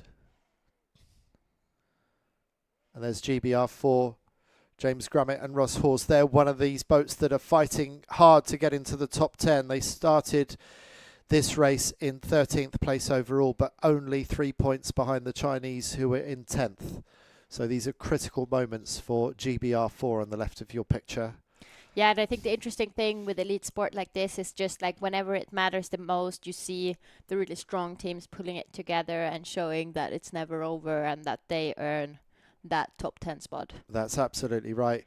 Australia 25 and New Zealand 94, both going across left to right in our picture. Those are the 2 Australasian teams battling it out for first and second in the overall standings. Looks like the boats we were looking at just then were already on ley line, so I think Australia and New Zealand are possibly sailing over ley line just to find clear air. Here's a critical cross for Poland. Are they going to be able to get across ahead of Denmark 6? Probably not. No, it looks like it will be an easy cross for Denmark heading out. It looks like they will have to do at least 2 more tacks, the Danish boat, before they come to the top mark. Is Poland going to go for cross on Denmark 3? It looks like it might do, and it might get away with it. Oh no, they're going to tack. I suspect they didn't really want to tack there. So Poland on the left-hand side hasn't done as well as maybe I'd thought. So possibly these are the strongest boats that we're looking at here. Germany 22. Also putting in a very good performance today. Really want to climb up to that top 3. We also see mark there all the way to the right, and it looks like they are on a perfect ley line. Yes, it looks like Germany might make it in 1. Netherlands 2, just to leeward of them, or quite some way to leeward, might struggle to make it in 1, but we'll see. It also a little bit looks like we have a bit of pressure coming ahead there on the top left. Not sure how it's looking, but we have the Danish boat really sticking out there in the front, being the first boat heading to that pressure. I wonder if Germany 22, bottom of picture, have actually overstood by quite a large margin. Yeah, I definitely look from this perspective as the ley line isn't hard for them. But it was kind of interesting to see as well. Denmark definitely needs to be tacking again if it's no massive shifts coming. And by the looks of it, it will kind of be an easy cross with the Polish. And we see there the Polish and the Danes, they're still battling out there. Denmark 3, Jonas Warre wasn't tacking out again. He's surviving there on the Polish hip. It's interesting that all of the front runners, as things stand right now, all the front 4 are in this really tight battle for the top 10. So we've got some who are just on the inside of it, like Poland 19, who are currently 8th. We've got China, who are currently 10th. And then we've got James Grommet and Ross Hors, who are in 13th. And Frederik Rask and Jakob Pret Jensen, Denmark 6, who have just tacked in. They are going to go round in first place. They are back in 15th. So I wonder, if Denmark 6 were able to win this race, would that be enough to squeak them inside the top 10 for tomorrow's racing? Here goes GBR4 trying to get round in a really tight situation. Have they got away with it? That's very marginal. It depends on whether Poland 19 think that the British infringed. The British have gone straight for a jibe set. China go round behind them. Bit of an hourglass, but it doesn't last for long. But bit of an expensive jibe set when you've got all that bad air to get through. Oh, here we see the French 16 as well. That we had such a comfortable win in the last race, struggling a bit more in this race. They certainly are, but they're in 3rd overall. Surely they are not under threat of going out of the top 10. Surely they've done enough to stay, even with a bad score. But it's looking very difficult, as you say, for France 16, just about to go around the windward mark. And our current 1 and 2 in the overall standing were just rounding at the same time. It was almost like they've been having a bit of match racing. I don't think so, but they were definitely rounding further back in the fleet than what we see them before. Yeah, today. it's funny how that happens sometimes, isn't it? France 95, I fear that for Lucas Ruel and Emile Amoros, maybe their opportunity is gone. There's some way at the back. We're back with Netherlands 2, looking like they're in some of the best breeze on the racetrack at the moment. Breeze is all over the place. I feel like there's gusts and lulls all the way across this race course. Yeah, we see on the orange kite there, just jibed a little bit later, don't look as comfortable as the Dutch boat. And it would be interesting to see we'll get across with Denmark 6, but looking at the tracking, it's almost like we have a new leader, but it will be very tight between the Dutch boat and the Danish boat. A lot of body separation between Bart Lambrechts and Floris van der Werken. Bart way at the back of the wing and Floris quite a bit further forward. Yeah, I think Floris is just working the boat a bit front and back, and he's really having the space, and Bart is being locked in to really be concentrated on sailing the boat. But it just looked like they crossed in front, and we have a new leader in this race. Yes, and that is the Dutch. They've done just enough to get ahead of the Danish, who we're looking at now. Denmark 6, who are leading around the top mark. They need probably to win this race to have any chance of going through to getting into the top 10. But maybe a top 3 will be enough. Really depends how the chips fall for the other teams behind them. So Rask and Jensen are very much on the cusp right now. Second in this race might still be enough to squeak them through into the top 10. Yeah, and with this leading position for the Dutch right now, they're really putting an attack in on Seb Menzies and George Lee Rush and Harry Price, Max Paul. That is 1 and 2 in the overall standing right now. Yes, that's a really good point. I wonder if Netherlands 2 were to win this race, would they move into the overall lead and wear the yellow bibs going into the final day? Nice jibe by Denmark 6. Just what they need to do.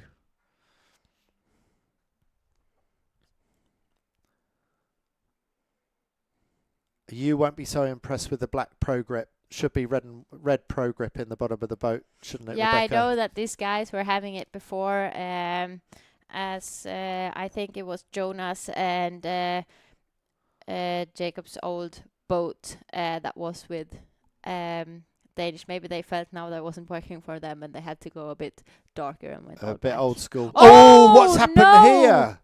Who is that? It's, Was that? it's the Dutch, It's is the it? Dutch capsizing. Crikey. Oh my How god. on earth would that happen? So quick on the centerboard though, but I think that was it for that race. I'm not sure, but the kite is already in and they're full hiking to get that boat up again, but capsizing on the downwind, that is really slow. It takes such a long time for the boat to get around. And maybe they could just save it from going around the full way. They're really doing everything they can. I wonder if there was any gear failure. I mean, it looked like they were just going in a straight line. I can't imagine what happened there. Yeah, I also did see if they were maybe jibing and they got out of sync and ended up with different situation, but it definitely, that was not what we were expecting and definitely not what they were expecting. So now you wonder, Meggendorfer and Spranger, who we're looking at now going around towards the left side of the course, well, they started the race in 5th, and they're now vying for the lead. I wonder if Meggendorfer and Spranger could be our new overall leaders as things stand. This really took a turn, and we also see Denmark. They were split at the gate. We have Denmark going one direction, we have the Germans going another, and the race is really not over. China doing well enough to hang in there in the top 10, I feel, that we've seen them just go round. That's probably good enough for them to stay in the top 10 for the final day. There's some boats really stretched on the left-hand side. It looks like the breeze has come in. They're struggling to hold their ley line, so the breeze is picking up. And I think the left-hand side of the racecourse is looking like where the strongest wind is right now. Yeah, and it also looks here on the tracking, we don't see it right now, but it looks like the Dutch have got the boat up, but they are very far behind. They're not last, but they are, of course, very far away from the top bunch right now. Yes, well, that could be the deciding moment that worked against them for winning this World Championship, or we could see that the I'm trying to find the right word, the opportunities of the last day, the new format that we've got, they might still be able to come back and win. Yeah, they didn't have a great race, the race before ending 21, so they already have one discard, so the next points will probably be counting for them, so that was really a disaster. Oh dear, oh dear, oh dear. Well, this is playing in nicely into the hands of Germany 22, Jakob Meggendorfer and Andreas Spranger. Will they be able to get across the front of Denmark? Possibly not, but either way, Germany 22 could well be vying for the overall lead of this championship. That's how quickly things are changing out here. Yeah, I was getting a message from the very experienced Mark Pickle that was watching, and he said it looked like a trapeze broke on the Dutch boat. Nothing that we can confirm right now, but it's definitely something to talk about. And we're coming up to another close cross, and that was just the German boat crossing in front of the Danes. So the race is full on. Do you think they asked for permission to cross? Does that happen? I think it happens, but I wouldn't expect them to agree on that right now, as it's so tight in this top battle. We also see that we have the Polish 19 coming here from the left, don't want to be outside of this top battle. I've also had the same message to me from Craig Mitchell, very experienced umpire who's working here for Germany. He also thinks it was a snap trapeze line, so that probably was it.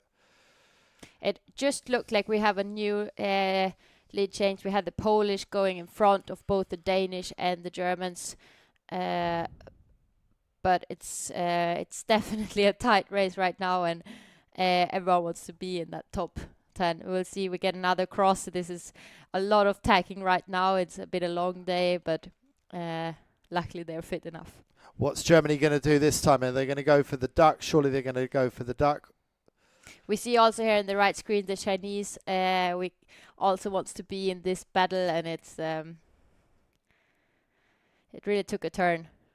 So nominally it's Poland 19 who are the new leaders of this race, Buksak and Gwush, but they've got one more manoeuvre to do than the other two boats out the other side, the Danish and the Germans. The Chinese tack in 4th place, further over on the right-hand side of your picture.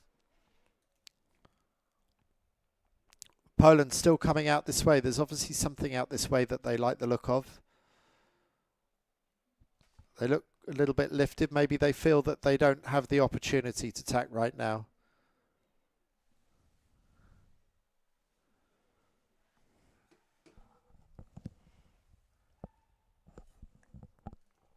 Here we are with China. Chinese have sailed really well this year. They're winning the gold medal at Semaine Olympique Française a month ago in here in the south of France. Now we're in the north of France. Very different kind of conditions. Pretty chilly days here, but a really exciting dynamic race course. There's so much unpredictability on this race course. You've got to keep your wits about you.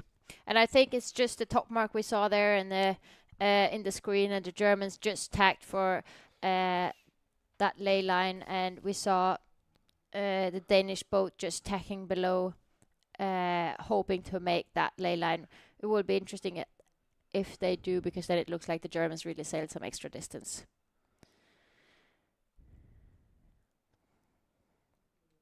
Poland has tacked. They've got their legs bent. They haven't got as much wind as they would like.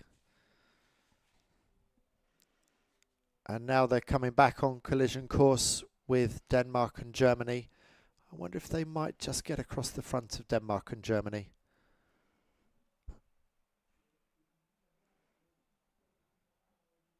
Here we go. Here's the moment. Poland 19 holding steady. They think they can make it. They're at least going for it, but that kind of looks like an easy cross, and they can just take that ley line perfectly. It looks like it's been a shift as the Germans don't make that ley line anymore. Otherwise, the Polish wouldn't continue as far, and the same with the British. And it seems like the fact the British have showed up suggests that the left-hand side has paid quite nicely, because the British haven't really been in contention for the lead. And now the British GBR4 is turning this into a four-way battle at the front for this, winning this crucial race. And New Zealand 45 just came into view. So there's others coming in. New Zealand 45 now steal the lead. So the left has paid big time. And now it's Matthias Koets and Oscar Gunn, and it's their chance to shine. I can't even remember how many lead changes we've been having on this race now. And now even again, the left was paying off, and the Germans were crossing in front of the Polish, even though the Polish just tacked off so early, and the Danes are coming in there as well. And it's really been a big gain on the left side. So it's all over the place. And Matthias Koets and Oscar Gunn now leading this race with a bright blue spinnaker on the right of picture. So they've really stolen a march on everybody else. Denmark 3 with the orange kite is first to jibe out to the left. And New Zealand 95 and Australia 25 has been doing some big gains on this left-hand side. We saw them deep in the fleet, and now they're back in the top mix. And GBR4 has only just gone round. I thought GBR4 was in the top 4, but they're actually more like in about 8th or 9th. So things changing all the time here. And Swiss 77 were having an awful race. They're now almost inside the top 10. They might be in the top 10. France 16 about to go round. They were having an awful race. Still not a great race, but it's not a total disaster anymore. Look at Netherlands 2, recovered from that snap trapeze line, we think, and somehow got ahead of China. I mean, China were in 4th at the leeward mark. What's happened to China, and how possibly could Bart Lambrechts and Floris van der Werken recover from a capsize and overtake the boat that was in 4th maybe just less than 5 minutes ago? And also, if it is as we thought, without a trapeze. Yes, possibly single trapezing. It almost can't be true. That would be too good to be true. Yes, we'll have to find out later. So here is Matthias Coutts, the Moth World champion from New Zealand. He won the Moth Worlds beginning of last year, I think it was, about 18 months ago, sailing with Oscar Gunn, a very seasoned Olympic campaigner. And they have had an amazing last beat to move themselves into the lead. They started this race in 23rd overall, so it doesn't matter where they finish in this race. Even if they win this race, we're not going to see them in the final 10. But nice way for these guys to finish, making progress up the fleet. I also know that Oscar Gunn is so happy to be back in the boat and racing, and he was really looking forward to this event. Well, he's looking good. He's 27 years old now, but I said to him the other day he's looking younger and younger. So this 49er sailing is doing him some good. There's a bit of power in those jibes. I feel like the breeze is up again. Yeah, definitely. We also see an orange kite there on the other side. Here we are with the jibe setters or early jibers. And it looks awful for Britain there. Yeah, it did look great.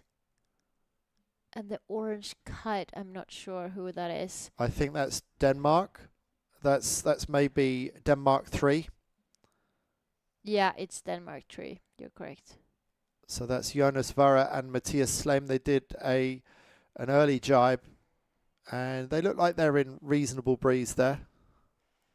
But what an interesting race. We had so many lead changes, and New Zealand and Australia that we thought were gone there at the gate at one stage where the top mark been bouncing back there in 6th position. And it's far from over. And China was the big loser. China was in 4th, and China might even be struggling to make the top 10 now because they started this race in 10th. And where China are now, I'm not so sure. Here come our winners. We keep on getting different winners of these races. And this time it is New Zealand's Matthias Coutts and Oscar Gunn who take the winner's gun. Congratulations to them. New Zealand 45 are the winners. The black ferns on their backs. They're proud New Zealanders and an up-and-coming team. And across the line in 2nd, it is Denmark 6th. They started this race in 15th. Frederik Rask and Jakob Pret Jensen. Have they done enough to scrape into the top 10? Denmark 3 come across in 3rd. And then Germany's Spranger and Meggendorfer. I think they were going to be the new series leaders, but the way that New Zealand and Australia have closed the gap to within just a couple, I think possibly Seb Menzies and George Lee Rush will remain in the lead overall going into the final day. GBR 4 coming across the line. They started this race in 13th. I feel like they have yet to learn their fate. They may have just done enough to get into the top 10. And on the far side, I think it was one of the Polish teams. Was it? I don't know if there's a Poland 21. I thought I saw that, but I'm not sure. And then France coming across. And then how many boats all coming across at once? There go the Dutch on the far side by the committee boat. USA 31 on this side. Switzerland in the middle. And then China. China at the back of this pack. And I fear that might have done for China's chances of getting in the top 10. Very close finish between USA and Germany. And then the Giraffes on GBR 10 just going round the green mark at this end of the line. So there we have it. Rebecca, wow, how dramatic was that? What a final race of today. Someone's still coming across the line. Is this one of the French boats? Yes, we have two French boats. And then we have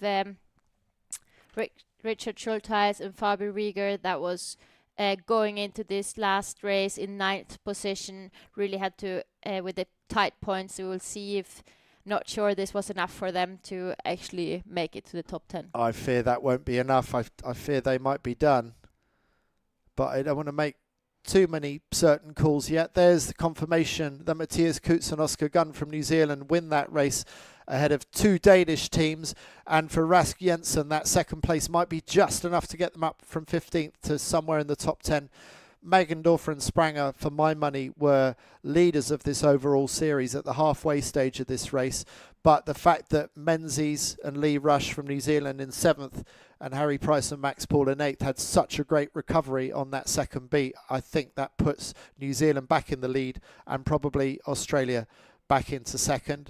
And then at the bottom of the top 10, James Grummett, Ross Hawes, will they have done enough to get into the top 10? And I think Keanu Pretner and Jakob Flackberger, I think they're fine. I think they'll still be in the final 10 going into tomorrow. So, Rebecca, are we any wiser at the end of the day than we were at the beginning? With a great benefit of hindsight, do we know anything more about how we would get our way around this racecourse, apart from not snapping trapeze wires? We know we shouldn't do that. Yeah, I mean, what a difference. Even we thought it was difficult on the FX course, and afterwards we were sitting here, yeah, maybe it wasn't that difficult. In the end, it felt like many boats just came from the left. But watching the 49er races, it was a big challenge out there. It was many changes. Yes, I think everything goes back to zero for me. Anyway, let's find out from those race winners what the winning potion was for them. Matthias and Oscar, what a race. Final race of Gold Fleet, and you managed to take that win. It was a lot of lead changes. Talk through the race from your perspective. Well, I think we had about as bad a start as you could possibly have. And then, to be honest, we got out of there somehow okay. And then, yeah, it was really difficult. I think we got a bit lucky we definitely got a bit lucky, to be honest, because like half up the first beat, it was looking a bit ropey, but we just did a few good things, especially on the second beat, that sort of put us back in the mix.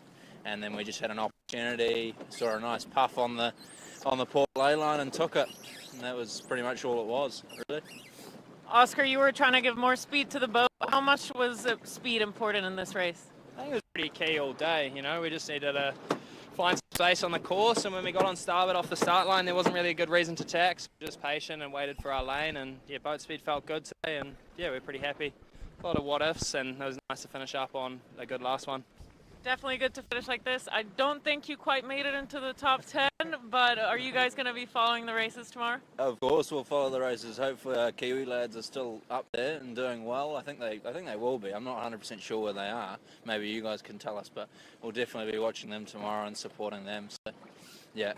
Awesome. Well, great job today, guys, and great. Thanks, guys. Cheers. So well done to Matthias Koets and Oscar Gunn winning that race. So Kiwis winning the last race of the day, but another set of Kiwis back in the overall lead, and that's Seb Menzies and George Lee Rush, who will carry the yellow bibs into tomorrow. And Harry Price and Max Paul, I'm pretty sure, are still going to be in second overall. We think we've crashed the tracking website with too many viewers, so much as we like to encourage that, can you please go and find something else so that we can get back onto the tracking and find out who's actually made it into the top 10? No, but honestly, we love that you love what we're watching here. It's been a really entertaining day. Here's the replay of the start, and you could see how even it was. And in the early stages, Ireland 99 with such a great start here off the port end. Poland 64 going for the port tack start behind the fleet, and I could see in the distance New Zealand 94 with a port tack start out of the middle. And here were our leaders. We thought they were going to sail away. Netherlands 2, but there's a sting in the tail for Netherlands 2, as we're about to find out on the run. There they are, looking good out of the right. Here's Poland 19 looking good on the left. Yeah, it was definitely an exciting race, and we've said it many times, but it's never over, and this was truly the race showing it. Yes, I really thought that Netherlands 2 were going to run away with this race once they got in the lead, but nothing was as straightforward as that. Denmark 6 leading around the first mark. Netherlands 2 carried on and jibed a little bit later and would go on to take the lead. This is the point where they took the lead. You can see that nice dark gust just to windward of them that they jibe into. Now, keep your eye out. Here they are, both of them on trapeze. Oh no, this is the Danish. But the Danish have already lost out. I think it's here, yeah. Oh, there we are. Something, yeah, it was definitely something breaking for Bart there, and he just fell straight in the water. Yeah.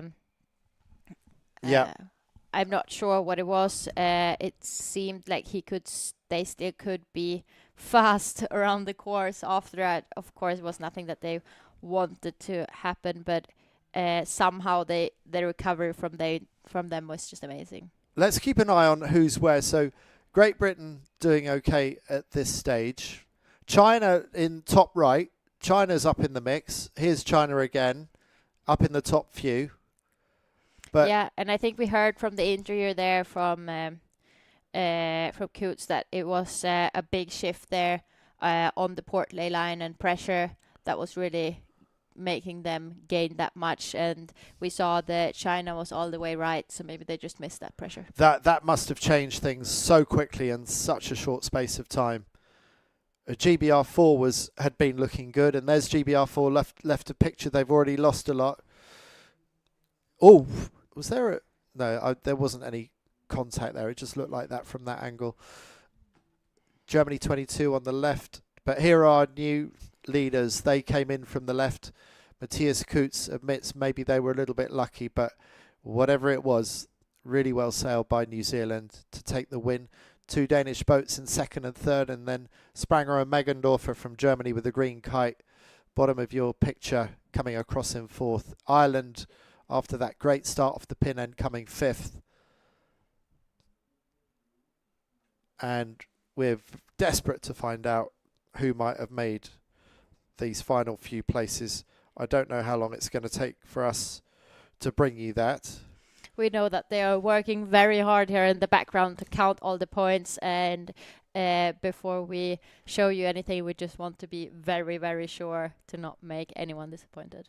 And of course, there could still be some protests as well. The Chinese are still possibly quite close. Yeah, we could just see here outside our windows, they're not only fast on the water, they're also fast in getting in. The New Zealand 94, Sepp Menzies and George Lee Rush is already here on the ramp taking the boat up. So it's been really fast towing in.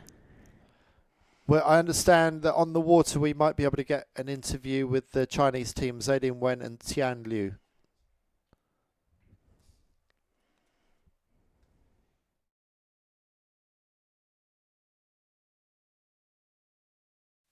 And you guys have had a really good regatta so far.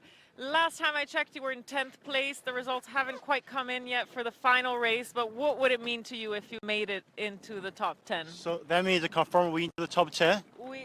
I'm not quite sure. I'd love to know. All right. What would it mean to you if you were in the top 10? Okay. We're playing the effort this summer. We want to get some reward. So today it's quite tricky and not easy. We cannot read the course easily. So, wow, it's a tough day. And the first leg we do very well, and we want to follow our plan. Second leg we go to right side, but unfortunately we didn't got the pressure and gas. Yeah, we just waiting for the news if we can into the top 10. Yeah, it's very stressful moments, but you guys have had an amazing season. You won in years, so I guess it just keeps going up from here, right?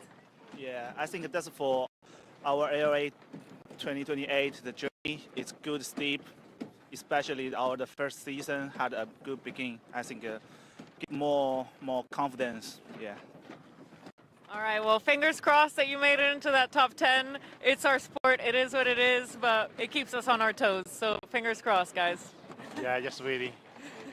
Thank you. Well, I'm sorry to say that we've just seen the website updated, and it looks like Zeding Wen and Tian Liu, the Chinese team, have just missed the cut by only 2 points. They finished 11th, just 2 points behind Poland 64, Mikolaj Staniul and Jakub Storch, who were the last boat to squeak into the top 10. The only other fly in the ointment, Rebecca, is could there be any protests?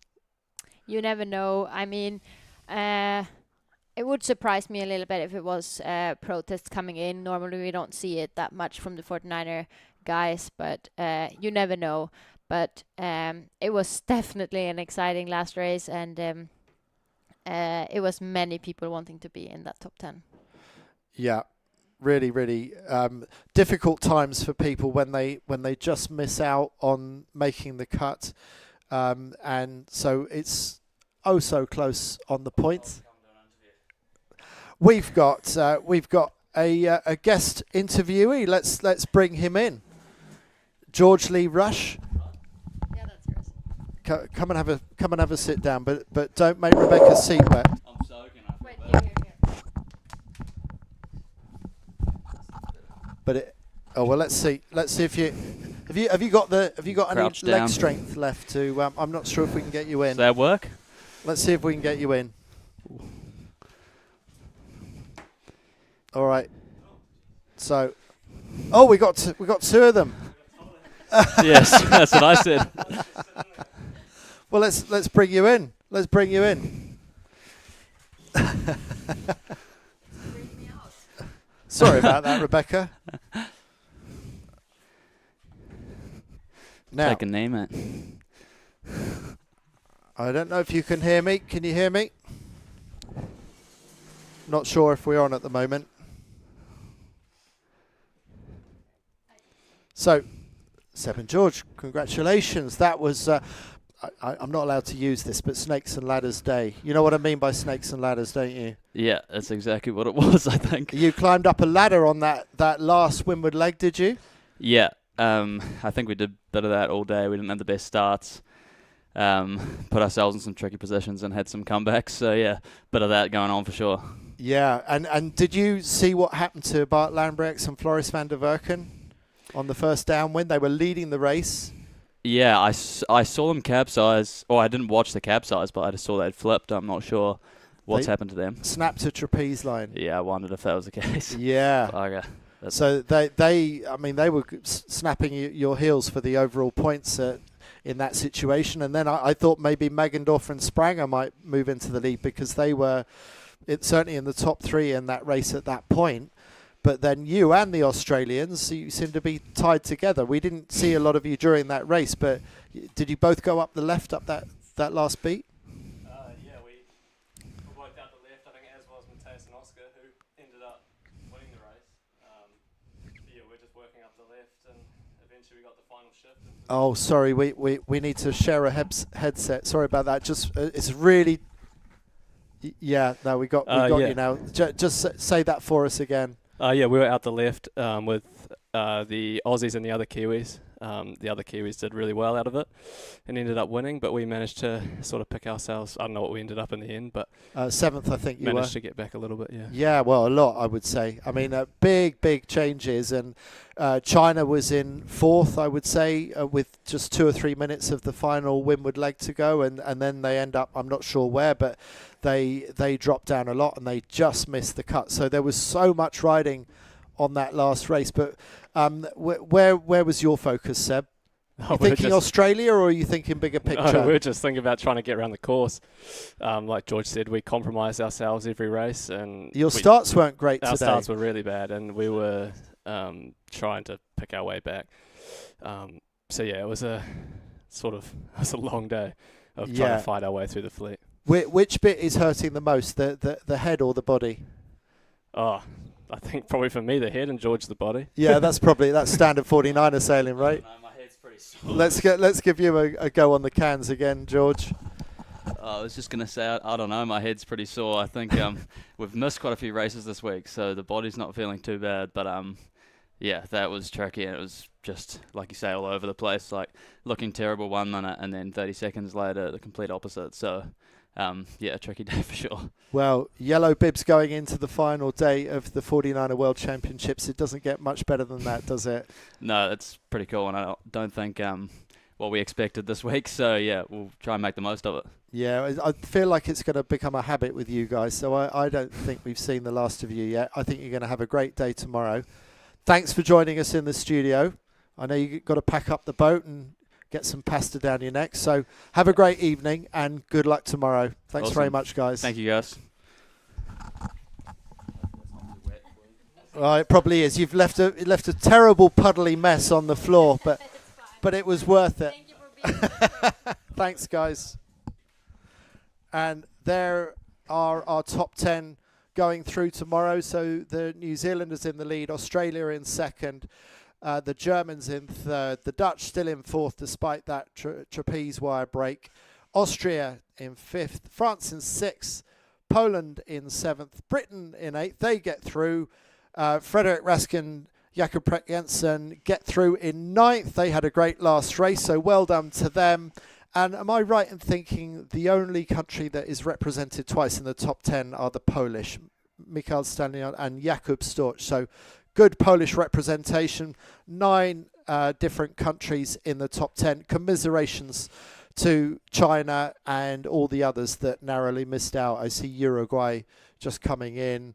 I see USA out there, and other French and German teams still coming in.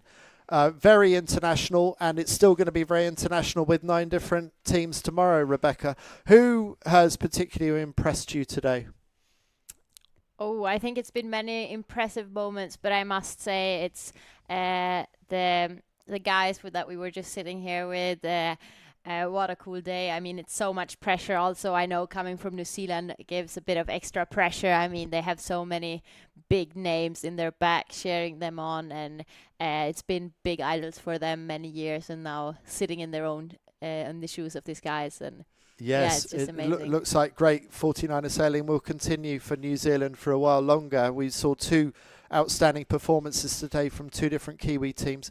We're looking at, this seems like ancient history now, but this is the 49erFX racing that we saw earlier today, and Italy 15 winning a race. Spain 76 coming off the line there, are now in the lead overall in the FX racing, the reigning world champions from Spain. Netherlands 65 just to win with a Belgium 18. Netherlands 65 being Olympic champion Adil van Aanholt. And we haven't seen any repeat winners today, have we? We've seen 6 different winners today. Yeah, I mean, it's been such an interesting day, and watching the FX now, I can barely remember that we even talked about FX, but it's been one of those days where it's been a lot of shifts, and even in here, I feel tired. So we just all have to charge and reload for tomorrow, because tomorrow it will be a lot of action. Yes. Well, could it possibly be more action than what we've seen today? Maybe. We will find out, but I think it's been an absolutely wonderful day of skiff racing. We're seeing more port tack starts here. It's been such a feature of the starting here, and it is a way of winning races from time to time. Belgian 18 loving the pin end starts and absolutely nailing them today. We've seen a lot of the Danish doing well today. Sweden not so well in the back of picture. No, it will be so much fun going to the finals tomorrow. The points will be compromised. It will be tight racing, and already before going in today, it's or going into tomorrow, it's tight. Here we get the finalists again in the FX. Spain leading going into tomorrow. France down to second, having led going into today. Belgium, those pin end starters in third. Bergman and Wiel from Germany in fourth. Anderson and Edlund from Norway in fifth. Another German team, Schiel and Felker in sixth. Seaton and Anderson from Denmark in seventh. Melzaka and Jankowiak from Poland in eighth. The Lewin-Lafrance sisters in ninth. And Black and Tidy just scraping in. We thought it was a battle between Canada and Britain as to who was going to get through, but actually it turned out that both of them just managed to sneak into the final 10 for FX racing. Yeah, and I must say the Canadian Lewin-Lafrance sisters, when they went into the Gold Fleet racing, they were back at, if I remember right, like 18, 19 something. They were very disappointed after the first days. And now bouncing back and being in the top 10 final. Yeah, great result for them. They got bronze medal last year. Let's see what they can do this year. Australia, Harry Price and Max Paul, they've had a really solid regatta so far. Really, really good sailing by Harry Price and Max Paul, and looking good for New Zealand and Australia up here in Europe. Let's see if they can take the fight to the Europeans tomorrow. France 16, we saw moments of brilliance from the 2024 World Champions today, and Jakob Megendorfer and Andreas Spranger, they could yet win this World Championship. We've seen a lot of their green Jenica at the front of races today. Yeah, I mean, that's so interesting. From the first place in the overall standing to the third place, we only have 6 points right now, and then we all know that it will be different for tomorrow, but that just shows how tight this 49er racing is. Yes, and it is. Yeah, it's really tight going into the last day, isn't it? And with this new format, we're all getting used to it. I haven't fully thought through the implications of where the likely medalists will come from. Obviously, the Kiwis still start as favourites, but only as marginal favourites. Great jibe there from France 16. And a great start by Netherlands 2. Moving into the lead of that race, but then for it all to go wrong when that trapeze wire snaps. Here's our overalls for the final of the Nacras. The Nacra's also been sailing 3 races today. We haven't been following them, but here is the top 10. Moniac and Retornes. Moniac being from Quiberon, having that local knowledge advantage, if it really is an advantage, and it's such a fluky venue as we've seen today.